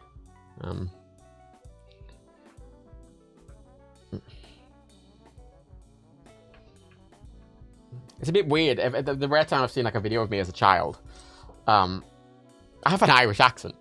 And it's very bizarre that I sound like a completely different person. Because accents, man. Change. And it's interesting in the past few years, especially. When I was younger, I very, very, very much was I didn't use slang. I very purposely didn't use slang. Because all the slang I was aware of was Liverpudlian slang. And I didn't want Liverpudlian slang because I didn't want a Liverpudlian accent. I didn't want to be associated as Liverpudlian. There's a sort of... Whenever you see polls from like around the world about accents from the UK, the accent people like the most from the sort of, I say the British Isles, the accent people like the most of the British Isles is a dub accent, right? That's always the most popular accent, is a dub accent. And the least popular accent is always a Liverpudlian accent. So you can see why me, as a native dub going to Liverpool, would be desperately trying not to get a Liverpudlian accent.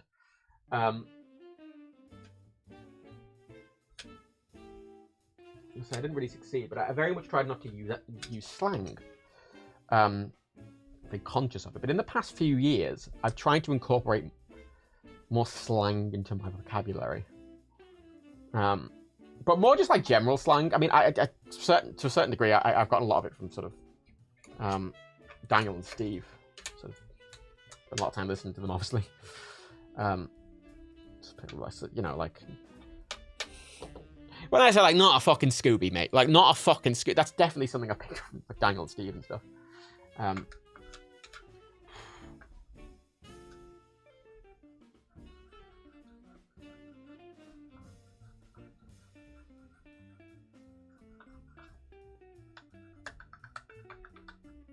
not against slang. I didn't want to sound Liverpudlian.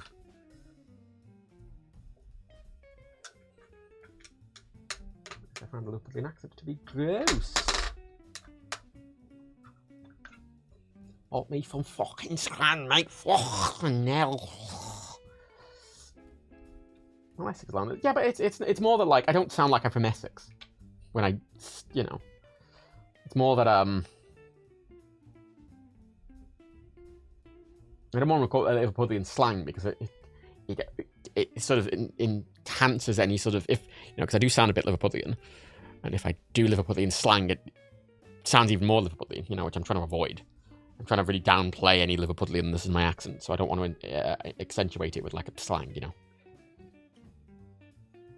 No way, mate, I'm just going for a bit of Scran. You know, I'm just going for a bit of Scran, you know, like, yeah, fucking sound a bit Scouse, mate, you know, fucking hell. You don't want to do.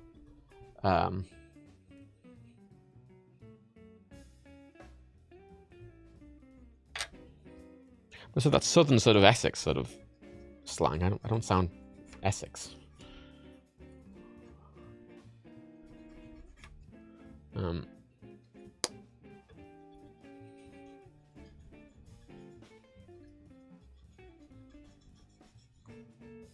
There was an American who was doing really fucking well in Glasgow Central Station until they tried to pronounce a place name and then lol embarrassed them. Pronounced Dunoon. I mean, it's a classic thing when people come to the UK. I mean, a lot of stuff's awkward to pronounce in the UK, in fairness.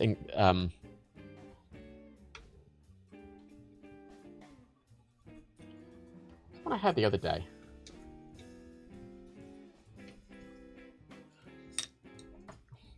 What was the one I had the other day? Someone sent me a TikTok of it. Was someone pronouncing Worcestershire? Shut up. There was someone pronouncing Worcestershire. Asked me to get some Roychester Cherie sauce. Roychester Cherie? Roychester Cherie? What is it? Mama asked me to get some Roychester Cherie sauce. Roychester Cherie! Roychester Cherie! Excellent. Simply excellent. Roychester Cherie sauce. Fucking funny, man. Don't hold it against her, in fairness. Worcestershire is an awkward thing to try and pronunciate if you don't know. If you don't have that sort of built-in. You're only going to get the learned stuff to... I mean, you know, it's like when you see people being like, this is Kansas! Why is this not Arkansas? America, explain! Because English is a kind of silly language, and a lot of specific rules are very regional, and there are kind of regional pronunciation rules for specific kind of things. And obviously, in America, they don't have Shire. Shire doesn't come up. Those kind of pronunciations don't come up ever. So I don't expect people to be able to pronounce that properly. Why is this not Arkansas? Excellent. I don't know against them. It's just funny.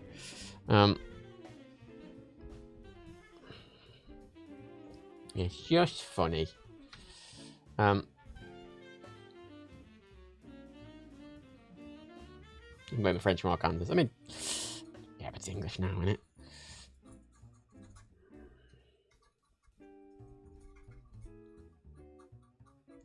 You fucking prick.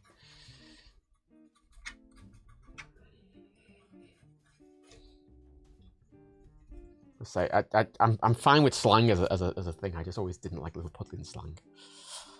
It's why I've always. I mean, mate is a weird one because mate's very British. How you doing, mate? You know, like or even Australian, depending on how you do it. It's very sort of seen as very Anglican or Anglophile, Anglo thingy, whatever. Fuck it. But the way you say mate changes a lot. Oh, how you doing, mate? Fucking hell, mate. Fucking hell. And in Liverpool, I was just associate with people saying, fucking mate, oh, calm down, mate. You know, fucking hell. Chill out, mate. Fucking hell. You know, like, so we try to avoid using mate. I've tried to get better over the years of just incorporating it into casual. Oh, thanks, mate. You know, like, without it sounding Liverpudlian. It's a very good casual thing. You ever go for strangers, you know?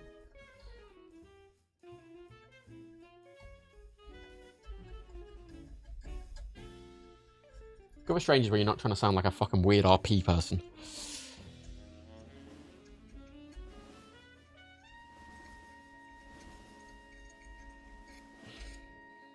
I like mate as a slang thing. As I say, it's just I was Liverpudlian growing up.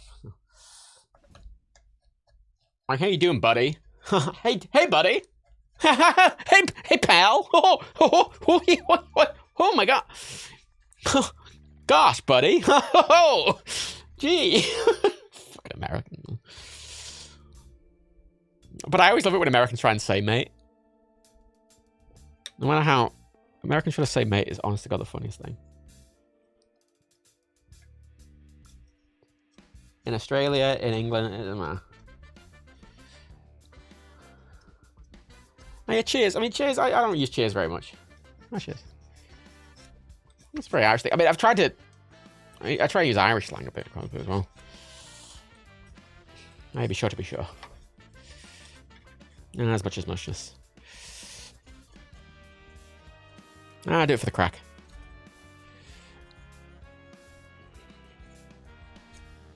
Now, show you a star.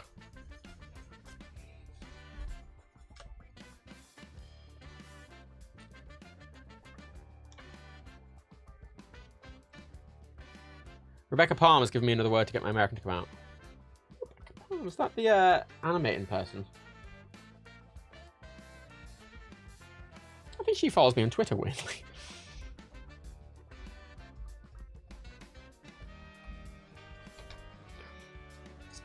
Sad, the word in question, that's so sad. That's so sad. I'm like, what? Like, that's so sad. I can't actually do it in an American accent. I mean, there's always that joke in fucking Ireland, because I say tree. It's three. You know, it's like I always three's a weird one because obviously if you say it in Ireland, you're going to tree. If you tree, you become a tree. But it's one of those words that I think you want a lack of ambiguity, so I always pronounce it as three. And we get 3 times. But then there's some times where like I'll pronounce the name of something. I mean, like, these fucking gloves, man. It always happens if I... Darby O'Gill and the Little People. I can't say little people. Little people. The little people. Little people. Darby O'Gill and the Little People. Little people. That's where it comes out of me. Little people. Leprechauns. String up, as someone with ESL listening natives discuss pronunciation is so fascinating to me. I think in England the UK especially is just full of fucking accents. I know America's got a wide variety of accents as well, but England's got a huge a density of accents in just a very small space. I mean, just the difference in accents in a 20-mile radius will be huge. In the South Liverpool accent, a North Liverpool accent, a fucking Woolley accent, and a it's different, you know. A Manc accent is very different.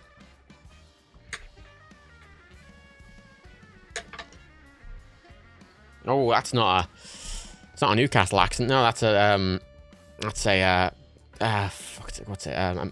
Mackham accent. No, that's not a London accent. That's an Essex accent.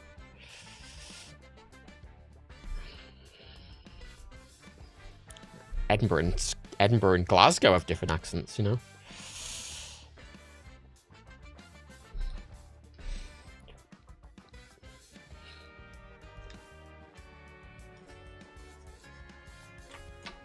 Rick Chestnut, when I first watched the Answers video with the bullseye at the start, I had, wow, these contestants are shitty, but marvelous contestants this series.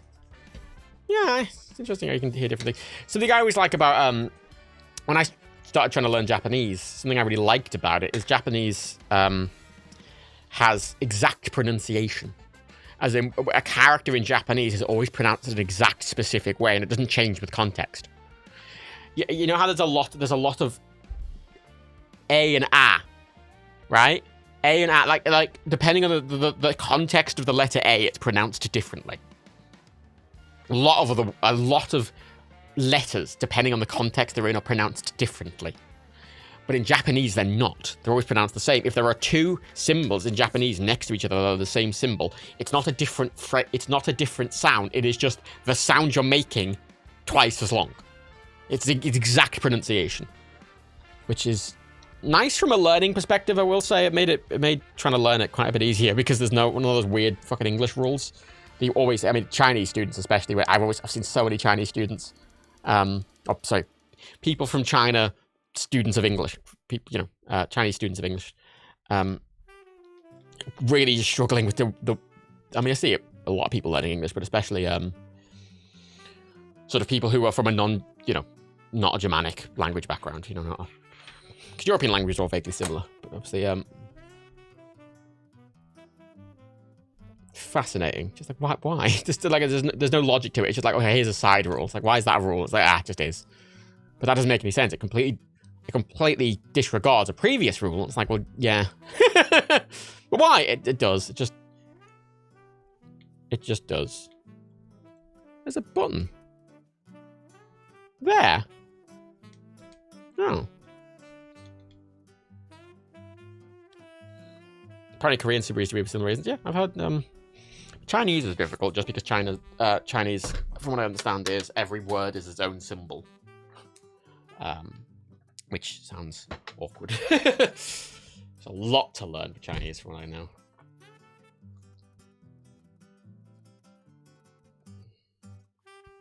I know that the specific way the symbol's written does change how it's pronounced and stuff in Chinese, but it's still a lot of symbols. Oh yeah, no, English is just this combination of loads of different languages. And like whenever there's a rule, it's not like a rule, it's like a rule that like is only applicable in certain circumstances, and it's kind of vague what the circumstances actually are. And you're like, well, hang on a minute.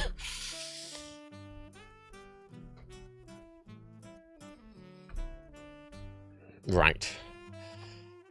I'm back in a second. I'm gonna leave this on. I'm just gonna look downstairs and see if my oil's there. Wait a minute. Wait a Scooby-Dooby-Dooby.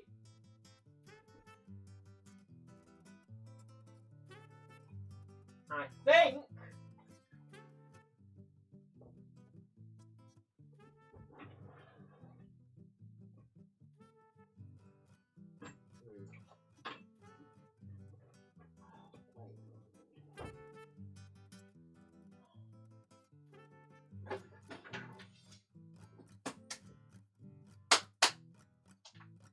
I think it might be up here. Check. Wait. Hold on. Motherfucker.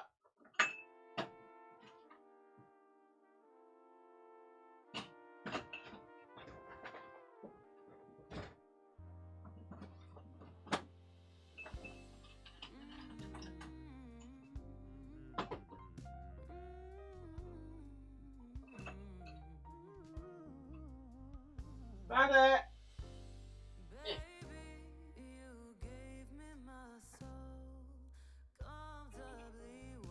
Why? Why is it playing music with lyrics? We don't want that. Shut up. Shut up. Shut up. I found it next to my other things, including my buzz, my D100. 5. My Gudetama Tamagotchi. That's his bum. Look at his bum. What a good bum. Wow. Egg. And last but not least, the only pop figure I own. Because it's so... it's so inappropriate as a pop. It's hideous. It's the fucking Matt Reeves Riddler.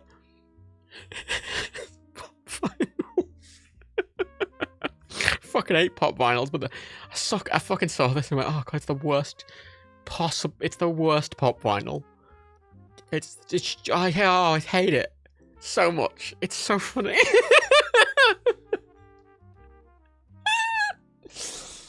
Oh, he's gonna do a horrible murder. Wow. So look, this Tamagotchi, right? It's in a little Gudetama case, but the actual Tamagotchi is an egg shape.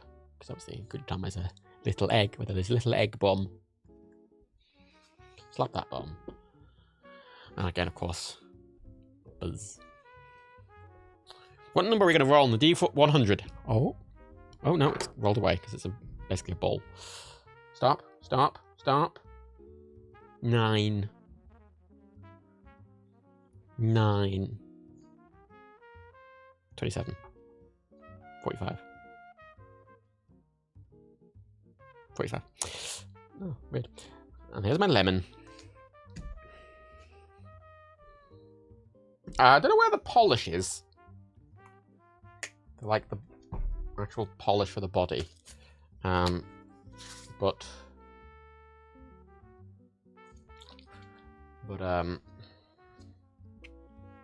frankly, I don't really care at polishing the body very much. It's matte anyway.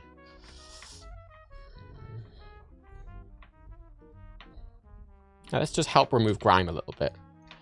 I'm going to get the main bits off first, and then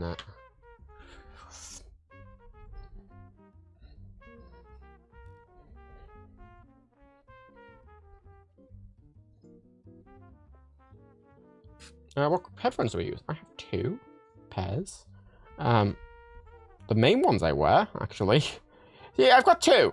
There's this thing with headphones. It's one of the reasons I always like dank pods.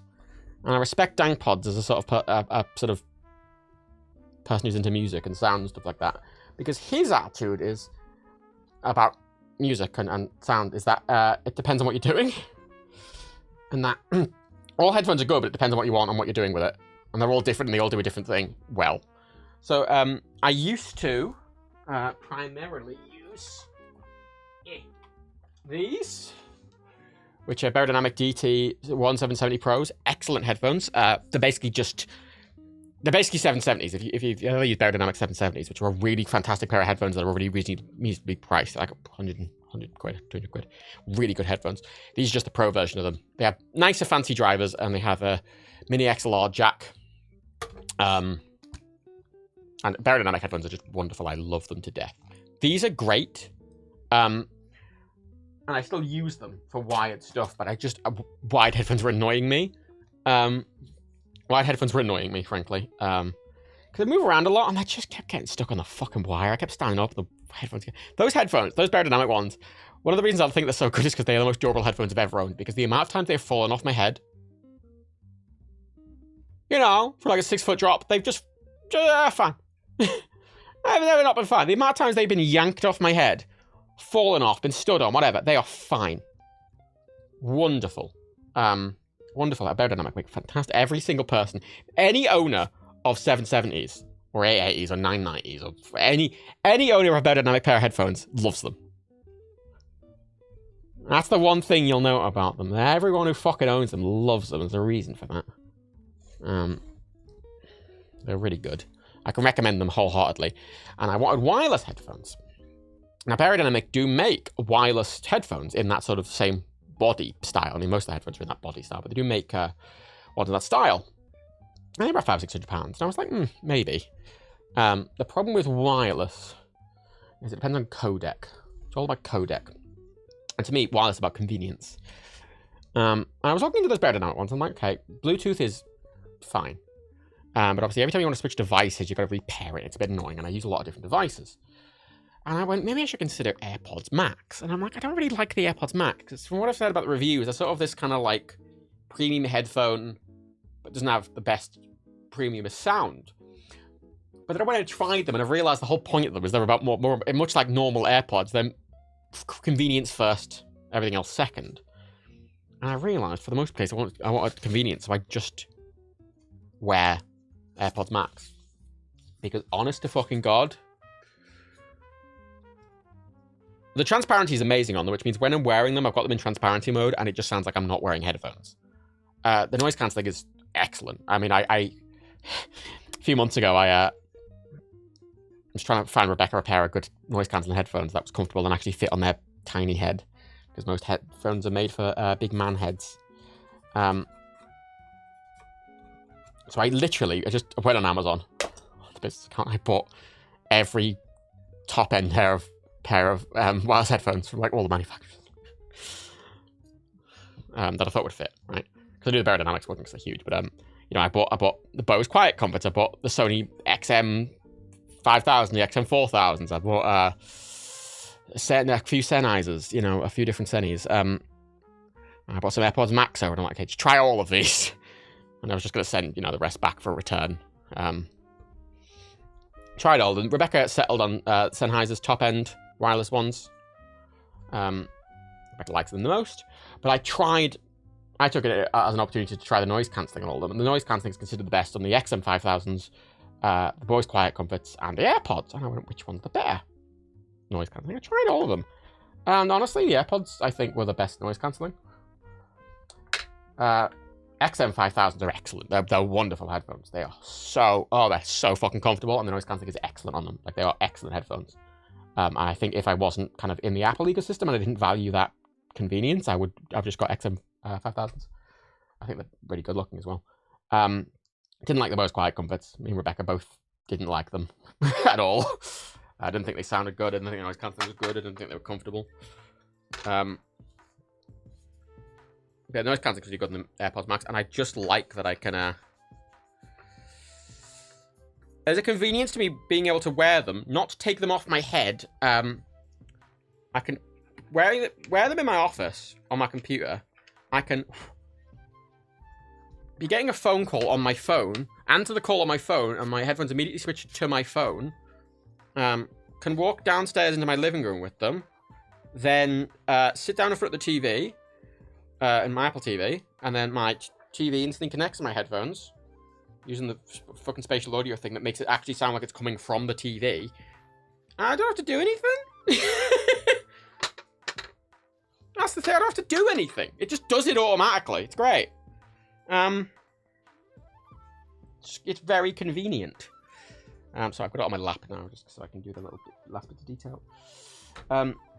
It's convenient, and that's kind of what I realized is what I wanted from general day-to-day headphones. The biggest problem with them, and that's why I still have wired headphones, well, it's actually for this. It's for guitars, because biggest problem with wireless headphones is latency, which for the most part is not a huge deal. I mean, like, when I first got them, I mean, in macOS it wasn't really noticeable at all, because macOS just syncs any video you play, any audio, it just syncs it perfectly to whatever, it takes account for the latency and what it's displaying to you, which is fine. And I noticed it editing occasionally, if I was trying to sync something to a specific frame based on the sound I was hearing, I'd have to, I'd put something on a frame, but I'd have to sync it 2 frames earlier, like a frame or 2 back, like a frame earlier, like a frame behind. But it's fine, it's convenient. But I can't live play a guitar with the latency. It's impossible. I noticed actually I went to play what's it called? Hi-Fi. That new game, that Hi-Fi, that fighting rhythm game thing that came out. I went to play that the other day, yesterday, whatever. I went to have a go of it. Really good little thing. It really feels like an old game. It feels like a PS2 game. I really like it. But it's because it's based on beats. They need to be in sync. And I mean, I was constantly, and I set the delay, and the delay was quite high, and I was able to sync it up, but I noticed it in that the delay was a problem in that. But for the most part, it's not a problem. I'm going to say I keep the wired headphones around for anything where I need low latency, and I want, Hi-Fi Rush, that was it. If I want something with low latency, or I mean, the thing with sound quality, I buy, and I still do buy, lossless music. Like, I go on HD Tracks, and I will spend, $30, and I'll buy a fucking 24-bit, 192,000 kilohertz album. Which has 2 advantages. A, it's great for, I was gonna say remixing in the lighter sense, but those little, when I do the, the stream intros, the music that plays during, if I download a song from YouTube and put it into that process, it sounds fucking awful. Because part of that effects chain is it slows it down. It slows down the music. And it's specifically slowing it down. If you're wondering what the process there is, it's slowing it down and down pitching it exactly as if I were playing a 45 record on obviously a record player, at 33 speeds. And then I mix it to sound like it's being played on a record player at too low a speed in another room far away. That's specifically how it's mixed. I did a calculation to figure out exactly how much it needs to be down pitched and exactly how much it needs to be slowed down.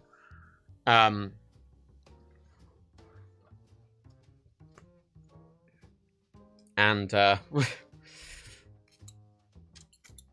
how I do. But if I do it like a 320 kilobit per second, you know, sort of MP3 or whatever, it doesn't have the sample rate to actually slow it down and sound good. You can hear it when you slow it down. You hear the but of the sample rate. And it's lossless files in that. They just sound perfect. They just sound perfect through it.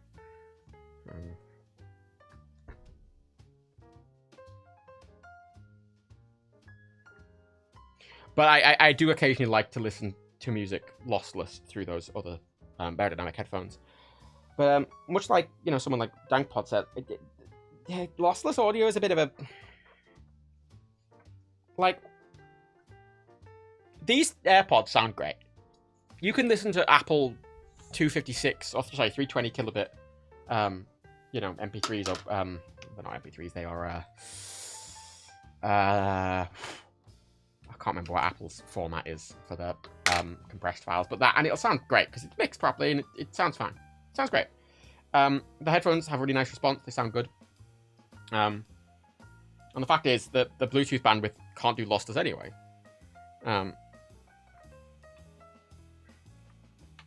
Like, I always download and listen to lossless music, because I'd rather have a downsampled lossless version than just a low-quality version. It's like how, you know, even if you don't have a 4K screen, for example, watching YouTube in 4K, even on a 1080p screen, will often look a little better just because the bitrate's so much higher. So I still do that, but then occasionally I will sit down and listen to the songs on the Beyerdynamics, and because I'm the kind of person who will occasionally just sit down in a dark room, put some headphones on, and just sit and listen to an album for, you know, half an hour, an hour. And I can do that with the AirPods, and I do sometimes, but a lot of the time I use the Beyerdynamics instead. When I bought these AirPods, I was with the intent that I'd get rid of the Beyerdynamics, but I still use them a lot. Good for different applications and uses, and that's the thing with any tech. You get it to do your use case. Inverter Wars, I just chuck on a low-pass filter and fuckloads of reverb and an echo delay at the filter. Yeah, that works. At the venue. Yeah, that works. I have very specific... I have this effects thing built in to... I did it in Final Cut. And it's all these effects, and I've just got to save, and I just literally drag it onto the track, and it mixes it all automatically. Which has two nice advantages. A, it means it doesn't get recognized by Content ID filters, especially Twitch's one. And B, it's actually technically fair use. Because it's technically a remix. I don't know if I'd get away with that in co-op, but I do get away with that on this context.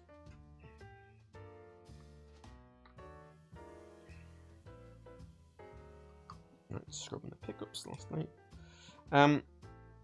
You know, Uniquets, I must say my GT990s haven't been following me since I have glasses. I mean, yeah, well, that's... Obviously, it's all about comfort, right? I mean, the thing with, obviously, Rebecca was most headphones wouldn't fit in Rebecca's heads, because I say most headphones are made for people with bigger heads. And most headphones, even at the smallest sort of extension, were just still a bit too big for Rebecca's head. Which is frustrating. I mean, there's a weird, there's a weird frustrating thing in headphones that they kind of make one size of headphones, and then they just, you know, they give you the thing so you can extend it or whatever.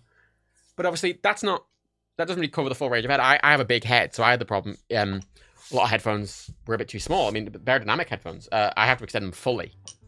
They're at the full extension to fit on my head. Got the full extension. Full extension to fit my head. Rebecca's got the opposite problem. So Rebecca ended up just going with headphones that were comfortable for them. More than anything. And that's the same with... I mean, Daniel's not... Daniel doesn't use DT990s. Daniel uses... I got Daniel some Beyerdynamic headphones with a mic on. That's what they originally used for the streams. And everyone was like, oh, it sounds terrible. It's because there was no vocal fucking effects chain. And I was like, let me do a vocal effects chain. And Daniel was like, no. And then just replaced the microphone. Which is fine, whatever. Daniel just still uses those headphones, just ignores the microphone. But they're the same shape as DT990s. Like, Beyerdynamic headphones are all basically that, and all the parts are basically intercompatible. And Daniel seems to quite like them. Do you like all of those scratches there from belts? Specifically, you can see exactly where belts scratch. Right. That is reasonably clean. Look at that. Look at that fretboard now. Much nicer. Right. I've not polished the body. Actually, let me know on the body help at all? Or...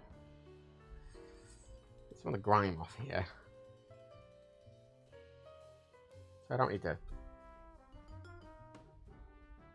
I used to, when I was a bit younger, if there was ever a scratch or something on it, I'd cover it. I'd get like a black Sharpie and I would just kind of make it a bit more subtle. But I don't bother anymore because I like the wear on it. I mean, you'll know, I redid the electronics on it. I redid the layout of the electronics. So, I moved the pickup selector from here to down here. I replaced, there were 2 tone knobs previously and 2... Gibson, they have 2 volume knobs, they have 2 tone knobs. Ooh. 2 volume knobs, 2 tone knobs, and a pickup selector. And the 2 volume knobs are obviously just for each individual pickup, and the 2 tone knobs is for each individual pickup. But I didn't like that. So I switched it to have my pickup selectors here instead. This is the tone. This is a tone knob for both. It's a global tone knob. I've got volume knobs for each pickup individually, and then this is a global volume knob as well. So I have 3 volume knobs, and then 1 tone knob, and then, which I like more. And this volume knob is one of the Brian May ones, which I took off and I painted black to match. So you can see these ones. These are third-party ones I got because the default ones don't come with those. I bought them separately. They're the replica ones. So I like them a lot. They're really nice to just. They're really nice to just quickly go like that with. And I painted it black, but it's obviously just got worn because I just spray painted it black. I didn't properly coat it or anything. So with this Bigsby is, I had to get a little adapter. There's like a little black adapter piece of metal under here, which converts the Bigsby mounting to a normal mounting, so you can retrofit it to a normal guitar. And that was also silver when I got it, and I spray painted it black, but that doesn't get scratched, so it's still perfectly black. But this, obviously, I'm rubbing it all the time, so. Down as the DC790, I think. Yeah, I can't remember what it was. I can double check. I bought 2 of them. So they'd have individual sound. Daniel did not like the sound. And I was like, okay, if you don't like the sound, I'll do a different vocal chain. Because originally there wasn't a vocal chain. It was just going straight in. And a lot of broadcast mics sound bad if you don't actually do anything with them. Like this mic. The SM7B doesn't really sound good as a vocal mic if you are just putting it raw in. You need to do something to it. Same with like, you know how like professional cameras, like they're taking stuff in raw and you have to edit them. It's not just going to take a good photo. It'll take something that looks a bit washed out and kind of shit until you do something with it. So that's professional gear, really, in a nutshell. Let's string this up. Are these the ones I want? Yes, super lights, 09 to 42. I used to do different strings on this. I used to do super lights, which Elixir don't make, but there's some brands that do super lights, which are 8 to 40, I think it was. So they're really thin. That's the width of each string, and they were 8 to 40. And then I, for a while, used to use hybrid strings, which hybrid strings are basically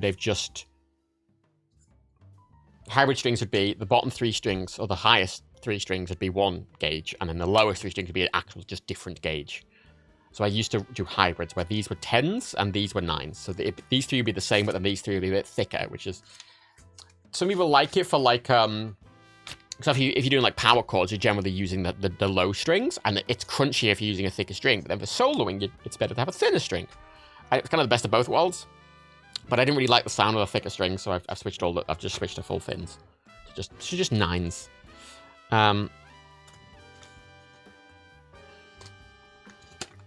Right. I do them in inside-out order. Please don't judge me.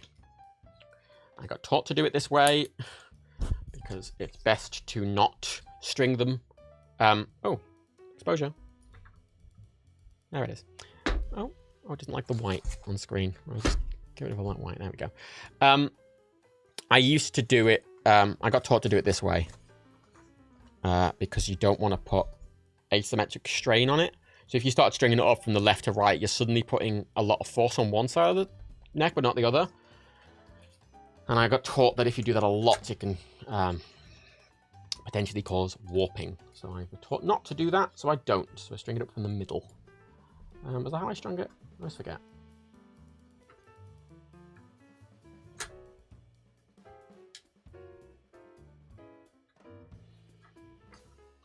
I strung it around, didn't I?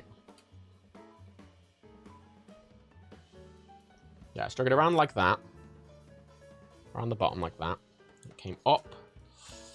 And like that. Yeah, yeah.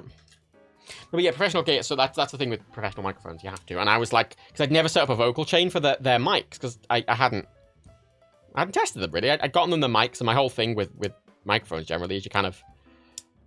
I'm not an audio engineer, so I don't kind of know by default. I know enough to kind of figure it out, but I'm not an audio engineer, right? So my policy is always just listen to it, kind of, you go, okay, what's wrong with it? And then you figure out how to change that, because everyone likes a different profile as well for how they want their mics to sound. I was like, what do you want from it? Like, what's wrong with the sound? What do you think could be better? What bits of it don't you like? And he was like, this. And I'm like, right, okay, I'm just gonna... And I bought a compressor for him. Admittedly, it was a bad compressor. The DVX do 2 compressors. And they did one, which is a dual compressor, which has dual input. And they had 2 microphones, so I just bought them that one. But I didn't realize at the time that it was more an instrument one. Like the one I've got here is built for vocals, and it's got a vocal chain, but the one I bought for them didn't. It was just a compressor. And really, I should have just gotten 2 of these instead of or whatever. And I didn't really have a chance to rectify it. So I sort of gave up. Or did I go the other way around?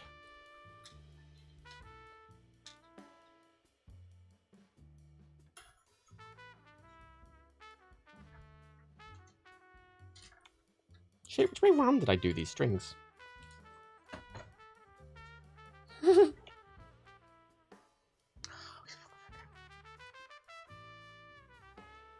One of the disadvantages for me restringing my guitars so rarely is I forget how I strung them.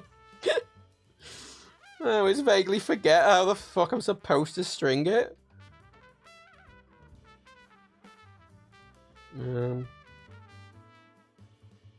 Under and over. Okay, yeah. Under and over. I'm gonna find a picture. I've got a picture of my phone from when I got it. You can see without its modifications. Bless it. Look how weeny and little it looked without. Look at this. This is a beefy boy's. This is a beefy man's bridge. Not this weeny little shitty bridge. No, but all the hardware on it when I got it was like this sort of well, I guess it was sort of like a space gray. I mean, like this sort of gray, shiny gray. It was that finish to accent it, but I've replaced all the hardware with black. Because I like this boy.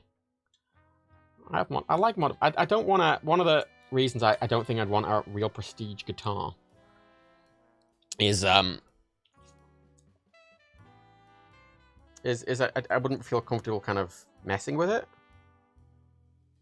So I like this so much because it's mine, and I feel really comfortable messing with it and fucking with it because it just feels like my guitar rather than a prestige guitar. So the problem here, right.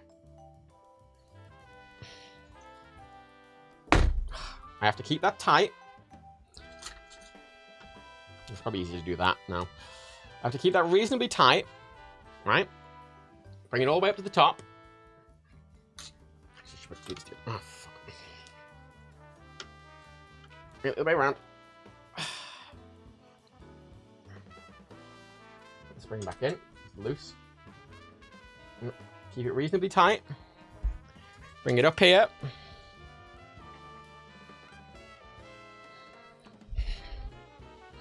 Then move it around this tightly, pre-wind it a bit. Then, fuck me. Actually, no, I should be doing it like that because that's not enough. Make sure it's reasonably tight before I thingy it. Pre-wind it a couple of turns. Then it goes up into this bit of locking, and it comes round and then back out. It's like a little loop. And then, while holding that, I then have to grab the... Oh, fuck, where are they? Grab the locking nuts that I took off earlier. Screw them on while making sure to keep pressure on it. It's easy with the thinner strings, because they have less structure, but these they get thick. Hold that. Get a screwdriver. All strings are magnetized to it. Tightly screw it down.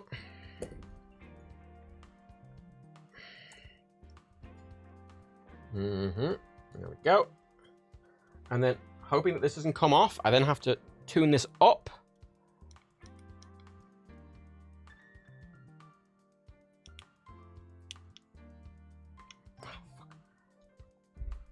Wait, how did I get into the stringing mode earlier?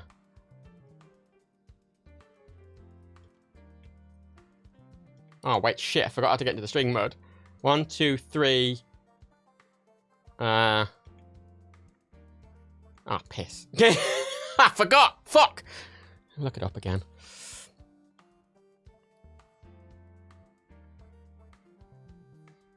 Look how it... That was before I let it start getting kind of, not damaged, but before I stopped caring about the scratches. I like the scratches. Google. Did I close the page? Oh, I closed the fucking page, you pillock! You fucking pillock! Why would you close the fucking page, you pillock? Pillock's a good word. Absolute cunt.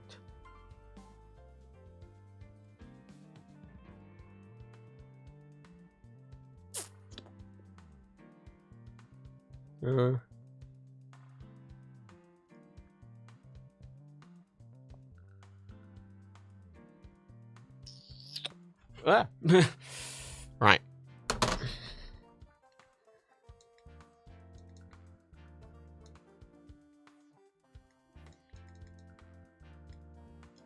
Shit. Wait. Shit. 1, 2, 3, 4. No. 1, 2, 3. No, that's not it. 1, 2, 3. Bang, bang, bang. No, bang. Bang. No. 1, 2, 3.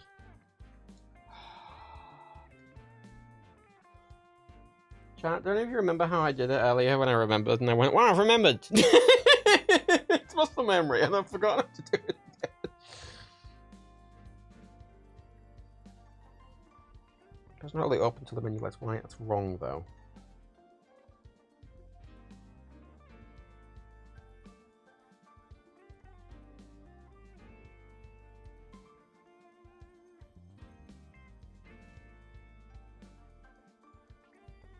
Wait.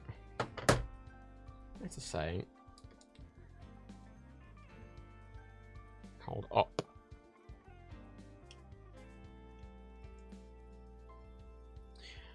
Uniquits, just been doing some Googling. Apparently, if you can shut your headphones out and they should feel a bit better. Oh no, that doesn't sound ridiculous at all. So, the nice thing about dynamic headphones is they're completely modular and everything's replaceable. You can buy replacement parts for these super easily. And one of the things I did when I got these is I literally just went and bent them. It's just metal. It's just like it's just a bit of rigid metal on the top. You can, if you want, which I've done on these. I've replaced this headband and these things a lot. You can unscrew it on different headphones. Daniel's is a bit different. It's just buttoned on, but this one there's 2 screws that you undo, and then you can just take this bit of faux leather off, and there's just the metal. There's just a bit of metal under it, just a single thin bit of metal, and this wire is just running through. That's it. Pretty simple. They run up and down. Really simple. You can replace everything. If you need a replacement driver, They're really simple to get. You want to replace the... Like, everything's just super modular, and they sell replacement parts for all of it. So you can see the way that sits now. That's how it literally sits. When I got them, they would naturally... When I got them, they do that when I let go of them. But now they do that because I've worn them a lot and I've stretched them out a bit. Compared to the headphones, some obviously have some shit built into the headphones, but frankly, a good pair of simple headphones will just do that. I mean, I wouldn't do that with the AirPods, because they're a lot more delicate, and that's like a steel band, and they're not really... You want them to be tight on your head, the AirPods for the noise cancelling, which was a bit uncomfortable when I first got them.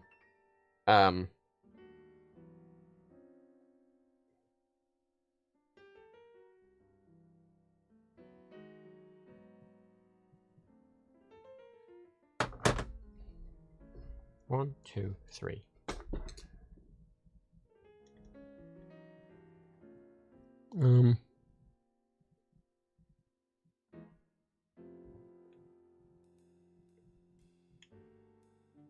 Oh yeah, it was that. I was doing it right. It's idiot. Okay. Oh. Where the fuck's the spring? There's the spring. Hold on. Put the spring in. Close it over. Make sure that it winds properly.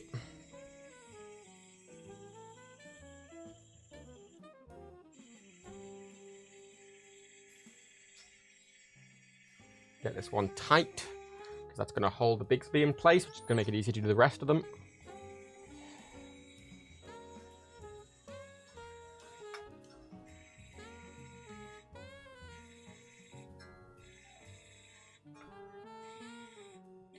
That's automatically tuning it now.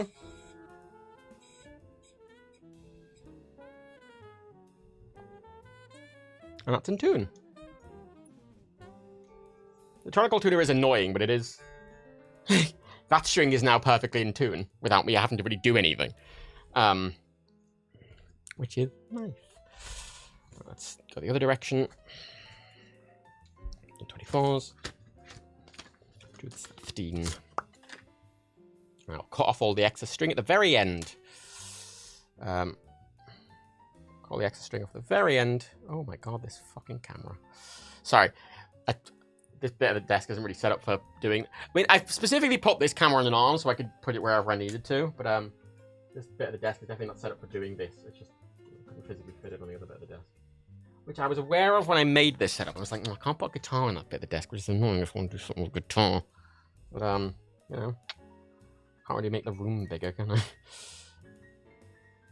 Yeah, you literally... proper headphones are really durable. Aerodynamics especially are just super fucking durable. One of the problems I have with with AirPods is they are very... They are the exact opposite sort of ethic to the aerodynamic headphones. Like, the aerodynamic headphones are built to be very durable, very replaceable, and that you buy the one pair and they will last forever. I mean, like, literally forever. Like, if you treat those headphones right, they will last you a lifetime. Come on. They will last you a lifetime. Whereas the AirPods, very much, Apple's clearly gone the route of a lot of their other tech, where it's really good, it's really high quality, but the idea is you will change them in a few years. You'll get new ones. You'll get upgraded ones or whatever. AirPods Max 2, you know.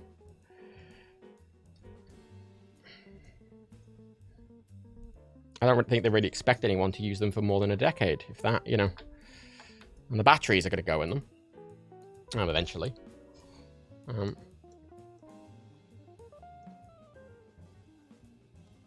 I had to wait. You have to go 1, 2, 3, wait a second, and then hit enter. Oh no. Oh no.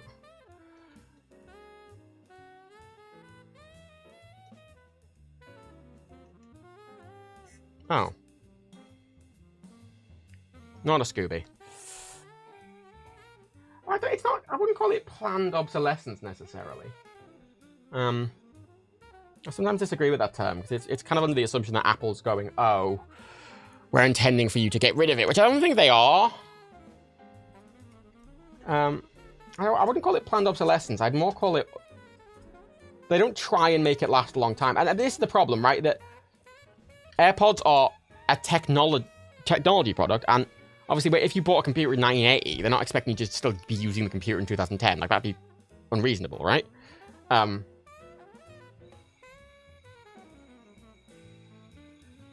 Like, for actual use, outside of a consumer stuff. But I do like...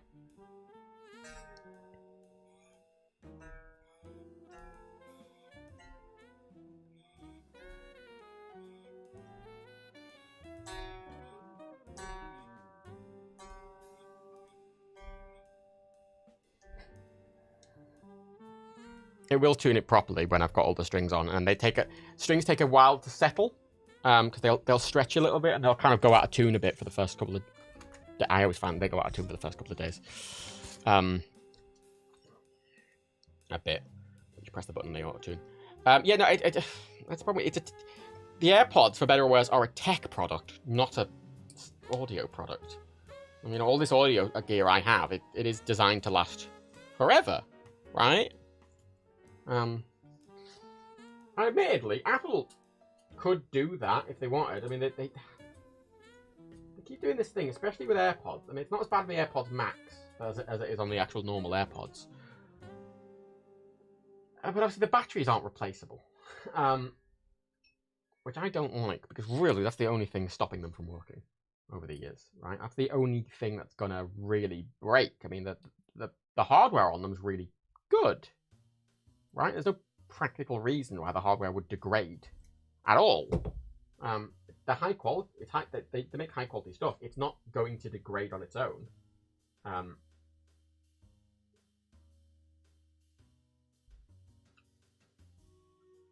the battery will.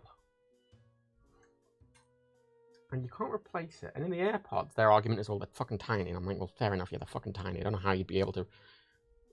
And I don't know how you... I don't think there's any practical way they could make a user-replaceable battery on AirPods. At least at the size they're trying to do them. And there's an argument for, well, why are they trying to... Maybe they should make them a little fucking bigger then. Which is a valid argument, I think. AirPods are going to be a big problem because obviously people throw them away and you can't get into them.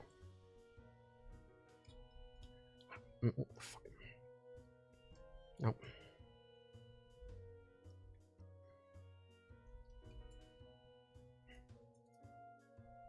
Screwdriver. Where the fuck's the screwdriver? I mean, I've got... Are they clean? I need to clean them before I put them on camera because they're AirPods, so obviously they go in your ears and they get earwax on them, which is gross.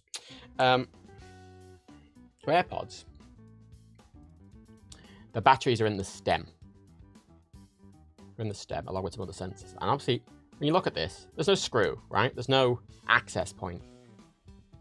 And there isn't, right? You can't, these aren't repairable. Apple can't repair them. They will replace them. But to get into these, you have to heat them with glue and you just break them to get into them. That's how you get to the components. And the problem is, a lot of people are just throwing these away, and most recyclers won't do anything with them because they're such a fucking arse to even take apart to basically get a tiny amount of whatever material's in there. So these just end up, a lot of these end up just in landfill. As just e-waste, and Apple isn't really doing much to address that, which is frustrating. I make a point of my tech. I don't throw it away ever. I don't ever throw it away.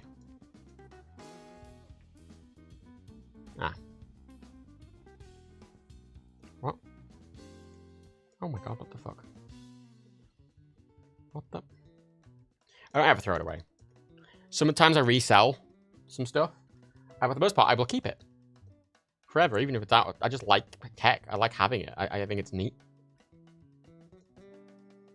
1, 2, 3. And What the fuck am I doing? 1, 2, 3. But they stopped giving you a charge with your phone, see how much they care. A lot of people got really mad that they were not giving a charge with a phone. It's like, I mean, in France, they legally can't even. In France, you legally aren't even allowed to. I think it's fine that they don't give the charger with the phone. Most people don't fucking need them. I don't fucking need them. It's a waste of plastic. It's a waste of money. Just don't fucking put the charger in the phone. Oh my god. And the thing is, right, iPhones and Macs obviously are much easier to take apart now. More easy than ever. I mean, iPhones especially, they've done a lot better with. What the fuck? Am I going insane?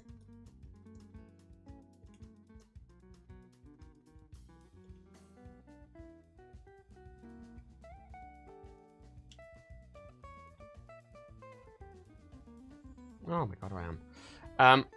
Wish Gibson still be the Robotuner? I mean, the Robotuner is literally a Tronicle tune. It's just rebranded. It's the same as this. Still buy a Tronicle tune. Same thing. Same company. Exact same design. There's not the Gibson name on it.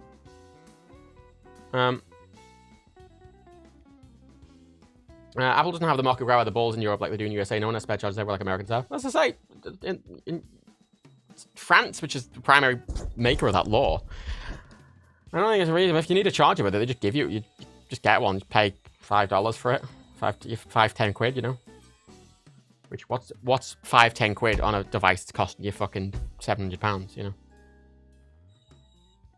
Yeah, Tronicle. They still make them. They've got even modern ones now.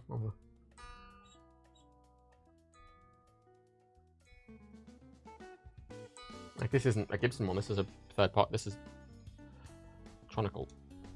Say same thing. Right. 32. I say iPhones. I mean, Apple made that big statement about, oh, we've made these fucking robots that can take apart an iPhone in like fucking 15 seconds or something. 20 seconds, 40 seconds, something ridiculous. And which they did, and they've got a couple. They've literally got a couple, and I do mean a couple. Apple have a couple of those machines for the whole world, and I'm like, that's... and modern iPhones are much easier to take apart. I mean, you've watched me take apart a lot of Apple devices, and they've definitely gotten actually easy. They were easy, and then they got really difficult for a while, and then they're getting easy again. And even the newest iPhone, the 14, not the 14 Pro, but just the 14, both, you can disassemble it both from the front and the back. So if you need to do a rear glass replacement, it's really easy now. Same with the screen replacement. You can do both simultaneously. Much easier to take apart and replace. Recycling has gotten much better for you know, screens and batteries and stuff like that. So the point that it's okay now. And Macs especially, you know, Macs are big things. But I say those tiny devices like AirPods are just a pain in the ass. I'm like, you know, even AirTags are fine because AirTags have replaceable batteries. User replaceable standard watch batteries, basically.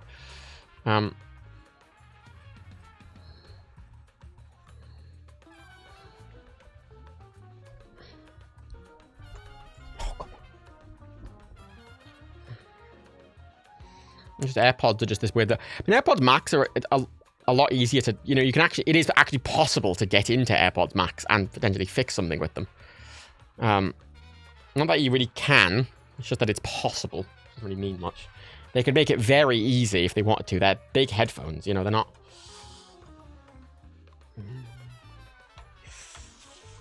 There is obviously a realistic technical limitation for something like normal AirPods because they are tiny. They're meant to fit into your ear canal. I can appreciate there's a bit of a technical limitation in making it user accessible. Oh my god.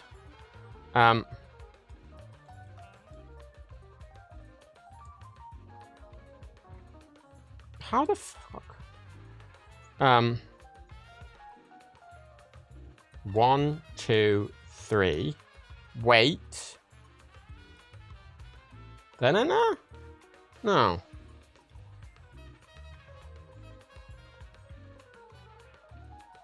my god, I'm completely forgetting how to do this. 1, 2, 3. Wait. Enter. Up. No, down. E. Oh my god. 1, 2, 3.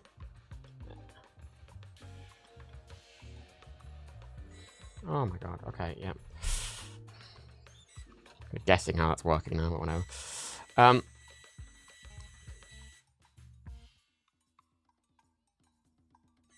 Oh yeah, no, in France they don't charge you for it if you need a charger. And also, obviously, the EU is making it mandated that all electronics have to use USB-C. So Apple can't use Lightning from next year in the EU. Which means they're just not going to use it anywhere. Because there's no point in doing 2 SKUs.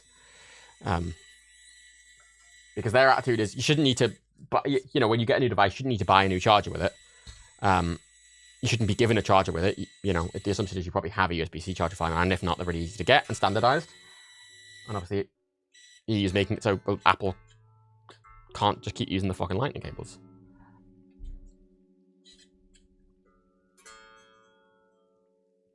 Alright.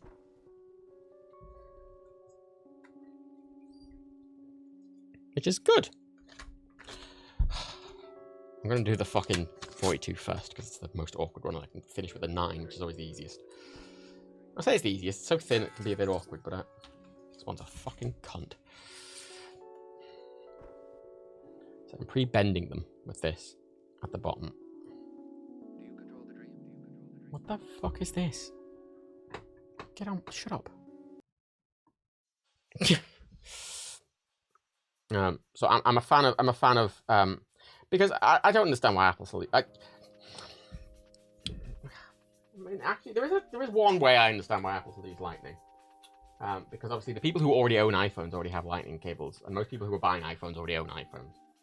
And people get really annoyed when chargers change. I mean, because I was, you know, I'm all for fucking making chargers universal. And like, who, you know, when the iPad Pro went to USB-C, I was like, who'd be annoyed about that? And then my mum bought an iPad Pro to replace a much older iPad. She's looking at iPads, and I was like, yeah, it's good. The thingy's good. The Pro, I was saying, you know, I was like, if you want one to last you the longest time, buy the best one, at the highest power, because that'll have the longest longevity. And she was like, she really liked the iPad Pro because it was before they had the Air and the new one out, so it was the only one with the magnetic pencil and stuff like that. And she really liked that. She bought one. She was really annoyed that it didn't work with her existing chargers. She was like, oh, why have they made me buy another charger? And I'm like, they haven't made you buy another charger. It's like, well, why have they switched to a different charger? I don't have that charger. She didn't have anything with USB-C. And she's really annoyed. She's really annoyed that they changed it. And it was weird. Because she didn't have any USB-C chargers. From her perspective, it was just them making her buy a new cable she didn't have before, and a new plug that she didn't have before. So Apple are kind of awkwardly contending with both of those same attitudes at the same time. But the thing is, much like when they switched to Lightning in the first place, when everyone was like, oh, why should I have to switch away from my 30-pin? It works great already. You know. And everyone was fucking annoyed that all their iPod accessories had stopped working. You know, all their fucking, like, all their iPod docks and all the fucking, you know, that was a big peak time when all these hi-fi units were being sold with a fucking 30-pin connector at the top. And I was annoyed that they weren't working anymore, and it was, so,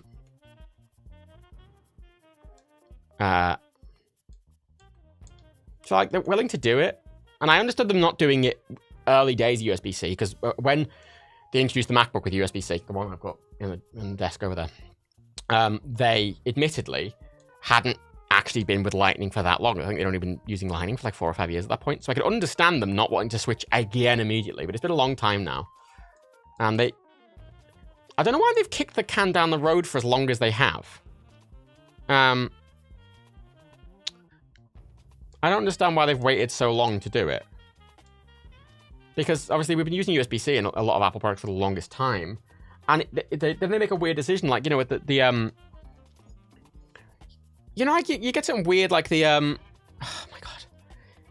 Literally, I'm kind of guessing how this is working now. Like how... Oh, it's two taps, double tap. What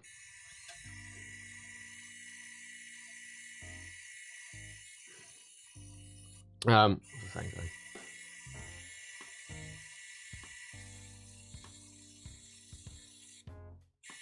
You know, like they released the iPhone 13 Pro, the one I've got.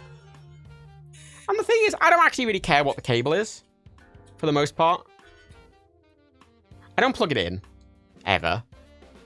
I don't have any lightning cables. I probably have some lying about somewhere. I've not actually used a lightning cable in years, because obviously this has wireless charging. The normal AirPods have a wireless charging case, and this thing, which is the only thing I actually use that still has to plug into lightning to charge, I have I have a little dock for it that uses a magnetic connector.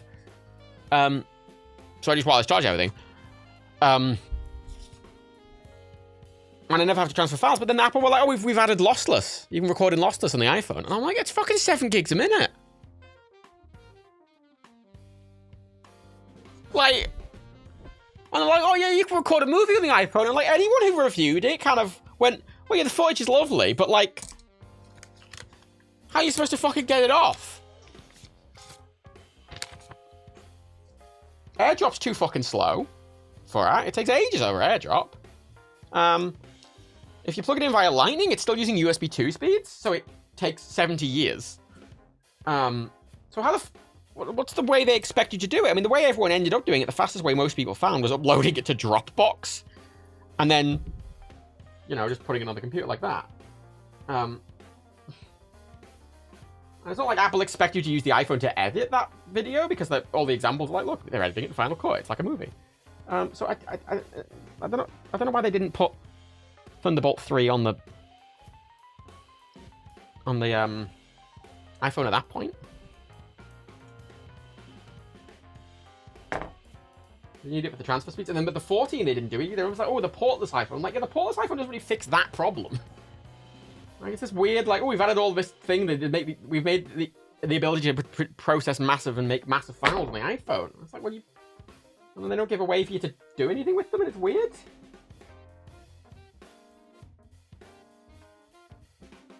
Like, a portless iPhone would be one thing, but like, it's just weird that for file transfers, it's weird. And, you know, they've been slowly changing all their other devices to USB-C. I mean, the new Apple remote to USB-C. It's thick. It's a nice thick boy. Can't connect to your PC or Wi-Fi. Well, that's what AirDrop is. That's what AirDrop is. But it's slow. If you're trying to, the thing is, if you're trying to transfer, like, let's say you're trying to transfer 200 gigabytes of video files. AirPlay's meant for small files, and it can handle big files. It just it's not designed for it. It doesn't really take it into account that they're huge. And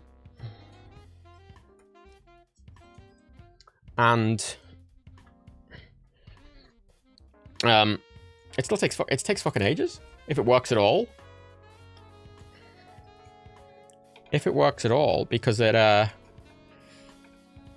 will often just fail with big files like that. Even in the best case scenario, Wi-Fi can be slow. I mean, my Wi-Fi, I've got Wi-Fi 6. Best case scenario, I get like 600 megs a second on it. Megabits a second. And if you're trying to transfer like 70 gigs of files, it's going to take a while.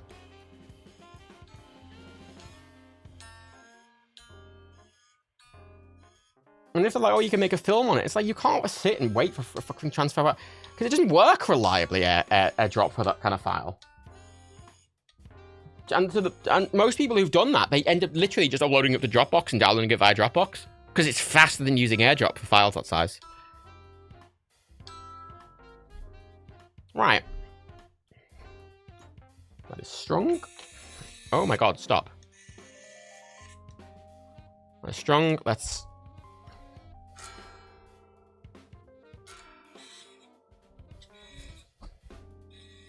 tune the whole thing. Oh, one at a time.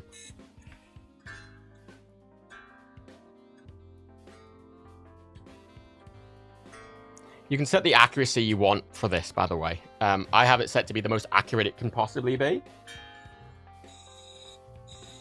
Which means it's not as quick.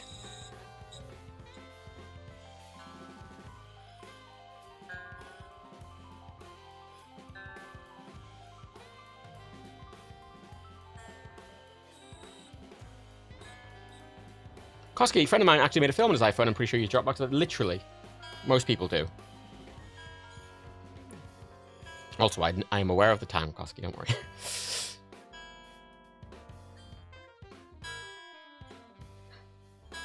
Finishing right on time. Right.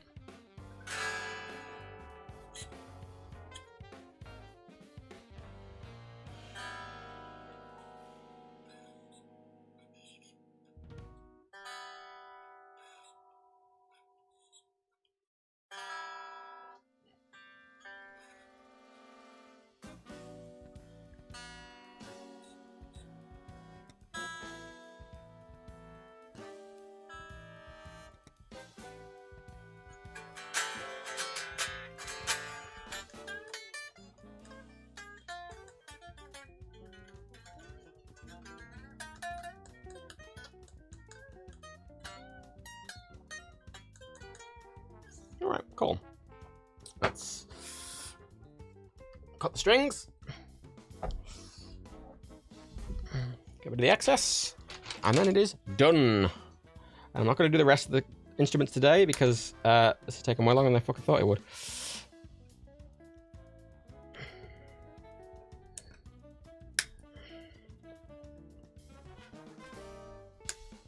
So I've got 3 more guitars to string. And a bass, and a ukulele. And I would like to do maintenance on my sax and my trumpet. I'd like to give them a proper clean before I wall mount any of them. Right.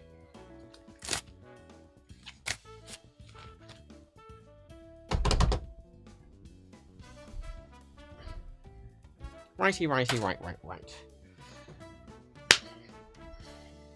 The ukulele won't take long. The rest of them wouldn't take that long either, actually, because none of them are this complicated. All of them are normal stringing.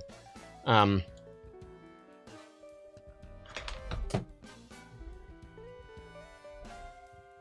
I'm strung normally, but... Oh, do you want to see something cool I've got, actually? Where is it? It's on this bit of the desk, but I probably threw it somewhere awkwardly when I was trying to set up the stream. Where the fuck did I put it? Because it's relevant to the stream. Relevant to right now.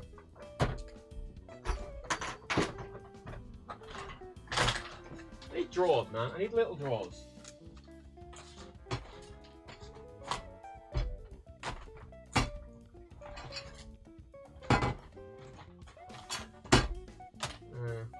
Actually, I want these on. They're related to this, the rhombo. They're related to. Pull to remove. Oh. Hey. Ooh.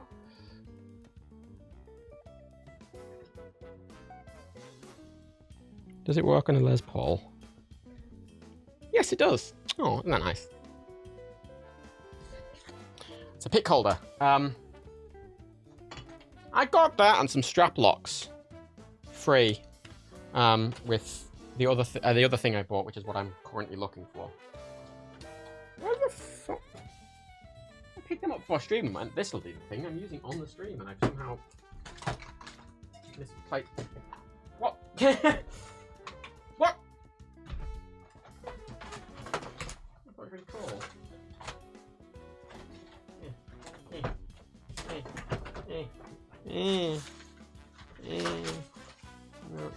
No.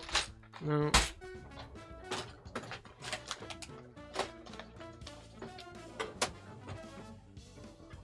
No.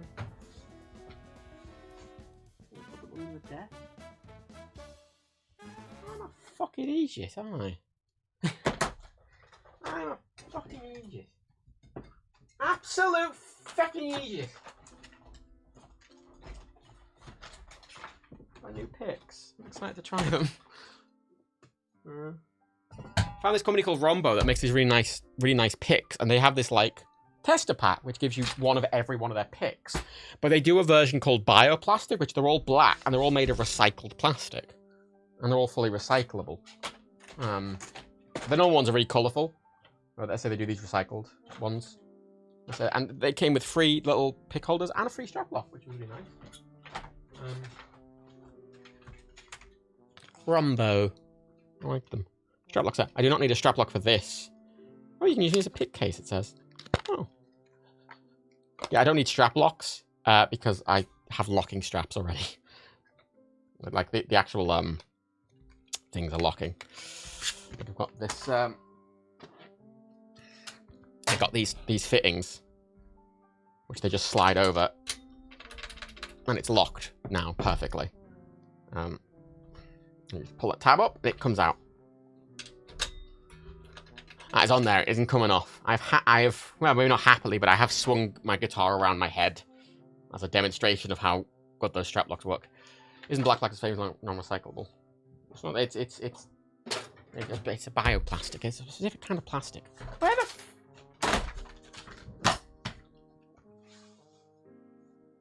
Did I?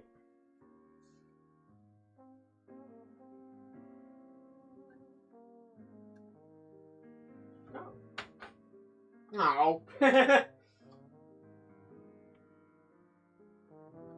found the leaflet it came with. Look at those nice picks. Wow, that's the colours they normally come in. Wow. I just got my new guitar picks. That's my favourite one, says that. That's my fucking pick. Where the fuck are you fucking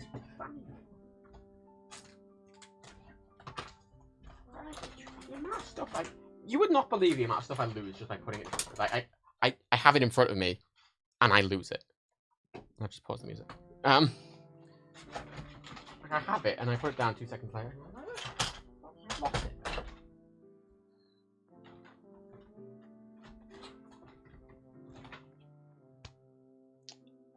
Well, we're searching for my thing. I bought a little leaflet of picks. I was going to try them with my... I was excited. I got them ages ago, and I was like, oh, I'll try them with my guitar. And then I went to try my guitar, and I was like, oh, no, I need to restring it. I want to try them with a new strong guitar. I'm waiting ages to try them. Ow. Idiot. Get my head up on a light.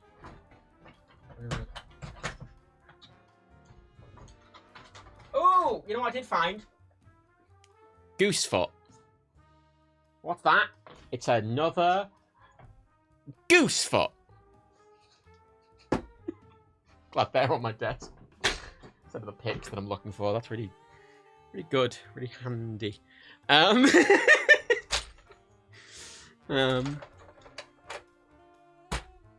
the goose?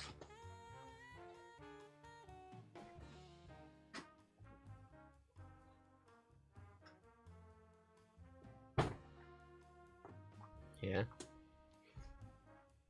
He came with spare feet just in case. Look, he's a mischievous old goose, he is. He's mischievous. He's a mischievous goose. Oh no. Oh no.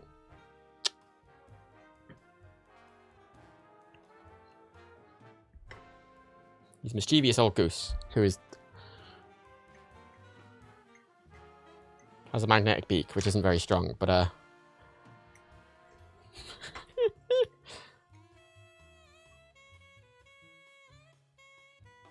come on, little goose, you can do it. I know those strings are quite heavy for you, bless you.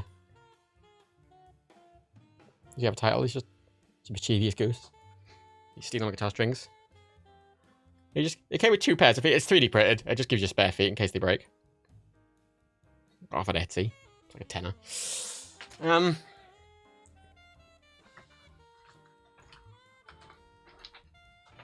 Picks. I just want to try my new. Explicitly want to try my new picks. Fine, I'll use that pick. Just plug it in briefly. I have a cable.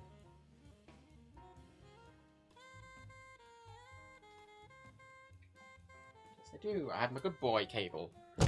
My good boy custom cable. If you ever want a nice guitar cable, I recommend buying. I recommend making your own cables first of all. But I really recommend this connector for the guitar. Neurotech make these, and it has a cut-off switch built in, this little silver bit. There's a cut-off switch, so when that's out, that's completely cut off, so you get no hiss, and then it plugs into the guitar, and then it activates it. So it means, you know, when you plug in your guitar and you hear this popping click, it doesn't do that because it's not actually on until it's plugged in. They're really nice. Really nice little thing.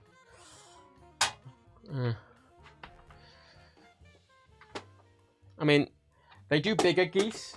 Admittedly, I bought that goose to hold my keys, and I didn't realize it was so small. It's because it's so small that it can't hold much. The bigger ones can hold more because they're heavier. But I was like, oh, that's really, really cheap. I was surprised it's so cheap. It was so cheap because it's tiny. That's why it was so cheap. Good prick. Let me just...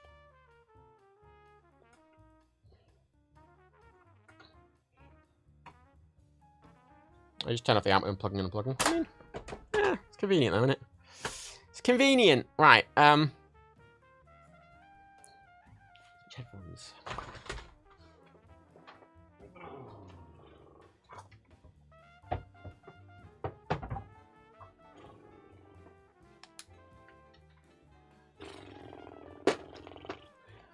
I literally looked at those pick holders today. I looked at those picks today. I have lost them today. Right,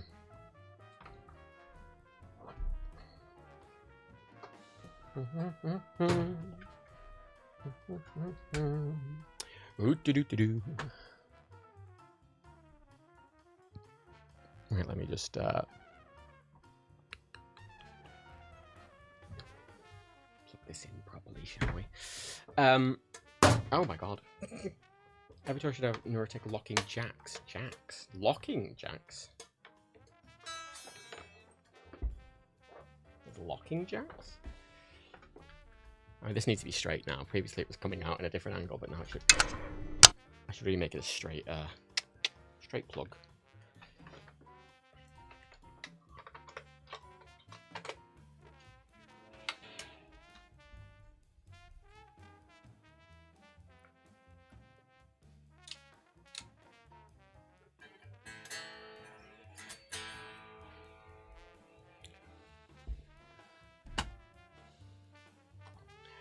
I realize a slight problem in that the way I've set up the stream, it's doing compression like in Windows directly. So I'll put an effect on this, which I don't want.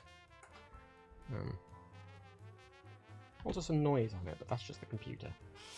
I'm just going to turn off these effects quickly.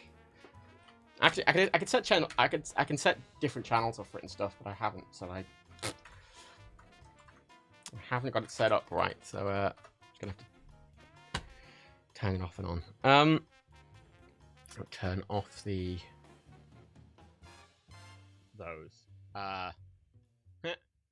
I'll put the loudness back on. I'll turn that limiter off. Actually, no, that'll be fine. It's just a limiter and gain. Okay, it should be fine.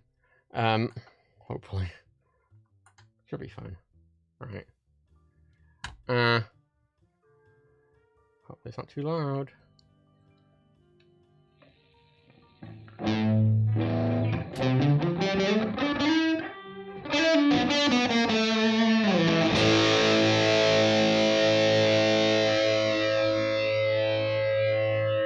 That was not too loud.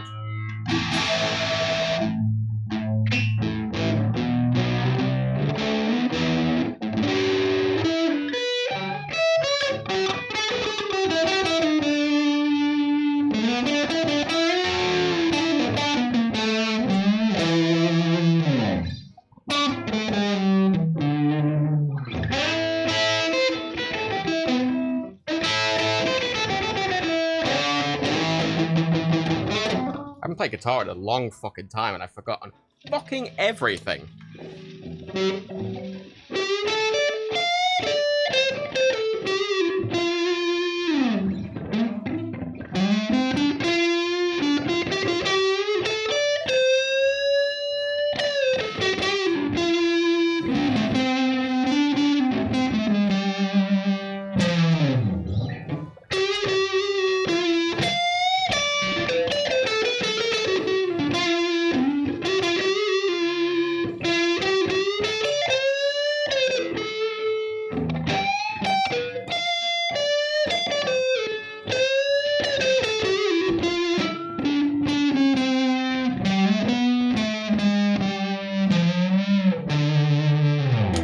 Sound distorted, it's going through a distortion. It's sounds a bit out of tune as well. You said the $18 one, but there's literally so many different people making the same thing. On Etsy. There's loads of them. Can't wait to run shows. Locking Jack. Let's look at this Locking Jack, shall we? Oh my god, I've got the wrong tab open. It's fine. Yeah. Let's change the display. It's like, I have to change back and forth from the same two displays. Right. How do I set this up for music properly? I haven't got the live stream set up for music. Ooh! Oh, it's a lot. Oh! Oh, it's actually built into the socket. Oh, that's fun. Oh, that is fun. Maybe I'll retrofit that in.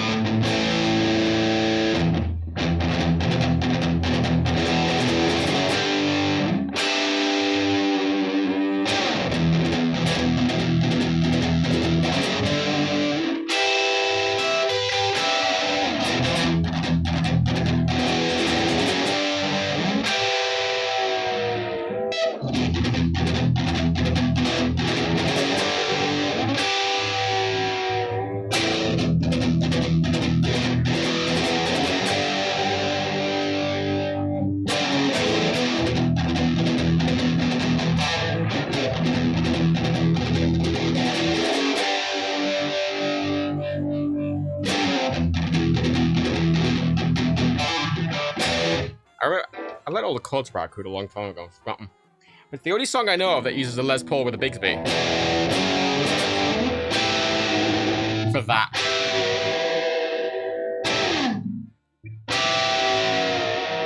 Bam, ba-da-dum-dum-dum.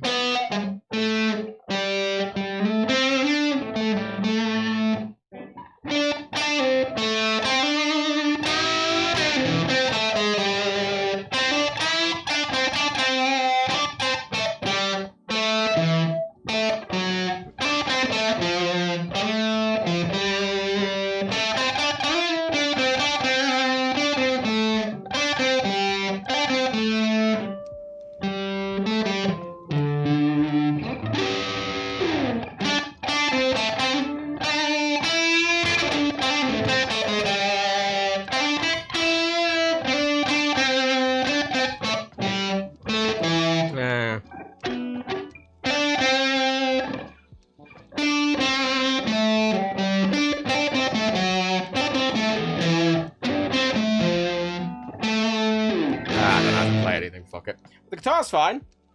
Feels fine. The strings feel fine. Excellent. There's one down. I'm sorry to go back to playing guitar because my pads are gone. Well, mostly gone. I'm gonna get them back.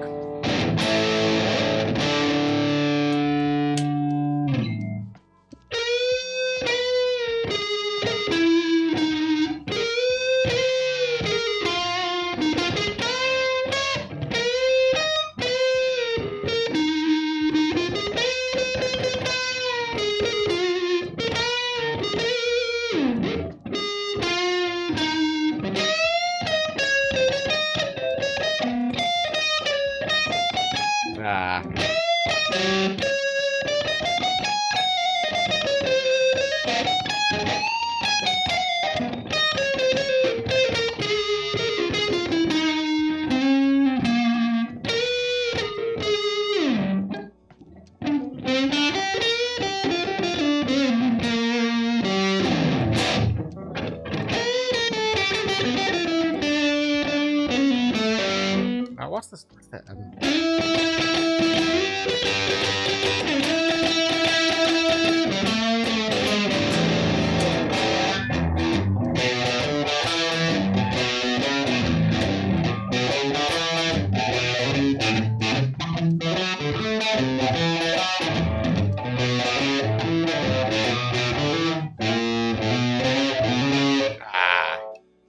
Yeah, it's a lot of bits and pieces that I don't really remember.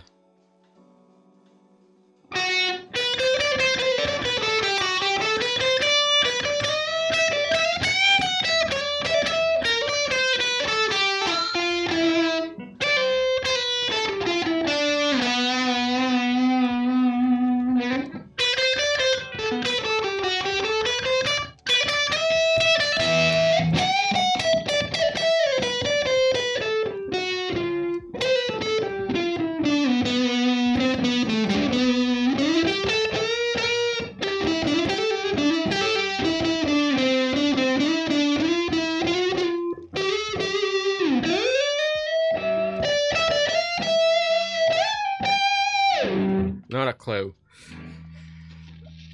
Yeah, this is the problem with I have played instruments. If I don't play them for ages, I forget everything. I learned so many songs off by ear. That was,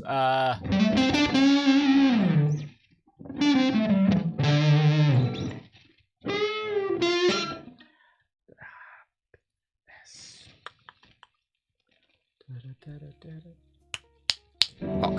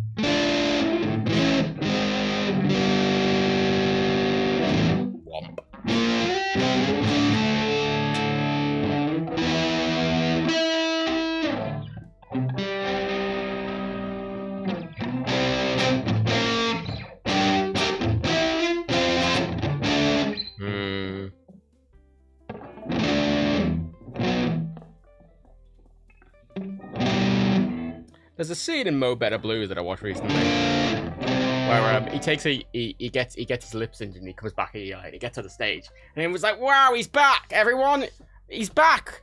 Mo's back!" And he starts playing and he just and then he walks off stage really embarrassed and leaves and he never plays the trumpet again.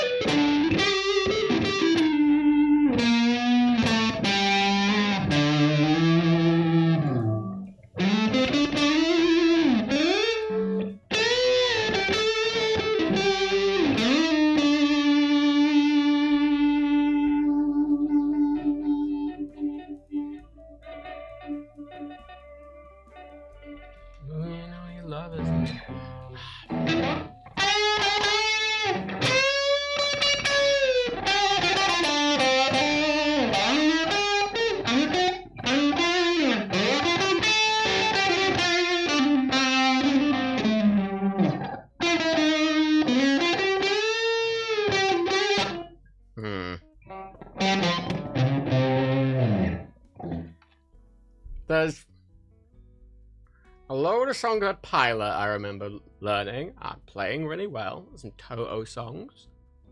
Yeah, I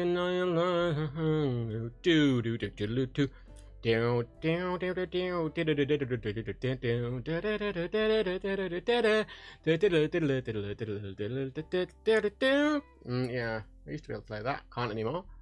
There's Pilot.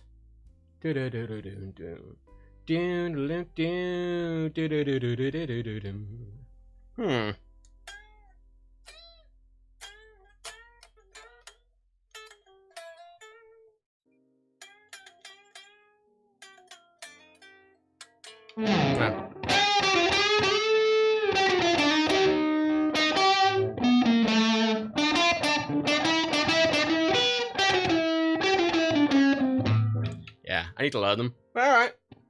I'm gonna do more. See, look at that. Listen to that. Alright? Hear that? No instrument, and then I plug it in, and you don't hear any of that crackling, and then it's just on. Unplug. Not a sound. But if I hold this down, now you can hear it. That's on. If I plug it in normally.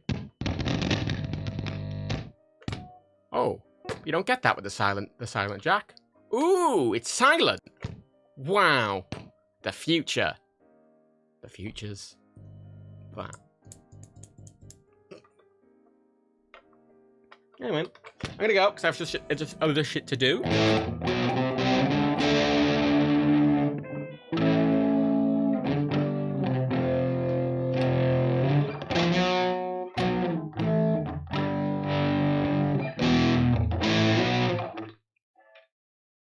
But,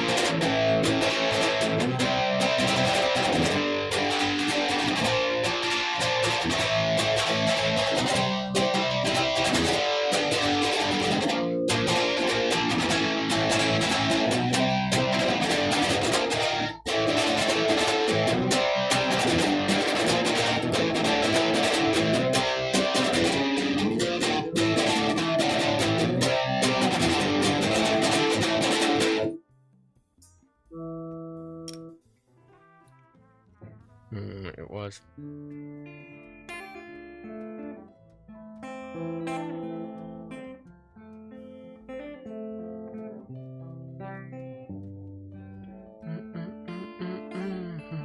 What was it?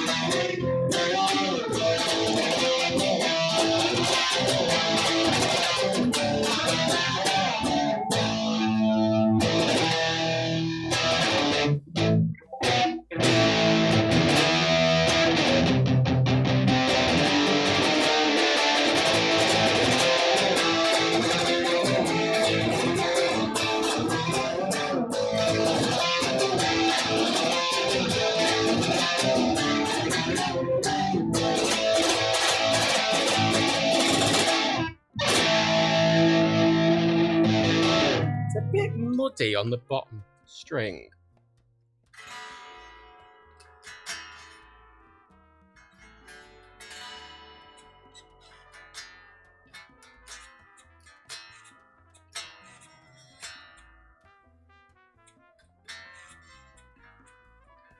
They fall out of tune very easily when you restring them, which is why I don't understand those artists who fucking restring their guitar before every show, because it must be constantly going out of fucking tune. Constantly.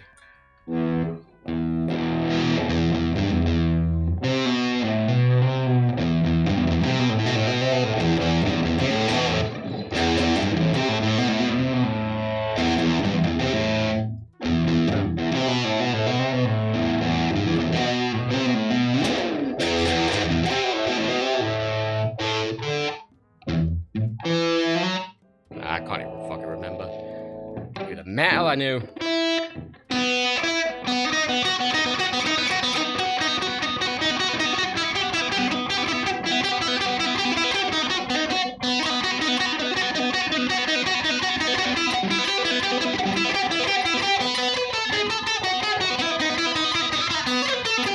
I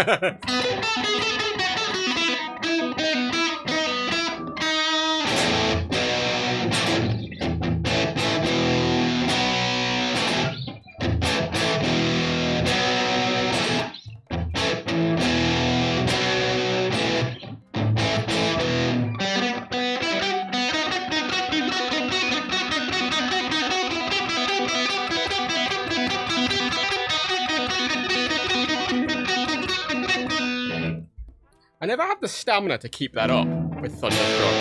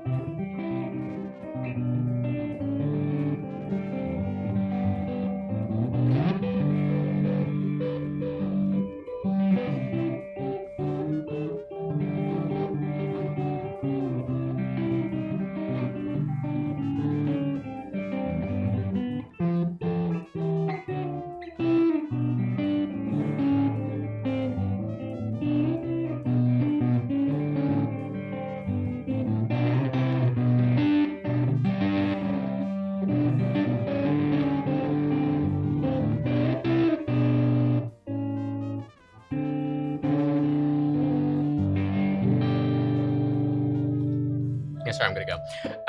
Is there a raid? Is there anyone I can send you to raid to? I don't know why that's still on the screen.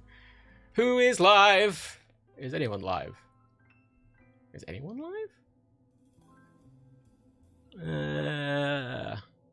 Oh, I'm getting... Oh, I'm not logged in. I'm fucking logged in. Every fucking time I go to the Twitch website, I'm not fucking logged in. And I can't see anyone who's fucking live. Wow, it's recommending I watch someone called Vaby and Bunny Ayu and Shy Lily.